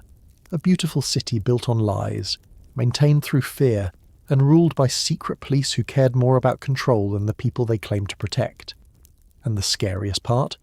Most of the citizens didn't even realise they were living in a police state until the walls literally came down. Because when your reality is carefully constructed by people in power, when questioning that reality gets you disappeared and brainwashed, when everyone around you repeats the same phrases and pretends everything is fine, eventually you start to wonder if maybe you're the crazy one for seeing the truth. There is no war in Ba Sing Se, except there is. There always was. And the greatest trick the Dai Li ever pulled was convincing an entire city to pretend otherwise. Welcome to Ba Sing Se. Please enjoy your stay, and remember, questioning the narrative is grounds for mandatory re-education. But don't worry, you'll come back better. Different, but better. Just ask Judy. She'll tell you everything is fine. All 47 versions of her will tell you the exact same thing, in the exact same cheerful voice, with the exact same empty smile. Everything is fine. There is no war. Welcome to Ba Sing Se. We need to talk about the fact that Avatar, The Last Airbender, a show marketed to children, casually depicted a government-run brainwashing facility where citizens are systematically tortured into accepting state-approved reality, and then just moved on like that was a normal plot point. Lake Laogai isn't a prison. It's not even a typical concentration camp. It's a re-education facility where the Dai Li literally rewrite people's minds, erasing memories, implanting false beliefs, and returning them to society as obedient shells who parrot propaganda without question. And the show presents this with such matter-of-fact horror that it's easy to miss just how absolutely terrifying the implications are. This isn't sci-fi mind control. This is systematic psychological torture designed to break human consciousness and rebuild it according to government specifications. Welcome to Lake Laogai. You won't enjoy your stay, but don't worry. By the time you leave, you'll insist you did. The mechanics of mind erasure. Here's what we actually see happening at Lake Laogai. Prisoners are strapped to chairs in underground cells, surrounded by lanterns that spin in hypnotic patterns, while Dai Li agents use a combination of sensory manipulation, sleep deprivation, and repetitive suggestion to break down their mental resistance. They're forced to stare at the lights, repeat phrases over and over. There is no war in Ba Sing Se. I am safe within the walls. The Earth King has invited you to Lake Laogai. Over and over and over until the original memory, the original thought, the original self gets overwritten by the Dai Li's preferred version of reality. This isn't interrogation. Interrogation extracts information. This is replacement. The Dai Li aren't trying to learn what you know. They're trying to make you forget it ever happened and install new memories, new beliefs, new personality parameters that align with state interests. Jet comes out of Lake Laogai genuinely believing his mission is to attack Team Avatar. Not because he's being blackmailed or coerced, but because his actual memories and motivations have been rewritten. He thinks he's acting on his own free will when he's actually operating on Dai Li programming. That's not control. That's violation. The complete and total destruction of personal autonomy at the neurological level, the Judy assembly line. But Jet's just one victim. Let's talk about the Judies, the smiling, cheerful women who escort visitors around Ba Sing Se, all wearing the same outfit, speaking in the same tone, delivering the same scripted reassurances about how safe and peaceful everything is. When one Judy steps out of line or fails her assignment, she gets sent to Lake Laogai. And when she comes back, she's still Judy, same smile, same voice, same script, but it's not the same person anymore. The woman who existed before got erased and replaced with a Dai Li approved personality, and there are multiple Judys, not different people with different names doing similar jobs. The show explicitly tells us they're all named Judy, all programmed with the same personality, all interchangeable parts in the Dai Li's machine of systematic reality control. That's horrifying on multiple levels. First, because it means the Dai Li have perfected this process to the point where they can reliably create identical personalities across different people. Second, because it means they've done this enough times that they have a whole roster of brainwashed women ready to deploy whenever one malfunctions. How many people have gone through Lake Laogai and come out as Judy? How many other roles does the Dai Li have programmed and ready to install in citizens who step out of line? Are their model workers programmed to be perfectly productive? Loyal citizens programmed to report dissent? Happy refugees programmed to insist they're grateful for the scraps they're given? The show only scratches the surface, but the implications are that Lake Laogai has been operating for years, maybe decades, processing thousands of people through its brainwashing protocols and returning them as Dai Li-approved citizens. When memory becomes a crime. Here's what makes Lake Laogai particularly dystopian. People aren't sent there for actions, they're sent there for knowledge. Jet was sent to Lake Laogai because he recognised Iroh as a firebender. Not because he committed a crime, but because he knew something the Dai Li didn't want known. Other citizens are sent there for talking about the war, for asking questions about missing family members, for expressing doubts about the official narrative. The crime isn't violence or theft or breaking a law. It's possessing inconvenient information. And the punishment isn't imprisonment or even execution. It's forced amnesia. The Dai Li don't kill you for knowing too much. They make you forget. They reach into your brain and delete the offending knowledge, replacing it with state-approved beliefs. That's thought crime made manifest. Not just punishing people for what they think, but literally changing what they think. Erasing the capacity to hold forbidden knowledge by rewriting the neural pathways that store it. Orwell's Thought Crime in 1984 was about punishing people for mental dissent. Lake Laogai goes further. It eliminates mental dissent by reprogramming the mind to be incapable of it. The permanence question. Here's the nightmare fuel that keeps me up at night.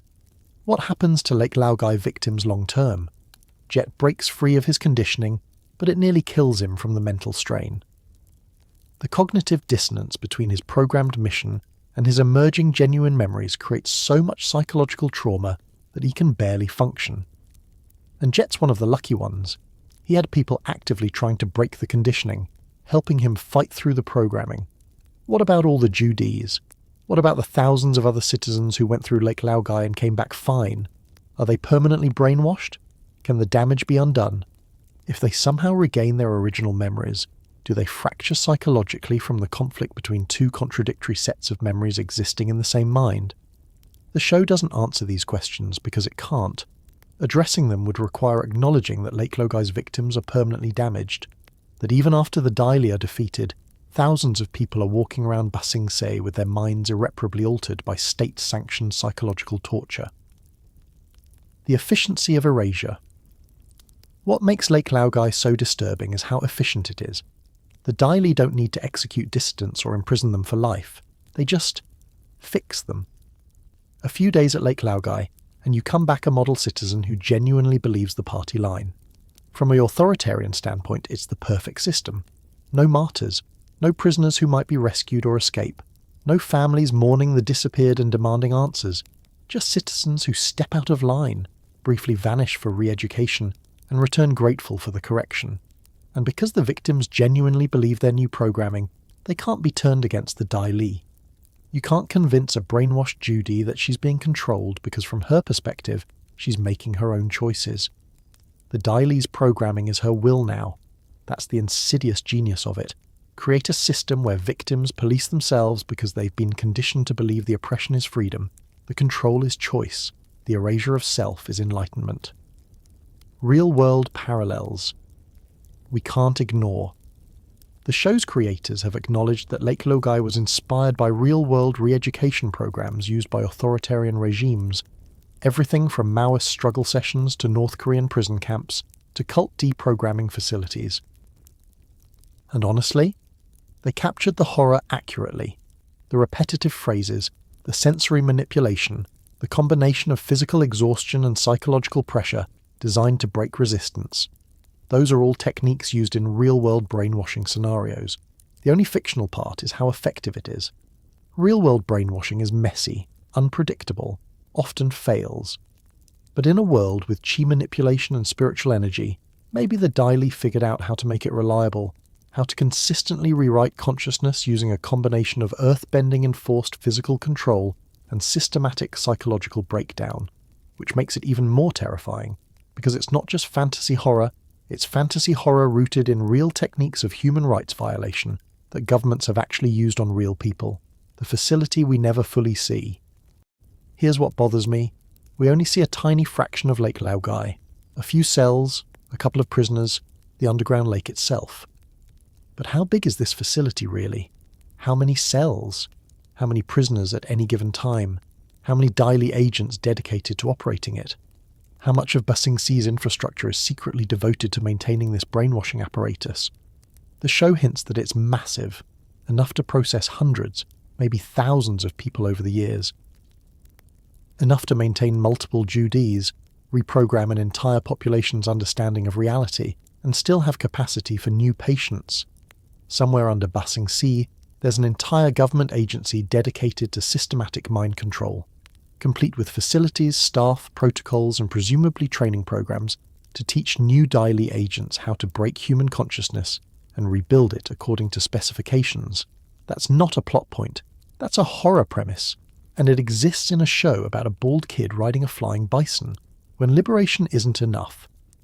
Even after Team Avatar exposes the Dai Li conspiracy, even after Longfeng is arrested, even after Ba Sing Se liberates itself from Dai Li control, what happens to Lake Laogai? The show doesn't tell us. Presumably it gets shut down. But what about the thousands of victims? Do they get deprogrammed? Can they be deprogrammed?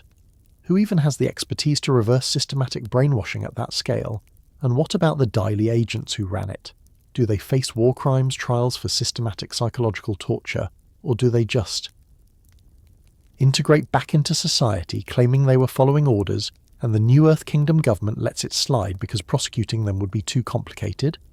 These questions matter because they determine whether Lake Laogai was an aberration or just the most visible symptom of systematic problems that persist even after the villains are defeated. My bet? Lake Laogai gets shut down, the victims never get proper treatment, and the Dai Li agents responsible face minimal consequences because addressing the full scope of what they did would require acknowledging that the Earth Kingdom's capital spent decades running a mind control facility under everyone's noses. The message we received as kids. We watched this as children and thought, wow, creepy government conspiracy, cool twist. We didn't think about the thousands of implied victims, didn't process that this was systematic psychological torture on an industrial scale, didn't realize we were watching a depiction of state-sanctioned erasure of human consciousness presented as normal government policy, as adults. Looking back at Lake Laogai and really processing what the show depicted, that's a government agency dedicated to destroying people's minds and rebuilding them as obedient citizens. That's thousands of victims who lost their identities, their memories, their capacity for independent thought. That's a systematic violation of human autonomy that makes physical torture look humane by comparison. Because at least with physical torture, you remain you. Your body might break, but your mind stays yours. Lake Laogai doesn't break you, it erases you and writes someone else in your place. And the show let us watch this happen to Jet, to Judy, to countless unnamed citizens, and then moved on with the plot because there were bigger problems to solve. Sometimes the most disturbing thing about Avatar, The Last Airbender, isn't what it shows us. It's how casually it presents absolute horror as just another obstacle for our heroes to overcome on their way to saving the world. Lake Laogai, where minds go to die and citizens come back smiling. Welcome to Lake Laogai. The Earth King has invited you, and by the time you leave you'll insist it was your idea all along. There is no war in Ba Sing Se. And if you remember otherwise, don't worry, we can fix that for you. Just stare at the lights. Repeat after me. Everything is fine. Everything is fine. Everything is fine. Let's talk about the episode that made an entire generation of kids cry over a 6-ton flying bison getting kidnapped and abused for 3 episodes straight. Appa's Lost Days isn't just sad, it's devastating. It's a sustained depiction of animal abuse, trafficking and psychological trauma presented in a children's show with remarkable unflinching honesty. We watch Appa get stolen, sold, beaten, chained, starved and systematically broken by people who see him as property, cargo or entertainment, never as the sentient, loyal, traumatized creature he actually is. And the worst part, this kind of thing happens to real animals every single day. The show just made us care enough about one specific bison to actually feel the horror of it. The kidnapping that started it all. Appa's nightmare begins in the Siwong Desert when sandbenders, desert nomads who earthbend sand, steal him while Team Avatar is distracted dealing with the library sinking. They see a giant flying bison and think profit, so they muzzle him, chain him, and drag him away while he's desperately calling for Aang. That's the first layer of horror. Appa doesn't understand what's happening. He's not a pet who wandered off. He's not lost.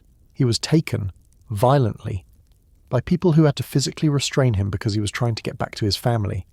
From Appa's perspective, his entire world just collapsed. One moment he's with Aang, the person he's bonded with since they were both children, his literal reason for existing, and the next he's being dragged into the desert by strangers who hit him when he resists. And he can't call for help because they've muzzled him, can't fly away because they've chained him, can't even understand why this is happening because he's a loyal animal who's never done anything except love his family and carry them safely across the world. The trafficking circuit. What follows is Appa getting passed through a chain of increasingly terrible situations, each one showing a different facet of how animals get exploited. The sandbenders treat him as cargo, valuable, sure, but ultimately just a commodity to be sold. They hit him when he doesn't cooperate, keep him chained and muzzled, and don't care that he's suffering as long as he stays alive long enough to fetch a good price. The Fire Nation circus buys him as entertainment. They keep him in a cage too small for him to turn around, train him through punishment and starvation, force him to perform tricks for crowds who laugh at his misery. The circus master sees him as an attraction, a freak, something exotic to display for profit. Shinfu and Master Yu buy him as bait. They don't even care about Appa himself. They want to use him to lure Aang. So they chain him in a cage in broad daylight in the middle of Ba Sing Se, advertising that they've captured the Avatar's bison, essentially using him as a living trap. Each person in this chain sees Appa differently, but none of them see him as Appa. He's cargo, entertainment, bait, never a traumatized animal who just wants to go home, never a creature capable of fear, loneliness, grief, or love. The parallel to real animal trafficking. Here's the uncomfortable truth. Everything that happens to Appa happens to real animals in our world every single day. Exotic animals get stolen from their natural habitats and sold to collectors. Elephants, bears, and big cats get kept in tiny cages and forced to perform in circuses. Dogs get used as bait in dogfighting rings. Animals get trafficked across borders, kept in conditions that violate every standard of welfare, and treated as property with no consideration for their suffering. The show doesn't shy away from this. We see Appa in that tiny circus cage, barely able to move.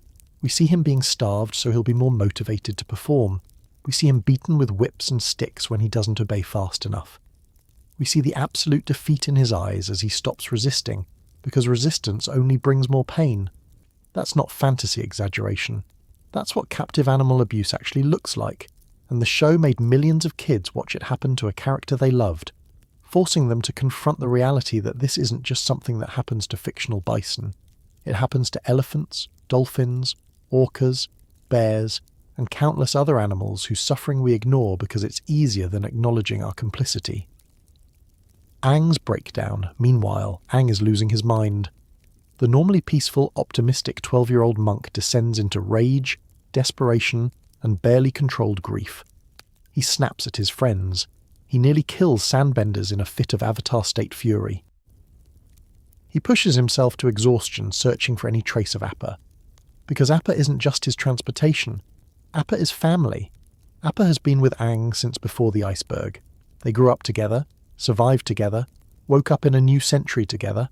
Appa is the last living connection Aang has to his previous life, to the Air Nomads, to the world before genocide. Losing Appa means losing that anchor, and for someone already carrying the trauma of being the sole survivor of his entire culture, that loss is existential. Aang doesn't just miss Appa, he's fracturing without him, his usual emotional control completely shattered by grief and helplessness. The show depicts this with remarkable honesty. Aang's not just sad, he's broken, and his friends can't fix it because the only thing that would help is getting Appa back, and they have no idea where he is or if he's even alive. When Suki saves him. The only bright spot in Appa's nightmare is Suki. When she discovers him being used as bait in Ba Sing Se, she doesn't hesitate. She breaks him out, fights off the guards, and sets him free. She doesn't do it for a reward. Doesn't do it because she knows he's the Avatar's bison. She does it because she sees a terrified animal in a cage and decides that's wrong. That's it. Basic compassion overriding self-interest. And Appa, who's been beaten, starved, and abused by every human he's encountered since being stolen, has to make a choice. Trust this human, or stay trapped. He chooses trust. And Suki earns it. She doesn't try to ride him, doesn't try to control him, just points him toward the sky and lets him go. Gives him back his agency, his freedom, his chance to find his way home. That moment, Appa taking flight after weeks of captivity, finally free, is cathartic not because it fixes everything, but because it proves that even after sustained trauma, recovery is possible. That kindness can still exist even when the world has been nothing but cruel. The reunion we all needed. When Appa finally finds Team Avatar, Aang doesn't say anything. He just runs to him, sobbing, burying his face in Appa's fur while Appa wraps his tongue around Aang in the bison equivalent of a hug. No words, just pure relief, grief, and love. Two traumatized beings finding each other again and trying to make sense of the fact that they're both still alive, still together, still them despite everything. That scene hits so hard because the show earned it. We watched Appa suffer, we watched Aang break. We felt the weight of their separation for multiple episodes. So when they finally reunite, it's not just happy, it's necessary. The healing that both of them desperately need can finally begin because they're together again. But here's the thing, reunion doesn't erase trauma. Appa's back, but he's not the same. He's more cautious, more easily startled, more protective of Aang. He carries those weeks of abuse with him for the rest of the series, and Aang carries the knowledge that he can't protect everyone he loves all the time, that sometimes terrible things happen and there's nothing you can do except survive them and find your way back to each other. What this taught us. Appa's lost days taught a generation of kids that animals experience trauma the same way humans do, that they feel fear, grief, loneliness, and betrayal, that their suffering matters even when they can't speak to tell us about it. It also taught us about the brutality of trafficking, how beings get passed from captor to captor, each one dehumanizing, or in this case, debisonizing, them a little more until they're just objects to be exploited. And it taught us that recovery is possible, but not simple. That trauma doesn't disappear just because you're safe again. That healing takes time, and trust has to be rebuilt, and some scars stay with you even after the wounds have closed. All of this in a kids' show about a bald kid with elemental powers. Somehow Nickelodeon approved 3 episodes of sustained animal abuse trauma, and we're all better for having watched it, even if we're still not entirely over it 20 years later. The episode we skip on rewatches. Let's be real. Appa's Lost Days is rough. It's the episode fans warn newcomers about.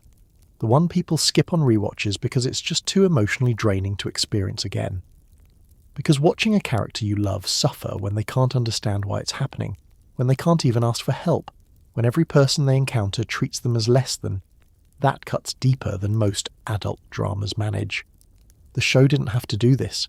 They could have just had Appa be missing for a few episodes and then show up fine. But they chose to depict his trauma in detail, to make us sit with his suffering, to force us to confront what exploitation and abuse actually look like. And yeah, it hurt. It still hurts. But it also made us care about animal welfare in ways that lectures and PSAs never could. Because once you've cried over Appa being beaten in a circus cage, it's a lot harder to ignore that real animals in real circuses experience the same thing, the uncomfortable legacy. Appa gets rescued. He gets reunited with Aang. He heals, sort of. The story has a happy ending, sort of. But thousands of real animals never get rescued, never find their way home, die in captivity, broken and alone, having spent their entire lives being exploited by humans who saw them as property. The show made us feel that reality through one fictional bison. Made us understand, really understand, what trafficking and abuse mean for the victims who can't speak for themselves. That's not just good storytelling. That's using fiction to build empathy for real suffering. And if even a fraction of the kids who watched Appa's Lost Days grew up to advocate for animal welfare because they remembered how it felt to watch someone they loved be treated as cargo, then the show accomplished something extraordinary. Even if we're all still a little traumatized by it. Sorry, Appa, you deserved better. You deserved to spend your life flying peacefully with your best friend, not getting kidnapped by sandbenders and passed through a trafficking circuit like merchandise. But at least you made it home. At least you got your reunion. At least the show gave you the happy ending that so many real animals never receive. And at least you taught an entire generation that animal suffering matters, that trauma is real regardless of species, and that sometimes the bravest thing you can do is keep trusting even after the world has given you every reason not to. Good boy, Appa. Best boy. You didn't deserve any of what happened to you, but you survived it anyway, and that matters more than we can say. Now, if you'll excuse me, I need to go ugly cry about a fictional flying bison for the 1000th time. Some wounds never fully heal. They just become part of who we are. And maybe that's okay. Maybe carrying the weight of stories like Appa's is how we remember to do better for the real animals who need us. Or maybe I'm just still not over that damn episode and never will be. Let's talk about extinction. Not metaphorical extinction. Not cultural decline or endangered traditions. Actual, literal extinction. The complete and total annihilation of entire species from the world, shown in a children's cartoon and then mostly glossed over because the plot needs to keep moving. Aang isn't just the last airbender, he's the last of his species. The air nomads are gone. The sky bison are functionally extinct. Appa is one of maybe a handful left in the entire world. The winged lemurs are down to Momo. The dragons are believed extinct until we learn otherwise. An entire ecosystem of creatures and culture got systematically erased from existence, and the show presents this as backstory rather than the ongoing apocalyptic tragedy it actually represents. Because that's what genocide does. It doesn't just kill people, it obliterates entire worlds, languages, traditions, knowledge systems, and yes, the animals that existed in symbiotic relationship with those cultures. The Fire Nation didn't just massacre the air nomads, they destroyed an entire branch of life on the planet, more than just the last airbender. When we first meet Aang, the show focuses on his survivor's guilt about being the last airbender.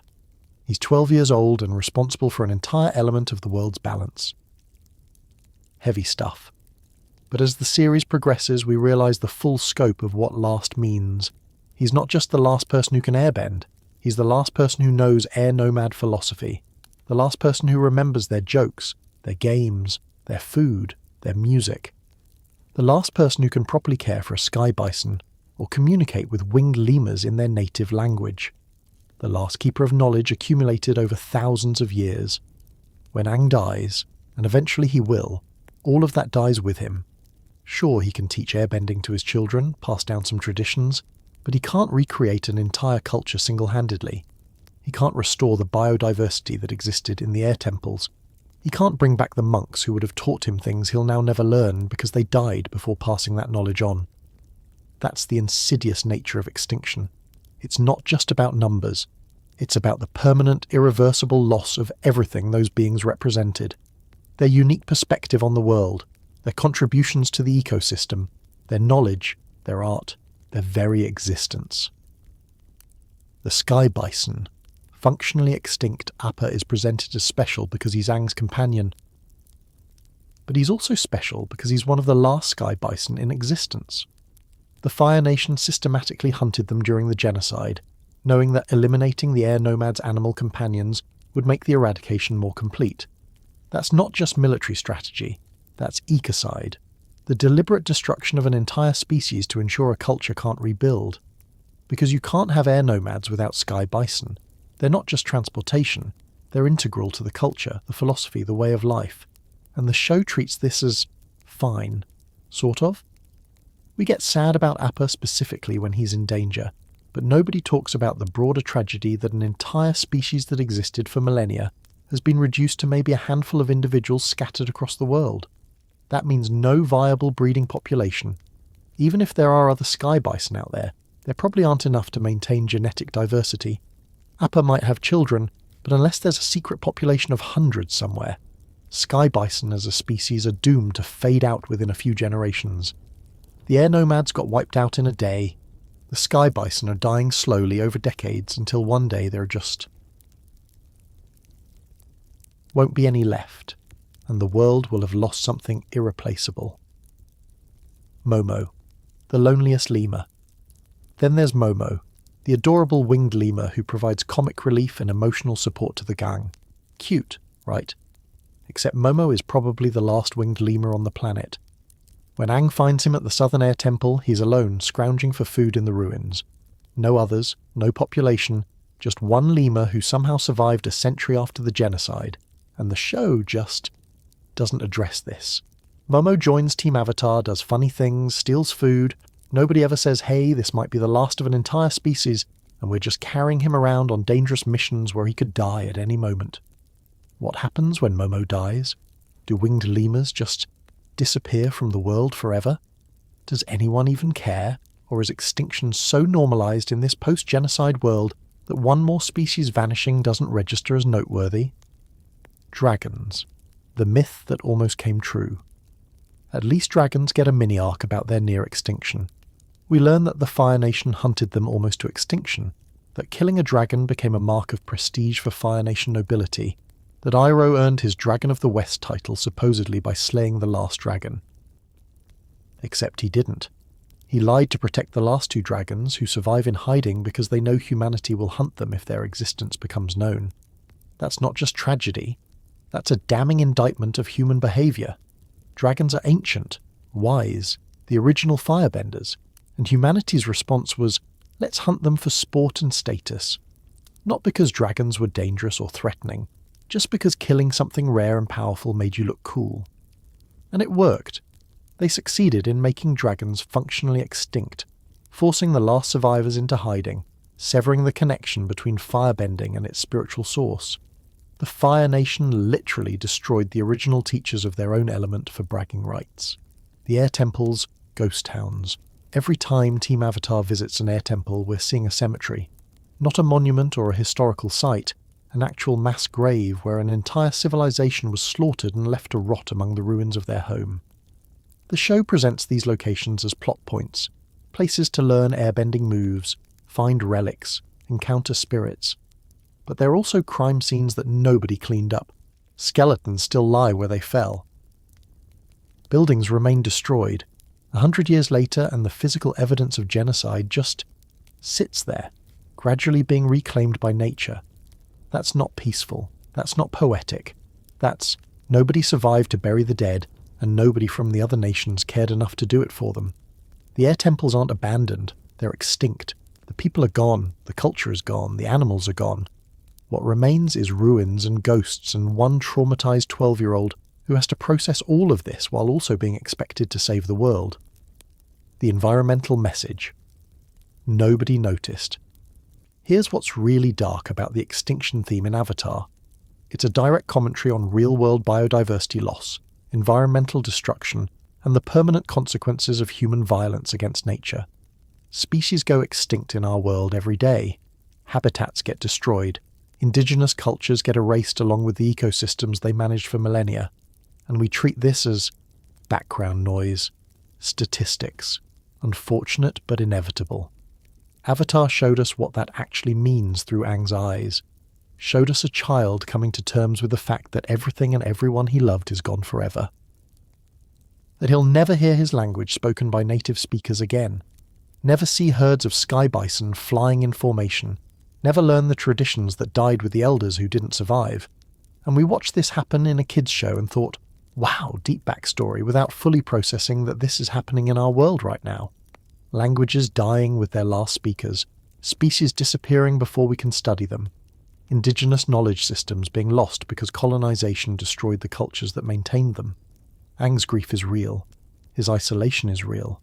The permanence of what he's lost is real.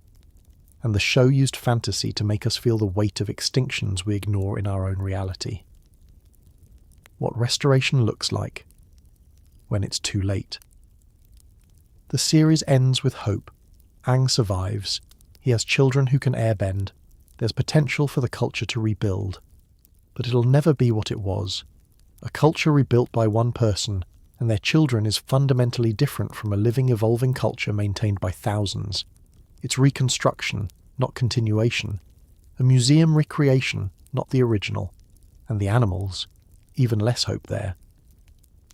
Appa might have children, but they'll be raised by Aang, a human, not by other sky bison who could teach them species-specific behaviours that Aang doesn't know exist.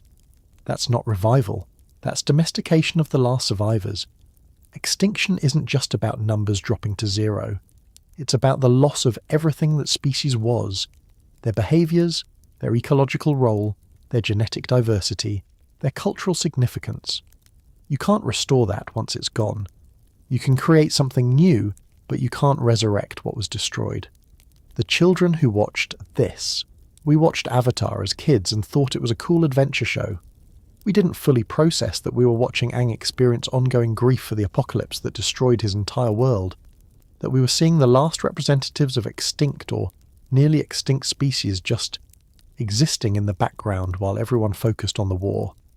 As adults, looking back, that's heavy.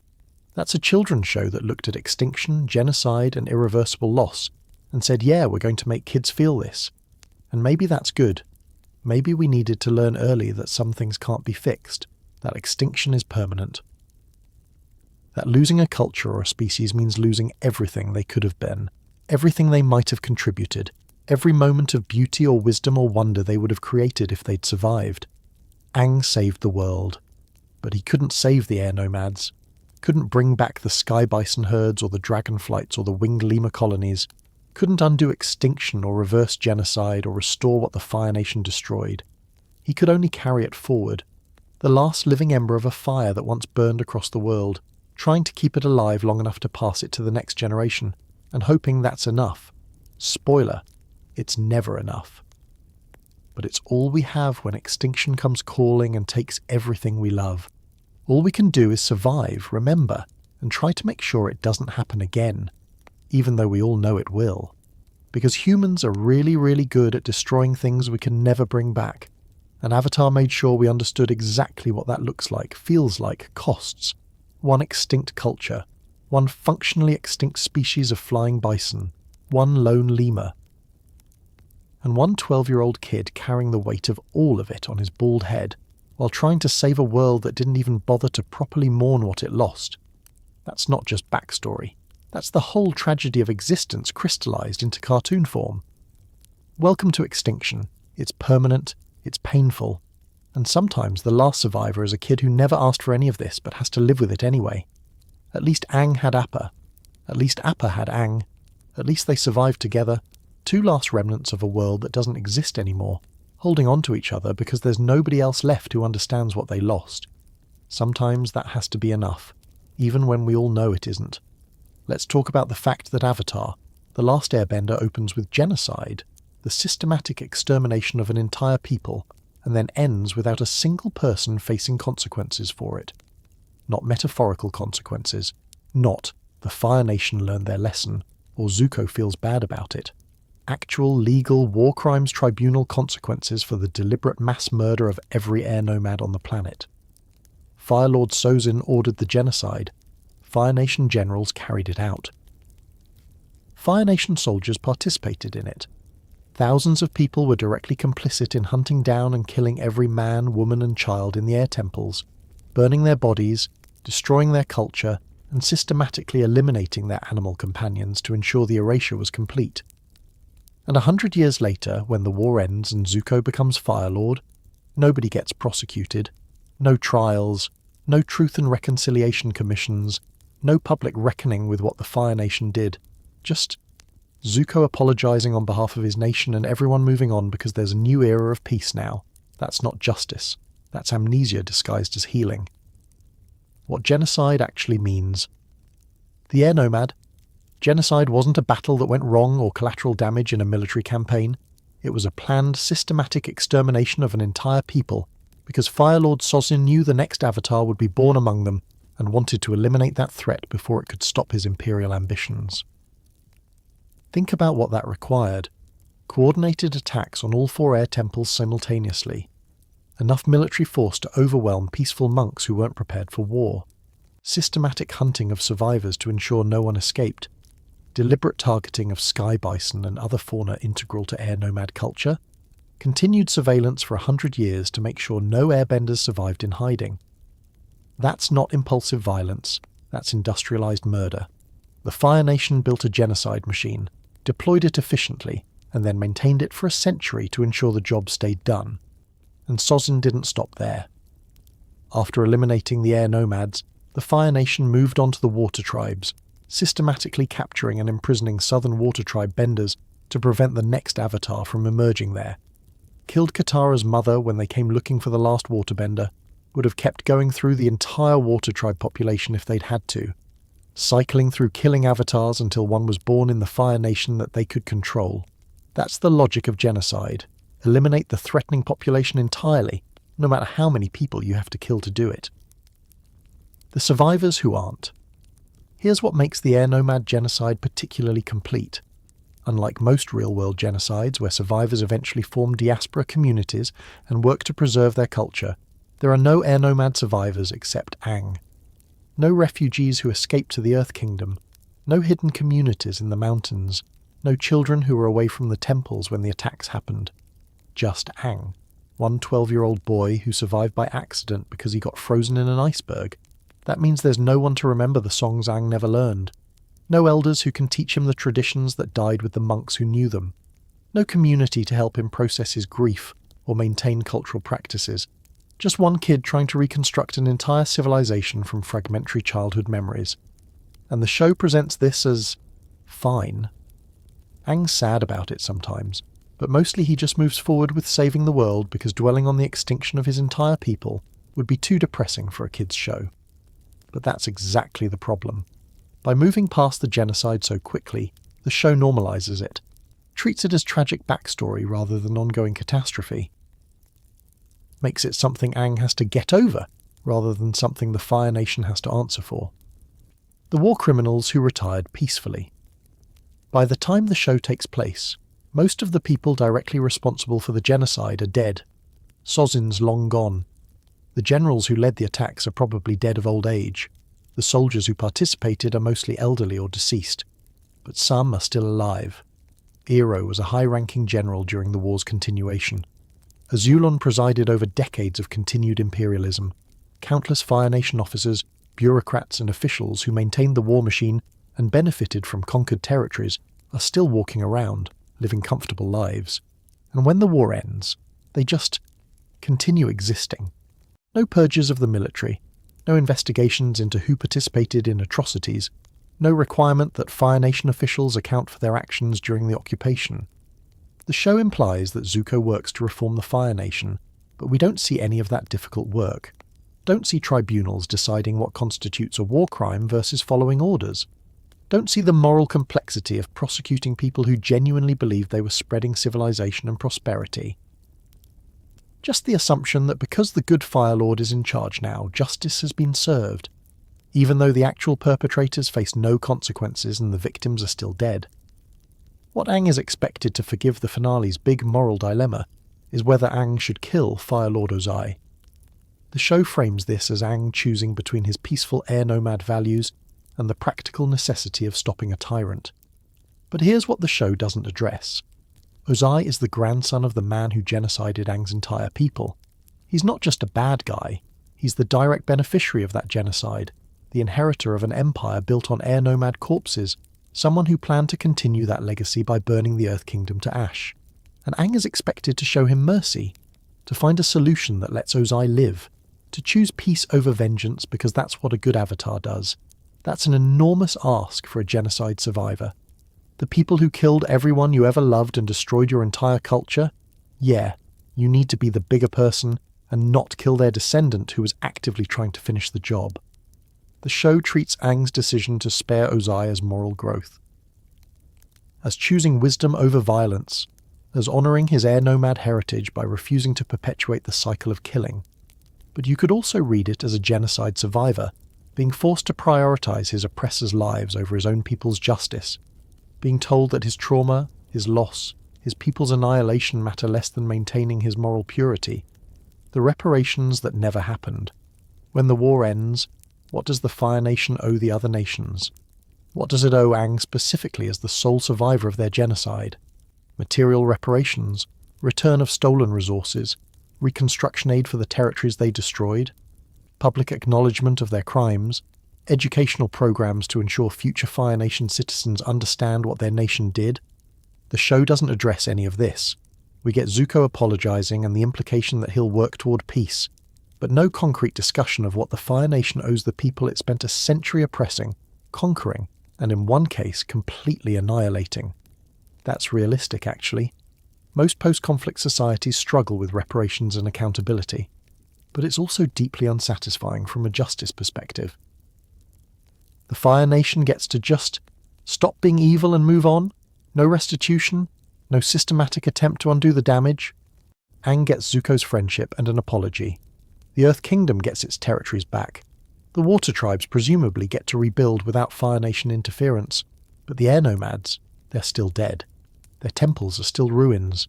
Their culture is still extinct except for what Aang remembers, and nobody's even talking about how to make that right, if such a thing is even possible. Why This Matters Avatar is a kids' show that tackled genocide head-on, showing the systematic extermination of a people and the lasting trauma it causes. That's brave. That's important. That's giving young viewers a framework to understand one of humanity's worst crimes.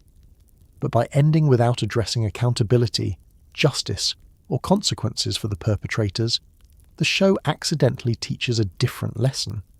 That genocide is something you can move past without holding anyone responsible. That forgiveness and peace matter more than justice for victims. That survivors should prioritise healing over accountability. That's not the lesson the creators intended, probably. But it's the one embedded in the narrative when the Fire Nation faces no real consequences for 100 years of imperialism, culminating in the complete erasure of an entire people. Aang saved the world. He stopped the war. He even found a way to neutralise Ozai without killing him, honouring his beliefs while protecting everyone. But he never got justice for his people, never saw anyone prosecuted for their deaths, never got reparations or acknowledgement or anything beyond Zuko saying, "Yeah, my family was bad, sorry about that." And the show presents this as fine, as growth, as moving toward a better future rather than dwelling on the past. Maybe it is fine. Maybe justice isn't always possible. Maybe sometimes all you can do is stop the bleeding, prevent it from happening again, and try to build something better from the ruins, but it still feels incomplete. Like the show opened with genocide and closed without addressing what that actually means for the survivors, the perpetrators, and everyone caught in between. The Air Nomads are gone, they're never coming back, and nobody ever answered for it. That's not peace. That's just silence where accountability should be.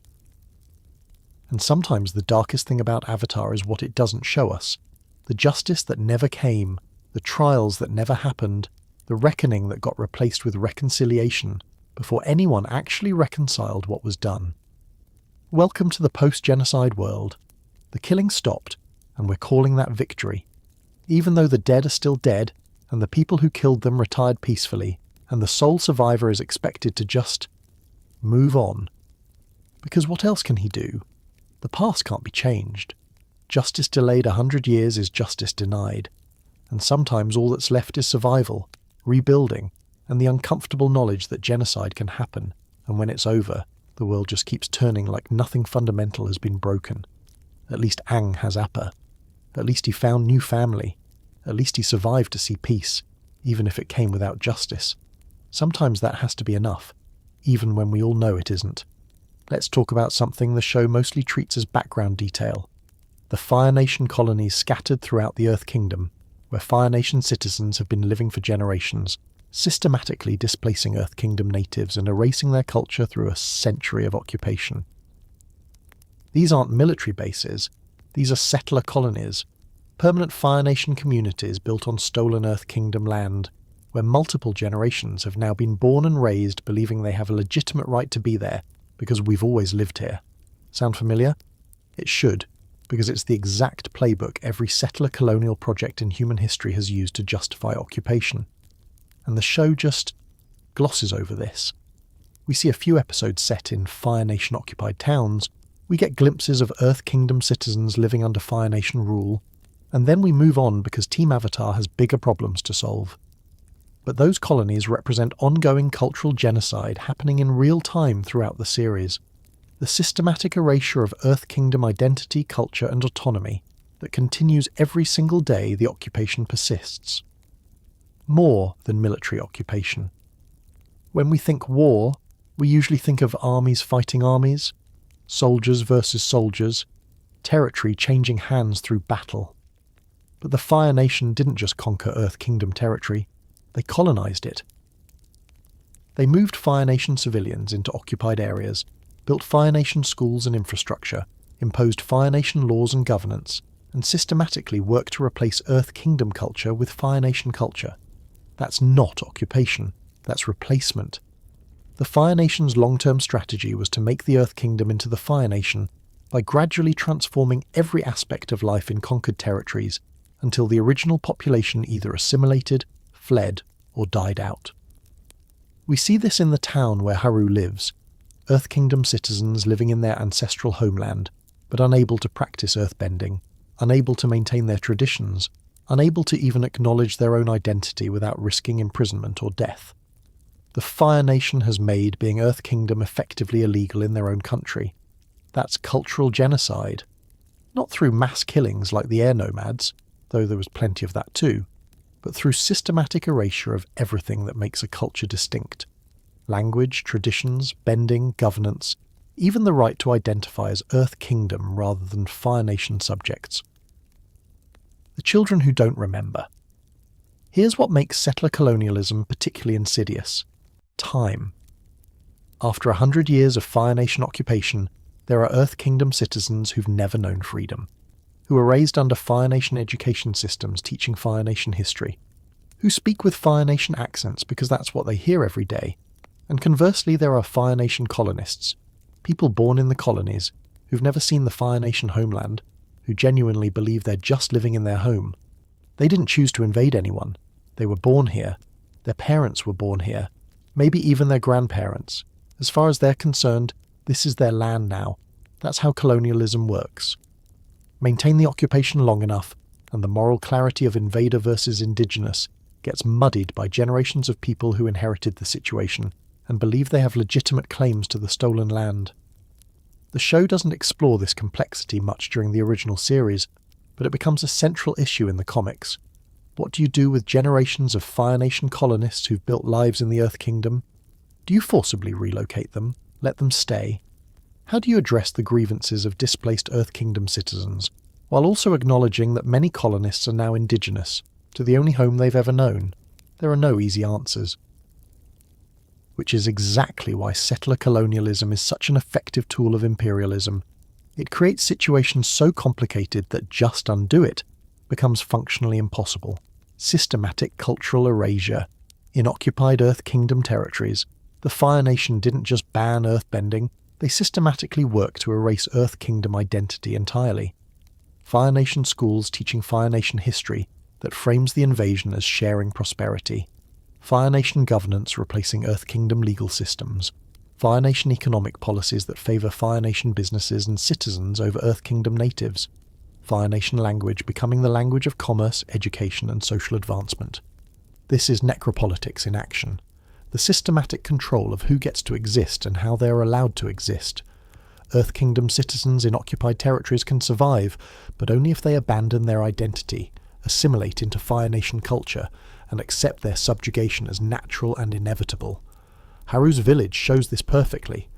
His father and other earthbenders were imprisoned not for using earthbending violently, but for using it at all. The Fire Nation criminalized the fundamental aspect of Earth Kingdom cultural identity, because maintaining that identity is resistance. When Katara inspires the earthbenders to fight back, to reclaim their bending and liberate themselves, she's not just helping people escape prison, she's helping them reclaim their culture, their identity, their right to exist as Earth Kingdom citizens rather than Fire Nation subjects. The economics of occupation, the Fire Nation colonies aren't just about cultural domination, they're about resources. The Earth Kingdom has coal, metals, minerals, fertile land. The Fire Nation systematically extracted those resources to fuel their war machine, while Earth Kingdom citizens were taxed, conscripted for labour, and forced to contribute to the very system oppressing them. That's not war, that's exploitation, using conquered populations and territories to enrich the imperial centre while the colonised suffer. We see this in the mining town where the gang encounters the imprisoned earthbenders, Earth Kingdom citizens forced to mine coal that will power Fire Nation war machines. They're literally being forced to build the weapons that will be used to conquer more of their own nation. That's the cruelty of imperialism made manifest.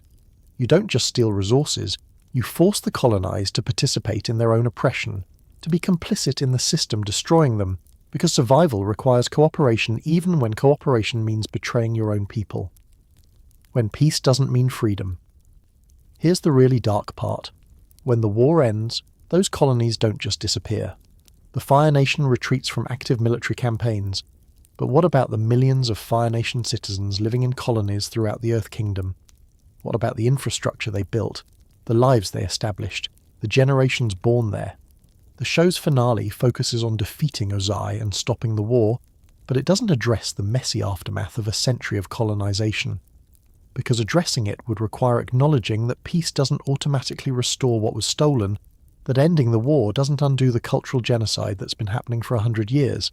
Earth Kingdom citizens get their independence back, sort of, but their land is still occupied, their resources are still being extracted. Their culture has been suppressed for so long that multiple generations have grown up without access to their own traditions, languages and practices. How do you restore that?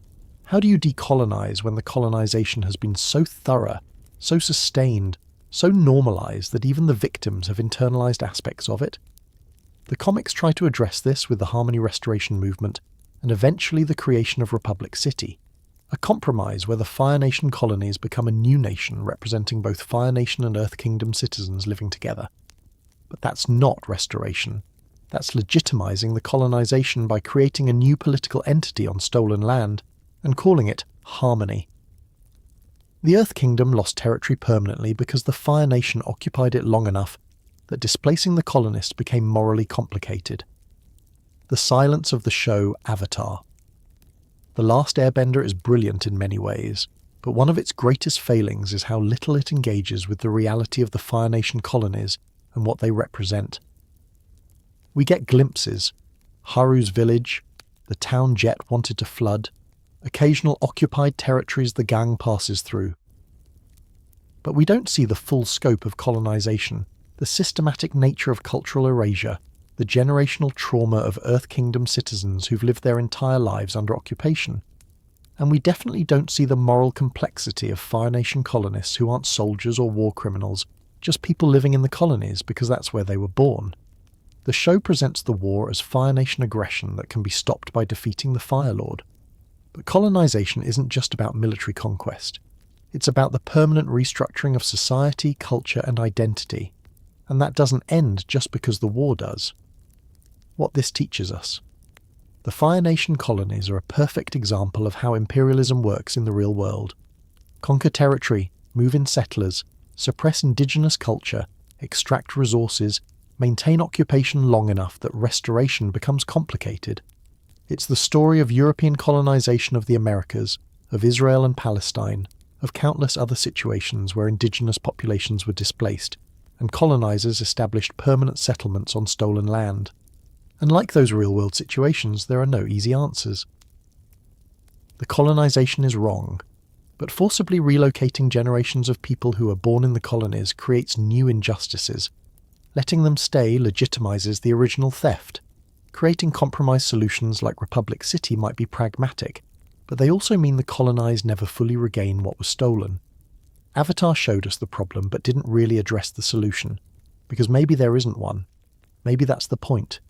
Maybe colonization creates wounds that never fully heal, losses that can never be restored, complications that persist for generations after the violence ends. The genocide that continues. The Air Nomad Genocide happened in a single coordinated attack, brutal, complete, and relatively quick. But the cultural genocide of the Earth Kingdom through colonization has been happening slowly, systematically, for 100 years, and continues even after the war ends.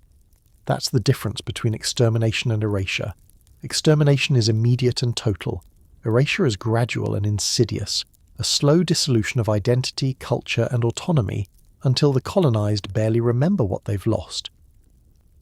And somehow, that gradual erasure is easier to ignore, easier to normalize, easier to present as just how things are, rather than ongoing violence that needs to be addressed.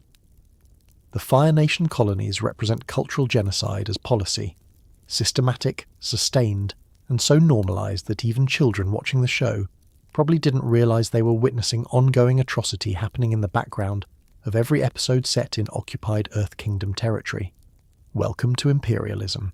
It's not just armies and battles. It's the slow erasure of everything you are until even you start to forget who you were supposed to be. And sometimes the scariest part isn't the conquest.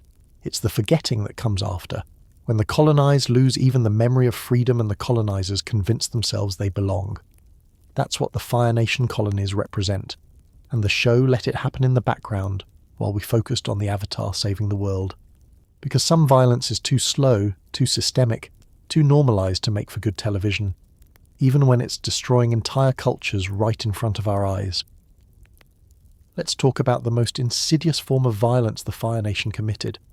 They didn't just conquer other nations, they convinced their own children that conquest was noble, that genocide was progress, that imperialism was actually a generous gift they were sharing with the world.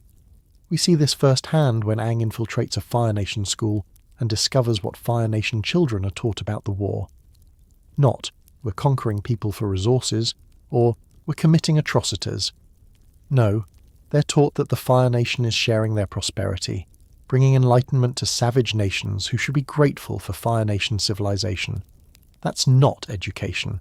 That's indoctrination. The systematic brainwashing of an entire generation to believe that their nation's violence is actually benevolence, that their victims deserved what happened to them, that questioning the war makes you a traitor rather than a moral person. And the truly horrifying part, it works. Most Fire Nation citizens genuinely believe they're the good guys. The textbook version of genocide. When Aang attends Fire Nation school, he learns Fire Nation history, a carefully sanitized version where the Air Nomad Genocide is presented as a necessary preemptive strike, where Fire Nation expansion is framed as sharing prosperity, where conquered peoples are depicted as backward civilizations who needed Fire Nation guidance. The Air Nomads? Oh, they were planning to attack. The Fire Nation had no choice but to defend itself by completely exterminating an entire peaceful culture. That makes sense, right? The colonies? Those aren't occupied territories. They're Fire Nation citizens generously developing underdeveloped regions and bringing them into the modern age. The war? Not conquest. It's a sharing of Fire Nation greatness with the world. Fire Lord Sozin is presented as a visionary who wanted to spread prosperity, not as the architect of genocide and imperial expansion. This is propaganda at its most effective. Rewrite history in the textbooks, control what children learn before they're old enough to question it, and create a generation that genuinely believes their nation's atrocities were justified or never happened at all. Children raised on lies Fire Nation. Children grow up singing songs about their nation's glory, learning distorted history, celebrating military victories without understanding what those victories actually cost. They're taught that Fire Nation culture is superior, that other nations are less civilized, that spreading Fire Nation control is a moral imperative. And they believe it. Because when that's all you've ever been taught, when everyone around you reinforces the same narrative, when questioning it means being labelled a traitor, most people just accept it as truth. Zuko believed it initially. Azula never stopped believing it. Most Fire Nation citizens we meet throughout the series genuinely think they're on the right side, not because they're evil, but because they were taught to see conquest as benevolence, imperialism as charity, genocide as justified self-defense. That's the power of systemic propaganda. You don't have to convince people to support atrocities, you just have to convince them that atrocities aren't atrocities, they're necessary actions, moral imperatives, generous gifts to lesser peoples who should be grateful. The white man's burden repackaged Fire Lord Sozin's stated motivation for starting the war? I want to share our greatness with the world. That's not a Fire Nation-specific justification. That's the exact logic every imperial power in human history has used to justify conquest. We're more advanced, more civilized, more enlightened. Therefore it's our duty to bring our superior culture to the backwards peoples of the world. For their own good, of course. European colonizers called it the white man's burden, the supposed moral obligation to civilize the savage peoples of Africa, Asia, and the Americas. Imperial Japan used similar rhetoric when conquering East Asia, claiming they were building a greater East Asia co-prosperity sphere. The Fire Nation does the same thing. They're not invaders, they're benefactors. They're not stealing resources, they're developing regions that were too primitive to use those resources effectively. They're not committing cultural genocide, they're uplifting inferior cultures by replacing them with Fire Nation civilization. And Fire Nation children are taught this from birth, taught to see imperialism as generosity, conquest as a gift, genocide as an unfortunate necessity on the path to global prosperity. When the victims thank their oppressors, the truly insidious part of this propaganda is that it doesn't just fool Fire Nation citizens, it's designed to make the conquered peoples believe it too. In Fire Nation schools established in occupied territories, Earth Kingdom children are taught Fire Nation history. They're taught to see Fire Nation culture as superior. They're taught that resistance is futile and integration is prosperity. They're systematically conditioned to identify with their oppressors and see their own culture as backwards. That's cultural genocide through education. Take children young enough that they haven't fully formed their identity, separate them from their cultural traditions, teach them to be ashamed of their heritage, and condition them to aspire to be Fire Nation rather than Earth Kingdom. After a few generations of this, you don't even need military occupation anymore. The conquered people police themselves, having internalized the belief that Fire Nation culture is superior and their own culture is shameful. The teachers who don't know they're lying. Here's what makes this even more disturbing. Most Fire Nation teachers genuinely believe what they're teaching. They're not cynical propagandists deliberately lying to children. They're true believers who were taught the same lies when they were young and never questioned them. That's how systemic propaganda perpetuates itself. You don't need a conspiracy of villains deliberately spreading misinformation. You just need to control education for one generation, and they'll teach the next generation the same lies without even realizing they're lies. The Fire Nation teacher Aang encounters isn't a monster. She's just a woman doing her job, teaching history as she understands it, genuinely believing that the Fire Nation is spreading prosperity and civilization. She's been so thoroughly indoctrinated that she can't even conceive that her nation might be the villain of this story. When patriotism becomes fascism, the Fire Nation doesn't just teach history, it teaches identity. Being Fire Nation isn't just about where you're from, it's about being part of something greater, something superior, something destined to rule. Students are taught to take pride in Fire Nation military might, to celebrate Fire Nation victories, to see Fire Nation expansion as evidence of their cultural superiority. To believe that loyalty to the Fire Nation is the highest moral virtue and questioning the nation's actions is treason. That's nationalism weaponized into fascism. The belief that your nation is inherently superior, that its expansion is justified by that superiority, that anyone who opposes it is an enemy, and that individual morality should be subordinate to national glory. And it starts in schools, with children too young to critically evaluate what they're being taught. By the time they're old enough to question, the indoctrination is so deep that questioning feels like betraying everything they've been raised to believe. The dance of indoctrination. The show gives us a perfect microcosm of Fire Nation propaganda through the school dance sequence. It's not just entertainment, it's a carefully choreographed ritual that reinforces Fire Nation values, discipline, conformity, martial precision, collective identity over individual expression. When Aang introduces actual spontaneous dancing, individual creativity, joy, freedom, the students are initially shocked. They've been trained to see even recreation through the lens of Fire Nation discipline and order. That's what totalitarian systems do. They don't just control your actions, they control your ability to imagine alternatives. They make conformity so normalized that freedom feels wrong, rebellion feels shameful, and questioning feels impossible. Breaking the cycle. What makes Aang's time in the Fire Nation school significant is that it shows propaganda can be challenged. When he presents students with alternative perspectives, dancing freely, questioning the official history, suggesting that maybe the war isn't as righteous as they've been taught, some of them actually listen. Not all of them. Most probably returned to their indoctrination after Aang left, but some had seeds of doubt planted. Some started asking questions. Some began to see cracks in the narrative they'd been fed their entire lives. That's how you fight systemic propaganda, not through counter-propaganda or force, but through exposing people to alternative perspectives and trusting that at least some of them will choose critical thinking over comfortable lies. The lesson for us Avatar showed us Fire Nation schools systematically indoctrinating children to support genocide, and we watched it as kids thinking, wow, clever world building. But the show was holding up a mirror to real-world education systems that teach sanitized versions of history, that frame their nation's atrocities as justified or necessary, that condition children to see patriotism and critical thinking as opposites. Every nation does this to some degree. American students learn about manifest destiny without fully grappling with genocide of indigenous peoples.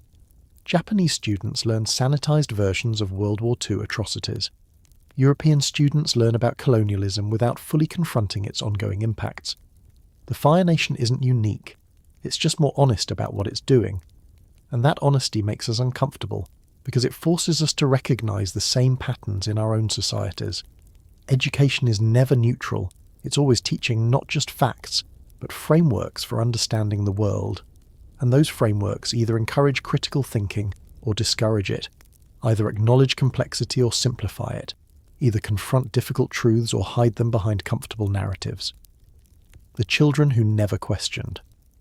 At the end of the war, Fire Nation schools presumably changed their curriculum, started teaching actual history, acknowledged the genocide, the imperialism, the century of atrocities. But what about all the children who grew up believing the lies? What about the adults who fought in the war thinking they were heroes bringing civilization to the world? What about the teachers who spent decades educating children with propaganda they genuinely believed was truth? The show doesn't address this.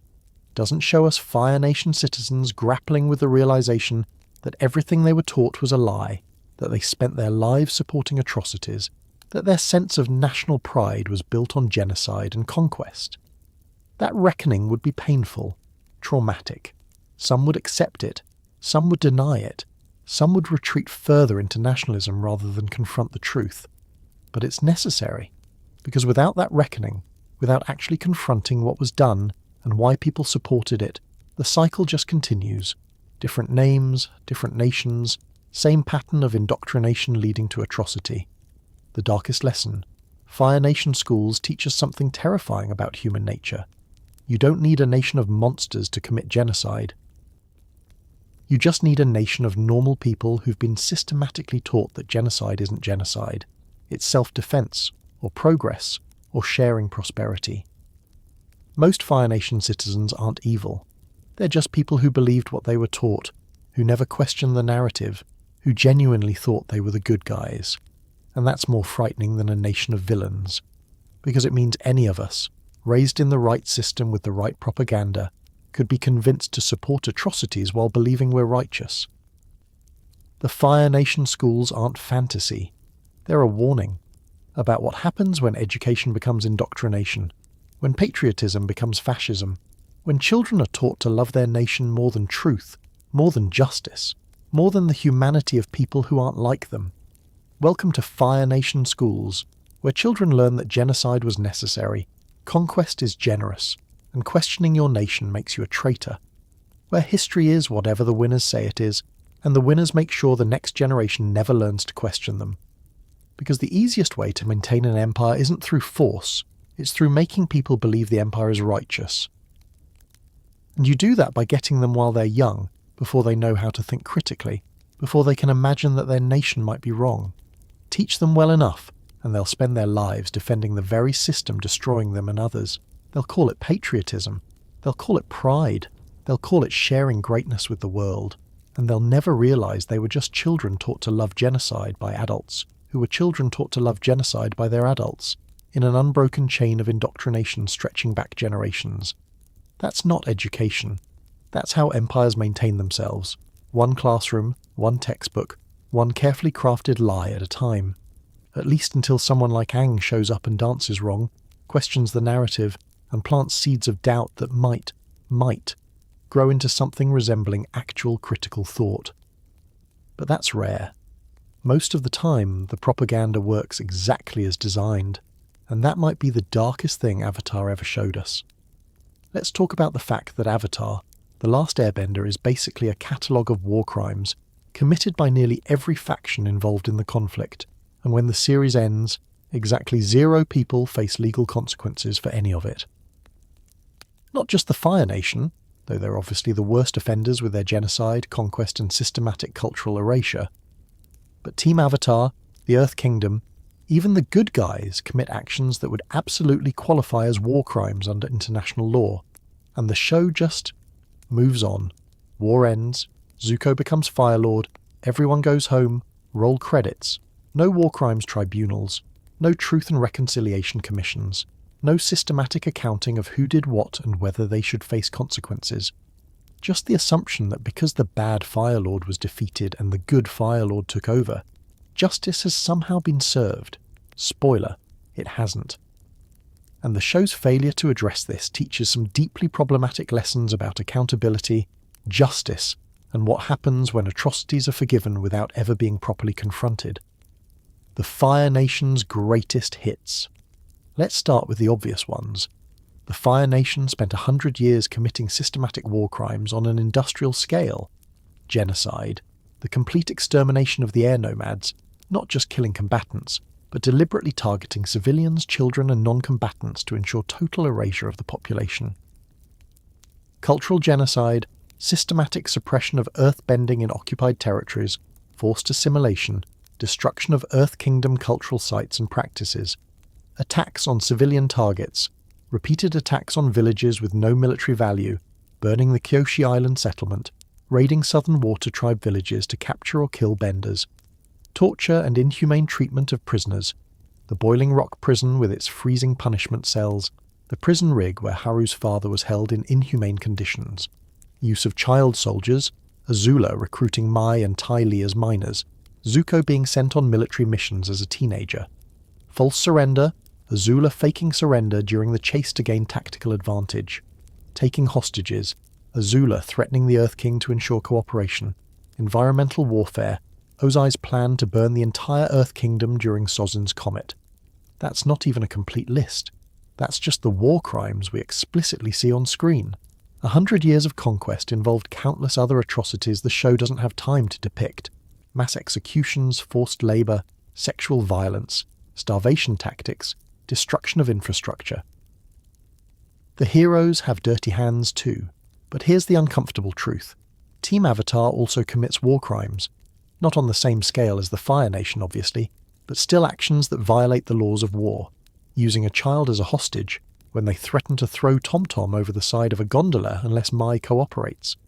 Recruiting child soldiers, Aang recruiting Toph, a 12-year-old, to join a military campaign.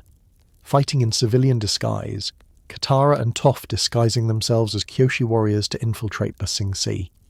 Excessive destruction of property, multiple instances where Team Avatar destroys civilian infrastructure during chases or battles. False surrender, Korra, in the sequel, faking surrender to kidnap Baatar. The difference is intent and scale. Team Avatar commits these violations out of desperation while fighting against genocide and conquest, while the Fire Nation commits them as policy. But from a strict legal standpoint, a war crime is still a war crime regardless of which side commits it. The child soldier problem. Here's where things get really complicated. Zuko and Azula are child soldiers. Zuko is 16 when the series starts. Azula is 14. Under international law, using children under 18 in armed conflict is itself a war crime, which means Ozai is guilty of that crime for sending his children on military missions. But it also means Zuko and Azula are technically victims of war crimes, not just perpetrators. So when we talk about holding them accountable for their actions, Zuko burning Kyoshi Island, Azula conquering Ba Sing Se, we're talking about prosecuting children who were groomed and weaponized by their father to serve as instruments of imperial expansion. That doesn't excuse their actions, but it complicates the question of accountability. Are they war criminals who should face trial, or are they victims who need rehabilitation? The show doesn't really explore this tension. It just gives Zuko a redemption arc and leaves Azula in a mental institution. The generals who retired peacefully. After the war ends, what happens to all the Fire Nation generals, admirals and commanders who spent decades carrying out conquest, occupation and atrocities? We see some of them in the finale. They're just there, standing around. Presumably they all go home when the war ends and live out their lives peacefully because the new Fire Lord says the war is over. No trials, no investigations into what they did and whether it constitutes crimes, no requirement that they testify about atrocities they witnessed or participated in, just blanket amnesty by virtue of the war ending. Admiral Zhao attacked the Spirit Oasis and killed the Moon Spirit, about as close to attacking a religious site as you can get in this universe. But he got dragged into the spirit world by the Ocean Spirit, so that's justice, sort of. Vigilante spirit justice anyway. But what about all the other commanders? The warden at the prison rig who shot fire at prisoners as psychological torture, the southern raiders who systematically hunted water tribe benders, the countless officers who carried out orders to burn villages, execute civilians and suppress occupied populations. They just retire, maybe with pensions, while their victims are still burying their dead and trying to rebuild shattered communities. Iroh's convenient redemption. And then there's Iroh, beloved Uncle Iroh, who spent decades as a Fire Nation general and personally led the siege of Ba Sing Se for 600 days. The show treats his redemption as complete, because he changed sides, helped Zuko, and fought against Ozai in the end. But it never actually addresses the war crimes he likely committed during his military career. Sieges lasting that long involve starvation, bombardment of civilian areas, and systematic pressure designed to break the population's will. Iroh commanded that operation. He made those decisions. He's responsible for the deaths and suffering that resulted, and when the war ends, he just opens a tea shop, becomes a beloved figure in Ba Sing Se, the very city he once tried to conquer, and everyone's fine with it because he's nice now and gives good advice. That's not accountability, that's erasure. The show wants us to love Uncle Iroh so much that we forget he was a war criminal, or at least stop caring about it because his personal redemption arc was so compelling. Why no trials? The obvious question, why doesn't the show address war crimes, trials, accountability or justice for victims? Partly because it's a kids' show with limited time, and spending episodes on legal proceedings isn't as exciting as bending battles and adventure, but also because actually addressing accountability would complicate the neat resolution the finale provides. If we start holding people accountable for war crimes, where do we draw the line? Do we prosecute every Fire Nation soldier who followed orders, every officer who commanded troops, every civilian who benefited from conquered territories? Do we put Zuko on trial for his actions before his redemption? Do we prosecute Iroh despite his help ending the war? Do we investigate Team Avatar's violations? The show avoids these questions by simply not asking them. War ends, good guys win, everyone moves toward reconciliation without the messy process of actually reckoning with what was done. The message we received, by ending without addressing accountability, Avatar accidentally teaches that war crimes are fine as long as you win or switch sides. Personal redemption is sufficient. Legal accountability isn't necessary. Victims should prioritize forgiveness over justice. Moving forward matters more than confronting the past. That's probably not what the creators intended. But it's embedded in the narrative structure. The show that opened with genocide ends without anyone facing consequences for that genocide, or the century of atrocities that followed. What should have happened? Realistically, post-war Avatar world should involve war crimes tribunals for Fire Nation leadership and commanders, truth and reconciliation commissions where victims can testify, reparations from the Fire Nation to occupied territories, systematic investigation of who did what and whether it warrants prosecution, public acknowledgement and memorialization of Fire Nation atrocities, educational reform in the Fire Nation to ensure future generations understand what their nation did. None of this happens on screen. Maybe it happens off-screen in Zuko's reformed Fire Nation, but we don't see it, which means the show doesn't require it as part of its vision of justice. The uncomfortable reality war crimes tribunals are messy, complicated, and often unsatisfying. Real-world examples, Nuremberg, the International Criminal Court, various truth commissions, show how difficult it is to actually achieve justice after mass atrocities. Many perpetrators escape accountability. Many victims never get closure. The process often feels inadequate to the scale of suffering involved. So maybe Avatar is being realistic by not showing trials or systematic accountability. Maybe the show is acknowledging that perfect justice is impossible after something as destructive as a 100-year war. Or maybe it's just a kids' show that wanted a happy ending without getting bogged down in the uncomfortable realities of what justice actually requires. Either way, the result is the same. A story about genocide and war crimes that ends without anyone being held accountable for genocide and war crimes. And that might be the most realistic thing about the show, because in our world too, many war criminals retire peacefully, many atrocities go unpunished, and many victims never see justice. At least Aang didn't have to kill anyone. That's something, right? Even if it means Ozai, the architect of genocide and attempted ecological catastrophe, just sits in prison having philosophical thoughts about the nature of power, while the world moves on without ever really confronting what he did, or making his supporters answer for their complicity. Welcome to post-war justice. Sometimes the bad guys lose, sometimes they don't face consequences, sometimes both things are true simultaneously, and sometimes a kids' show accidentally teaches us that forgiveness without accountability isn't justice. It's just organised forgetting dressed up as peace. At least the tea is good. Thanks, Iroh. Glad your war crimes didn't interfere with your retirement plans. Let's talk about the Southern Water Tribe, a culture that was being systematically exterminated through a century-long campaign of targeted killings, and by the time we meet them in the show, they're basically already gone.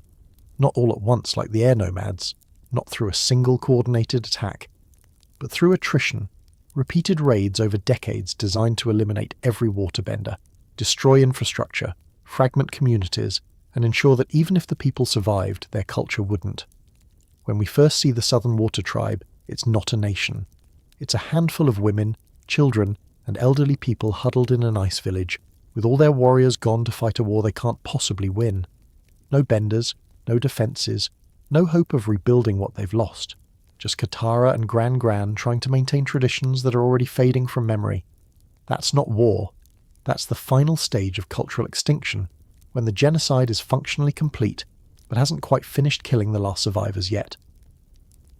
The Southern Raiders. Systematic extermination. The Fire Nation's strategy for the Southern Water Tribe was brutally efficient. Instead of invading and occupying, difficult in the frozen south, they just sent raiders periodically to hunt down and eliminate waterbenders. Every few years, Fire Nation ships would arrive. They'd demand information about waterbenders, they'd search, they'd capture or kill anyone who showed the ability. Then they'd leave, let the population recover slightly and come back to repeat the process. It's the same logic as pest control. You don't need to eliminate the entire population, just the ones that pose a threat. Keep doing it long enough, and eventually there aren't any left. Katara's mother Kaya was the last waterbender they found, or at least the last one they knew about. When the Southern Raiders came looking for waterbenders, Kaya lied and said she was the one. She died to protect Katara, the actual last Southern waterbender who was just a child at the time. That's not a military casualty. That's a mother murdered during a genocidal campaign specifically designed to eliminate people like her daughter, and the Fire Nation soldier who killed her, Yon-Ra, who just retired, lives peacefully in a Fire Nation village, never faced consequences for participating in systematic extermination. Death by 1,000 raids. The genius of the Fire Nation strategy is that it doesn't look like genocide from the outside. No mass graves, no concentration camps, no single event that draws international condemnation, just periodic raids that chip away at the population, each one justified as military operations against enemy combatants, each one targeting only waterbenders, the dangerous ones who could fight back. But eliminate all the benders from a bending culture, and what's left are people who've lost their primary form of cultural expression, their defense capability, their connection to their element. Are people who can't teach the next generation their traditions because the people who knew those traditions are dead or captured. The Southern Water Tribe didn't just lose waterbenders, they lost healers who used waterbending for medicine, hunters who used it to navigate ice flows, artisans who created ice sculptures, teachers who would have trained the next generation. They lost the infrastructure of cultural transmission that makes a society viable. The warriors who never returned. By the time we meet them, all the Southern Water Tribe's warriors have left to fight in the Earth Kingdom.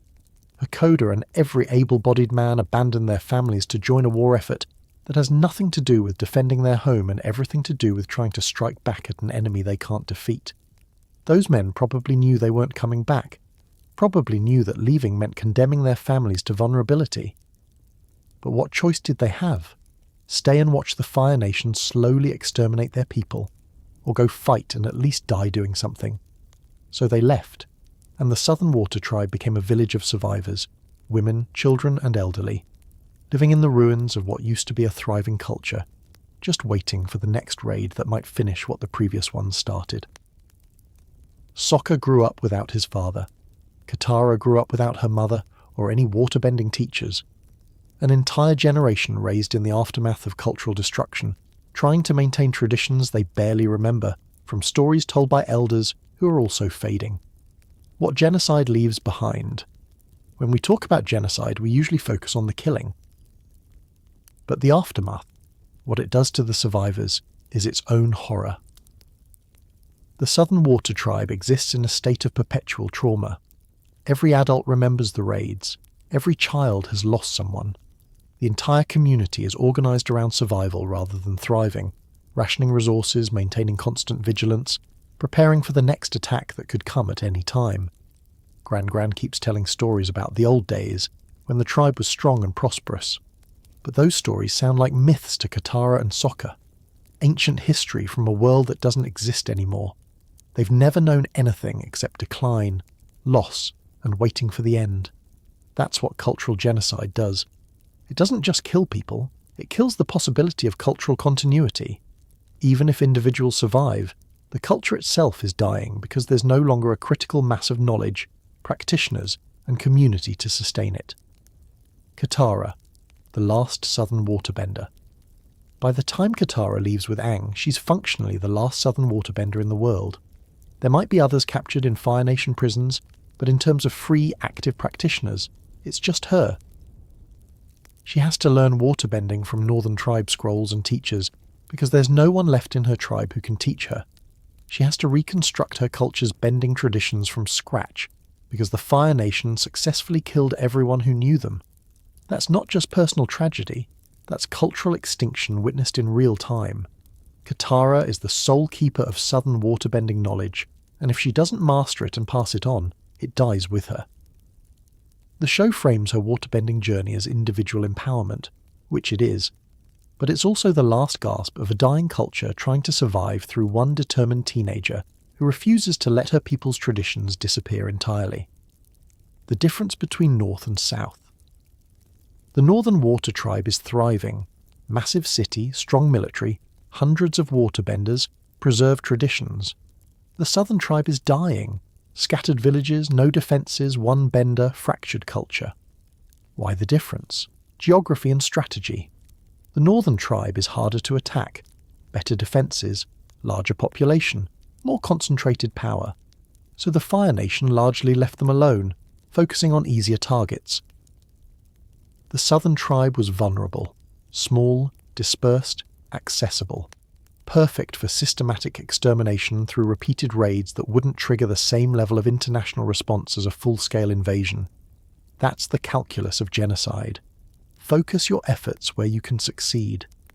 The Fire Nation couldn't eliminate the Northern Tribe without massive commitment, so they settled for containing them. But the Southern Tribe, they could chip away at that. Death by 1,000 cuts until nothing remained. The prison ships full of waterbenders. When Katara and Sokka free Haru's father and other earthbenders from the prison rig, we see Fire Nation strategy clearly. capture benders from conquered territories and imprison them where they can't use their abilities to resist. But where are all the southern waterbenders? The ones captured during the raids before Kaya died? Presumably dead or imprisoned somewhere similar. The show never addresses what happened to them, whether they're still alive in Fire Nation prisons, whether they died in captivity, whether any survived to see the war's end. These are Katara's people. Other southern waterbenders who might still be alive, who might have knowledge and traditions she's desperate to learn.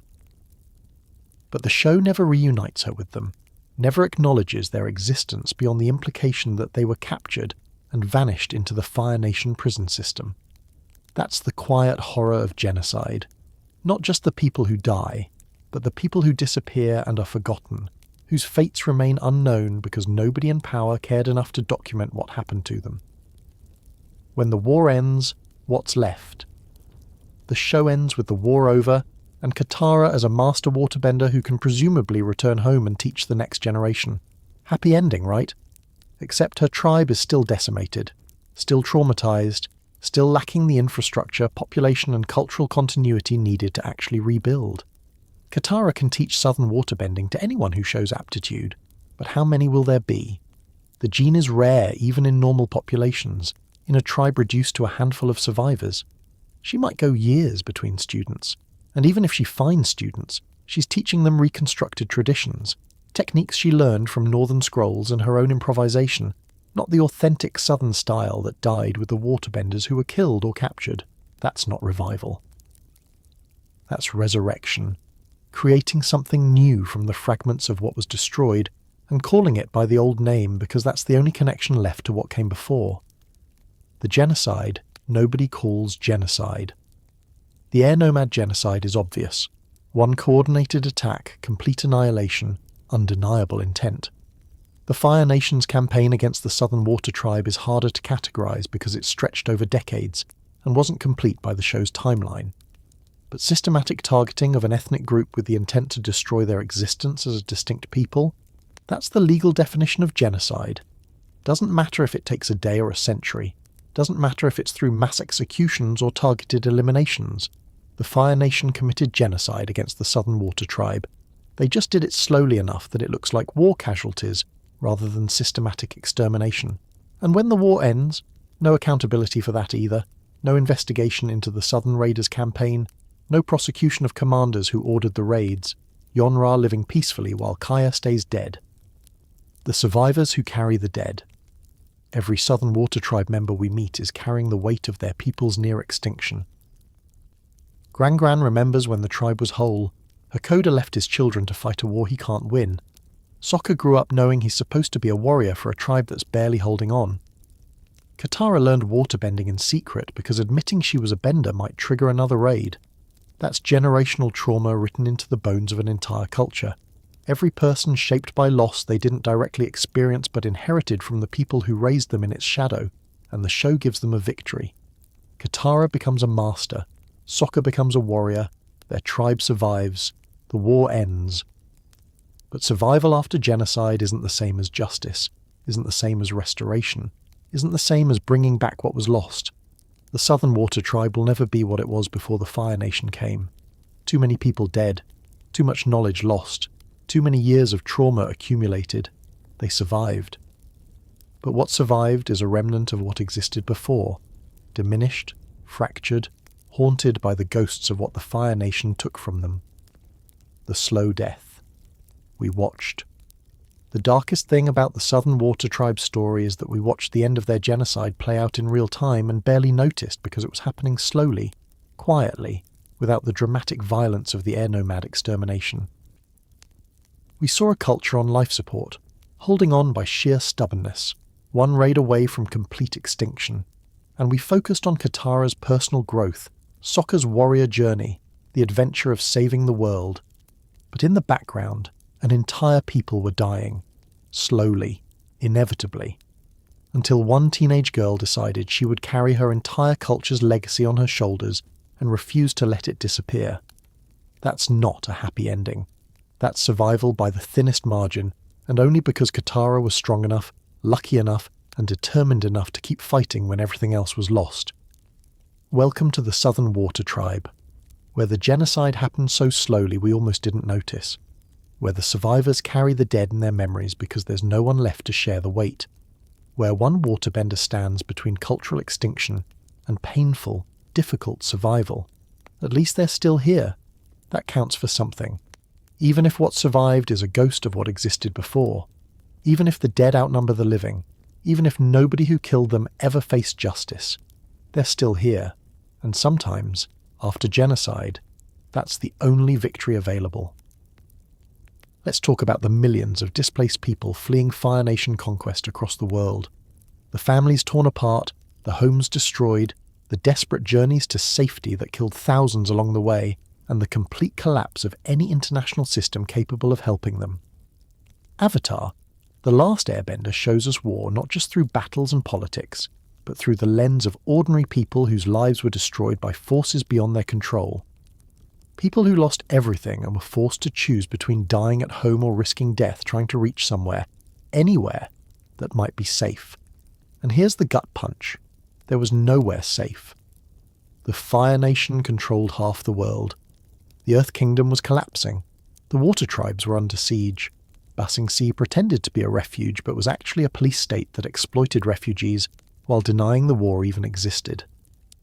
Welcome to the refugee crisis of the 100-Year War, where millions of people fled from violence into systems that viewed them as problems to be managed, rather than human beings deserving protection.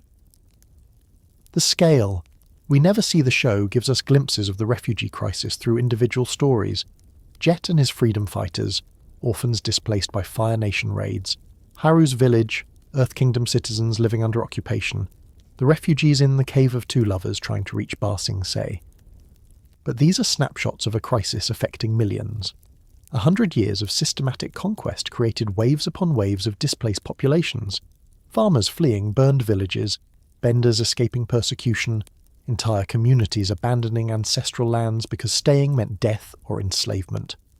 The Fire Nation didn't just conquer territory, they made it uninhabitable for the original populations, stripped resources, imposed Fire Nation governance, turned Earth Kingdom citizens into subjects with no rights, created conditions where survival meant either assimilation or flight, and those who fled, they became refugees, people without homes, without rights, without nations to protect them, just bodies trying to stay alive in a world that had no place for them.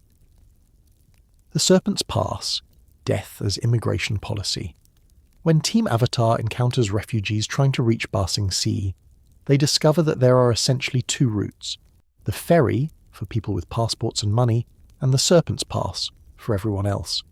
The Serpent's Pass is a death trap, a narrow path through water infested with a giant serpent that devours travellers.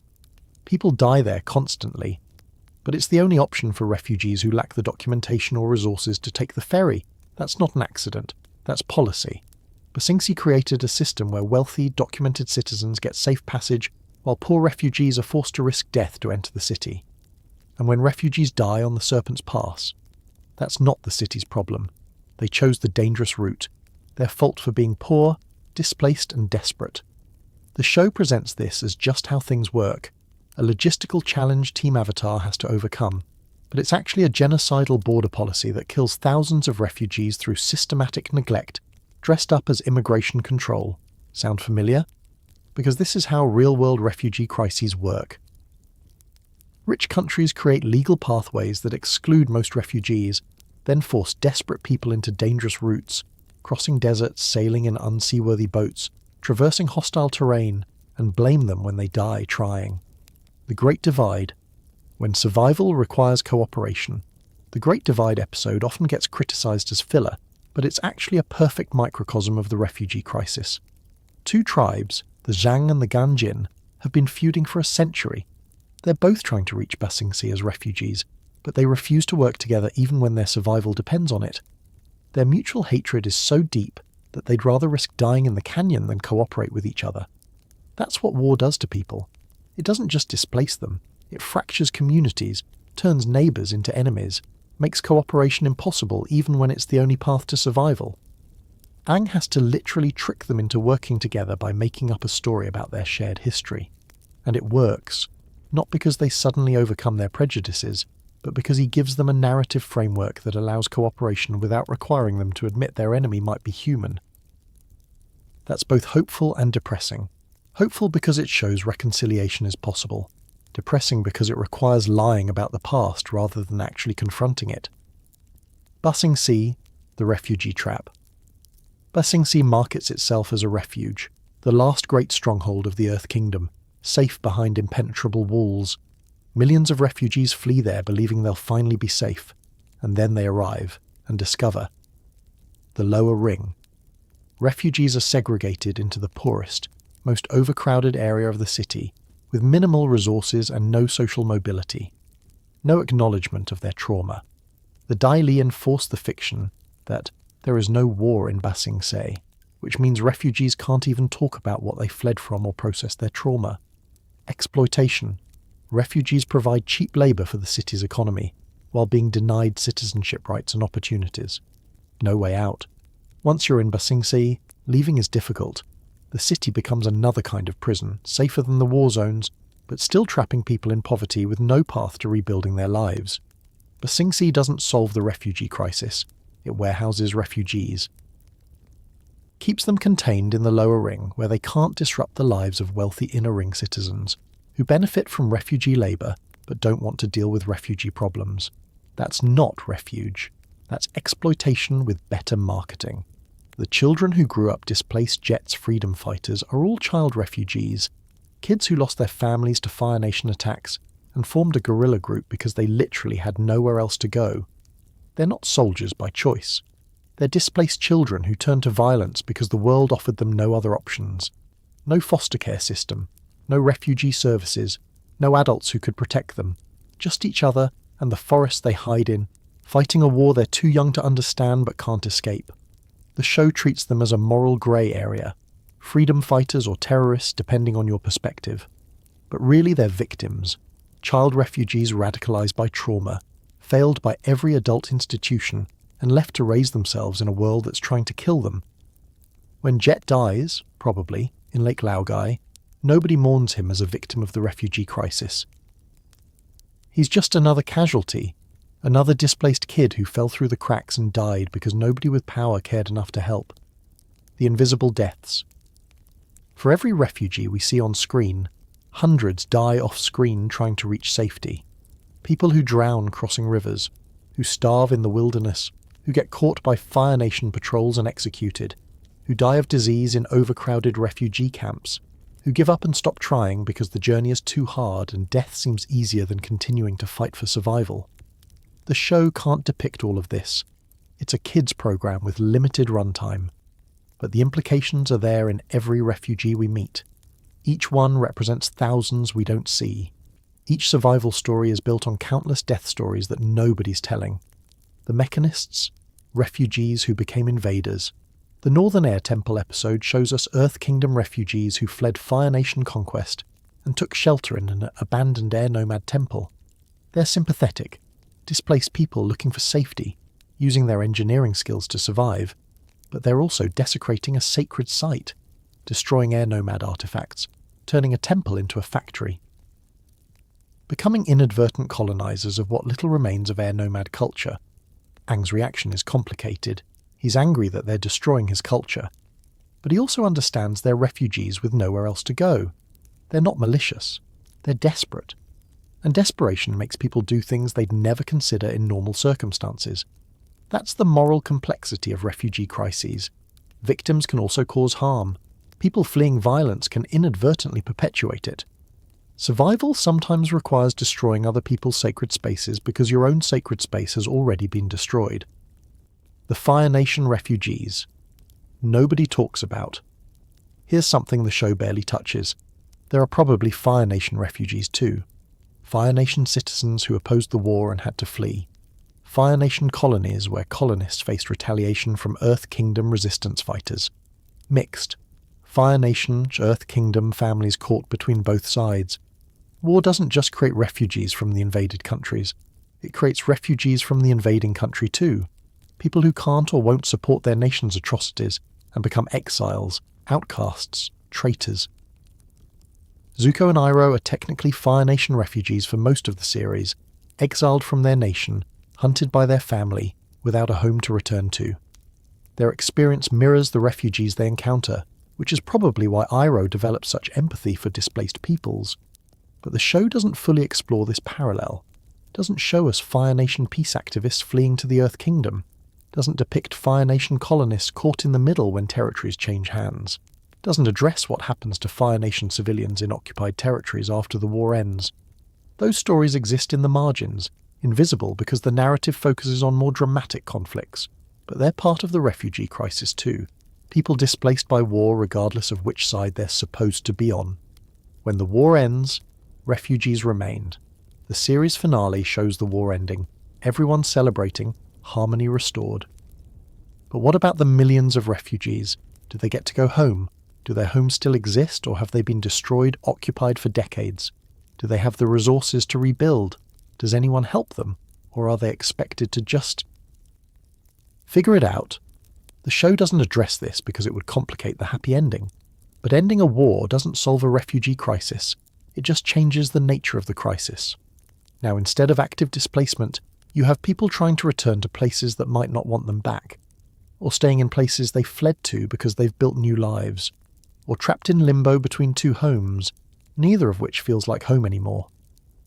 Refugee crises don't end when wars end. They persist for generations. Parents who remember the homeland teaching children who've never seen it. Cultural identities fragmenting.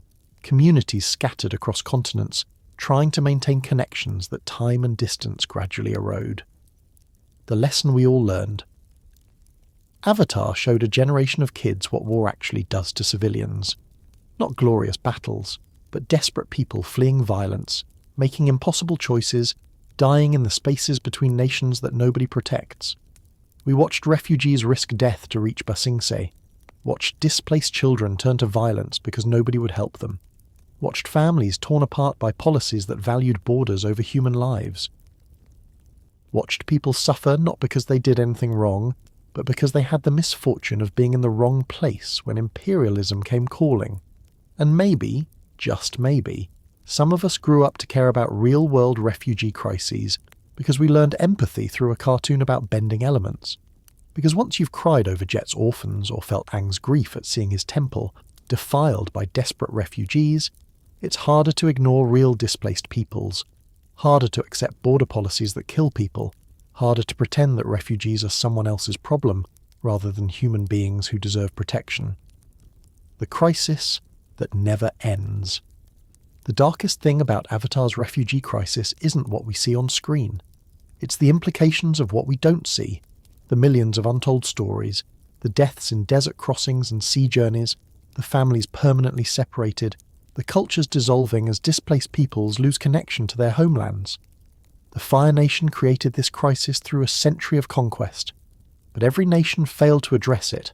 The Earth Kingdom by exploiting refugees instead of protecting them, the Water Tribes by being too weak to offer real asylum, the world by lacking any international system capable of responding to humanitarian catastrophe on this scale. And when the war ended, the refugees were still displaced, still traumatized, still facing futures without homes, without nations, without the resources to rebuild what was destroyed. At least Aang saved the world. At least the killing stopped. At least there's hope for something better. But for the refugees who lost everything and spent years fleeing violence only to end up warehoused in Ba Sing Se's lower ring, or dead in the Serpent's Pass, their war never really ended. It just became a different kind of survival, less dramatic than battles, less visible than bending duels, but no less desperate, no less painful, no less a tragedy that nobody with power did enough to prevent. Welcome to the refugee crisis, where victims become statistics, where desperation becomes policy, where millions of people lost everything, and the world just kept turning because their suffering wasn't dramatic enough to make people care. At least Avatar made us see them, made us care about their stories, made us understand that war's greatest casualty isn't soldiers, it's the ordinary people whose lives get destroyed in the spaces between armies, in the no man's land between nations that won't protect them. That's not entertainment, that's education, and maybe the most important lesson a kids' show ever taught.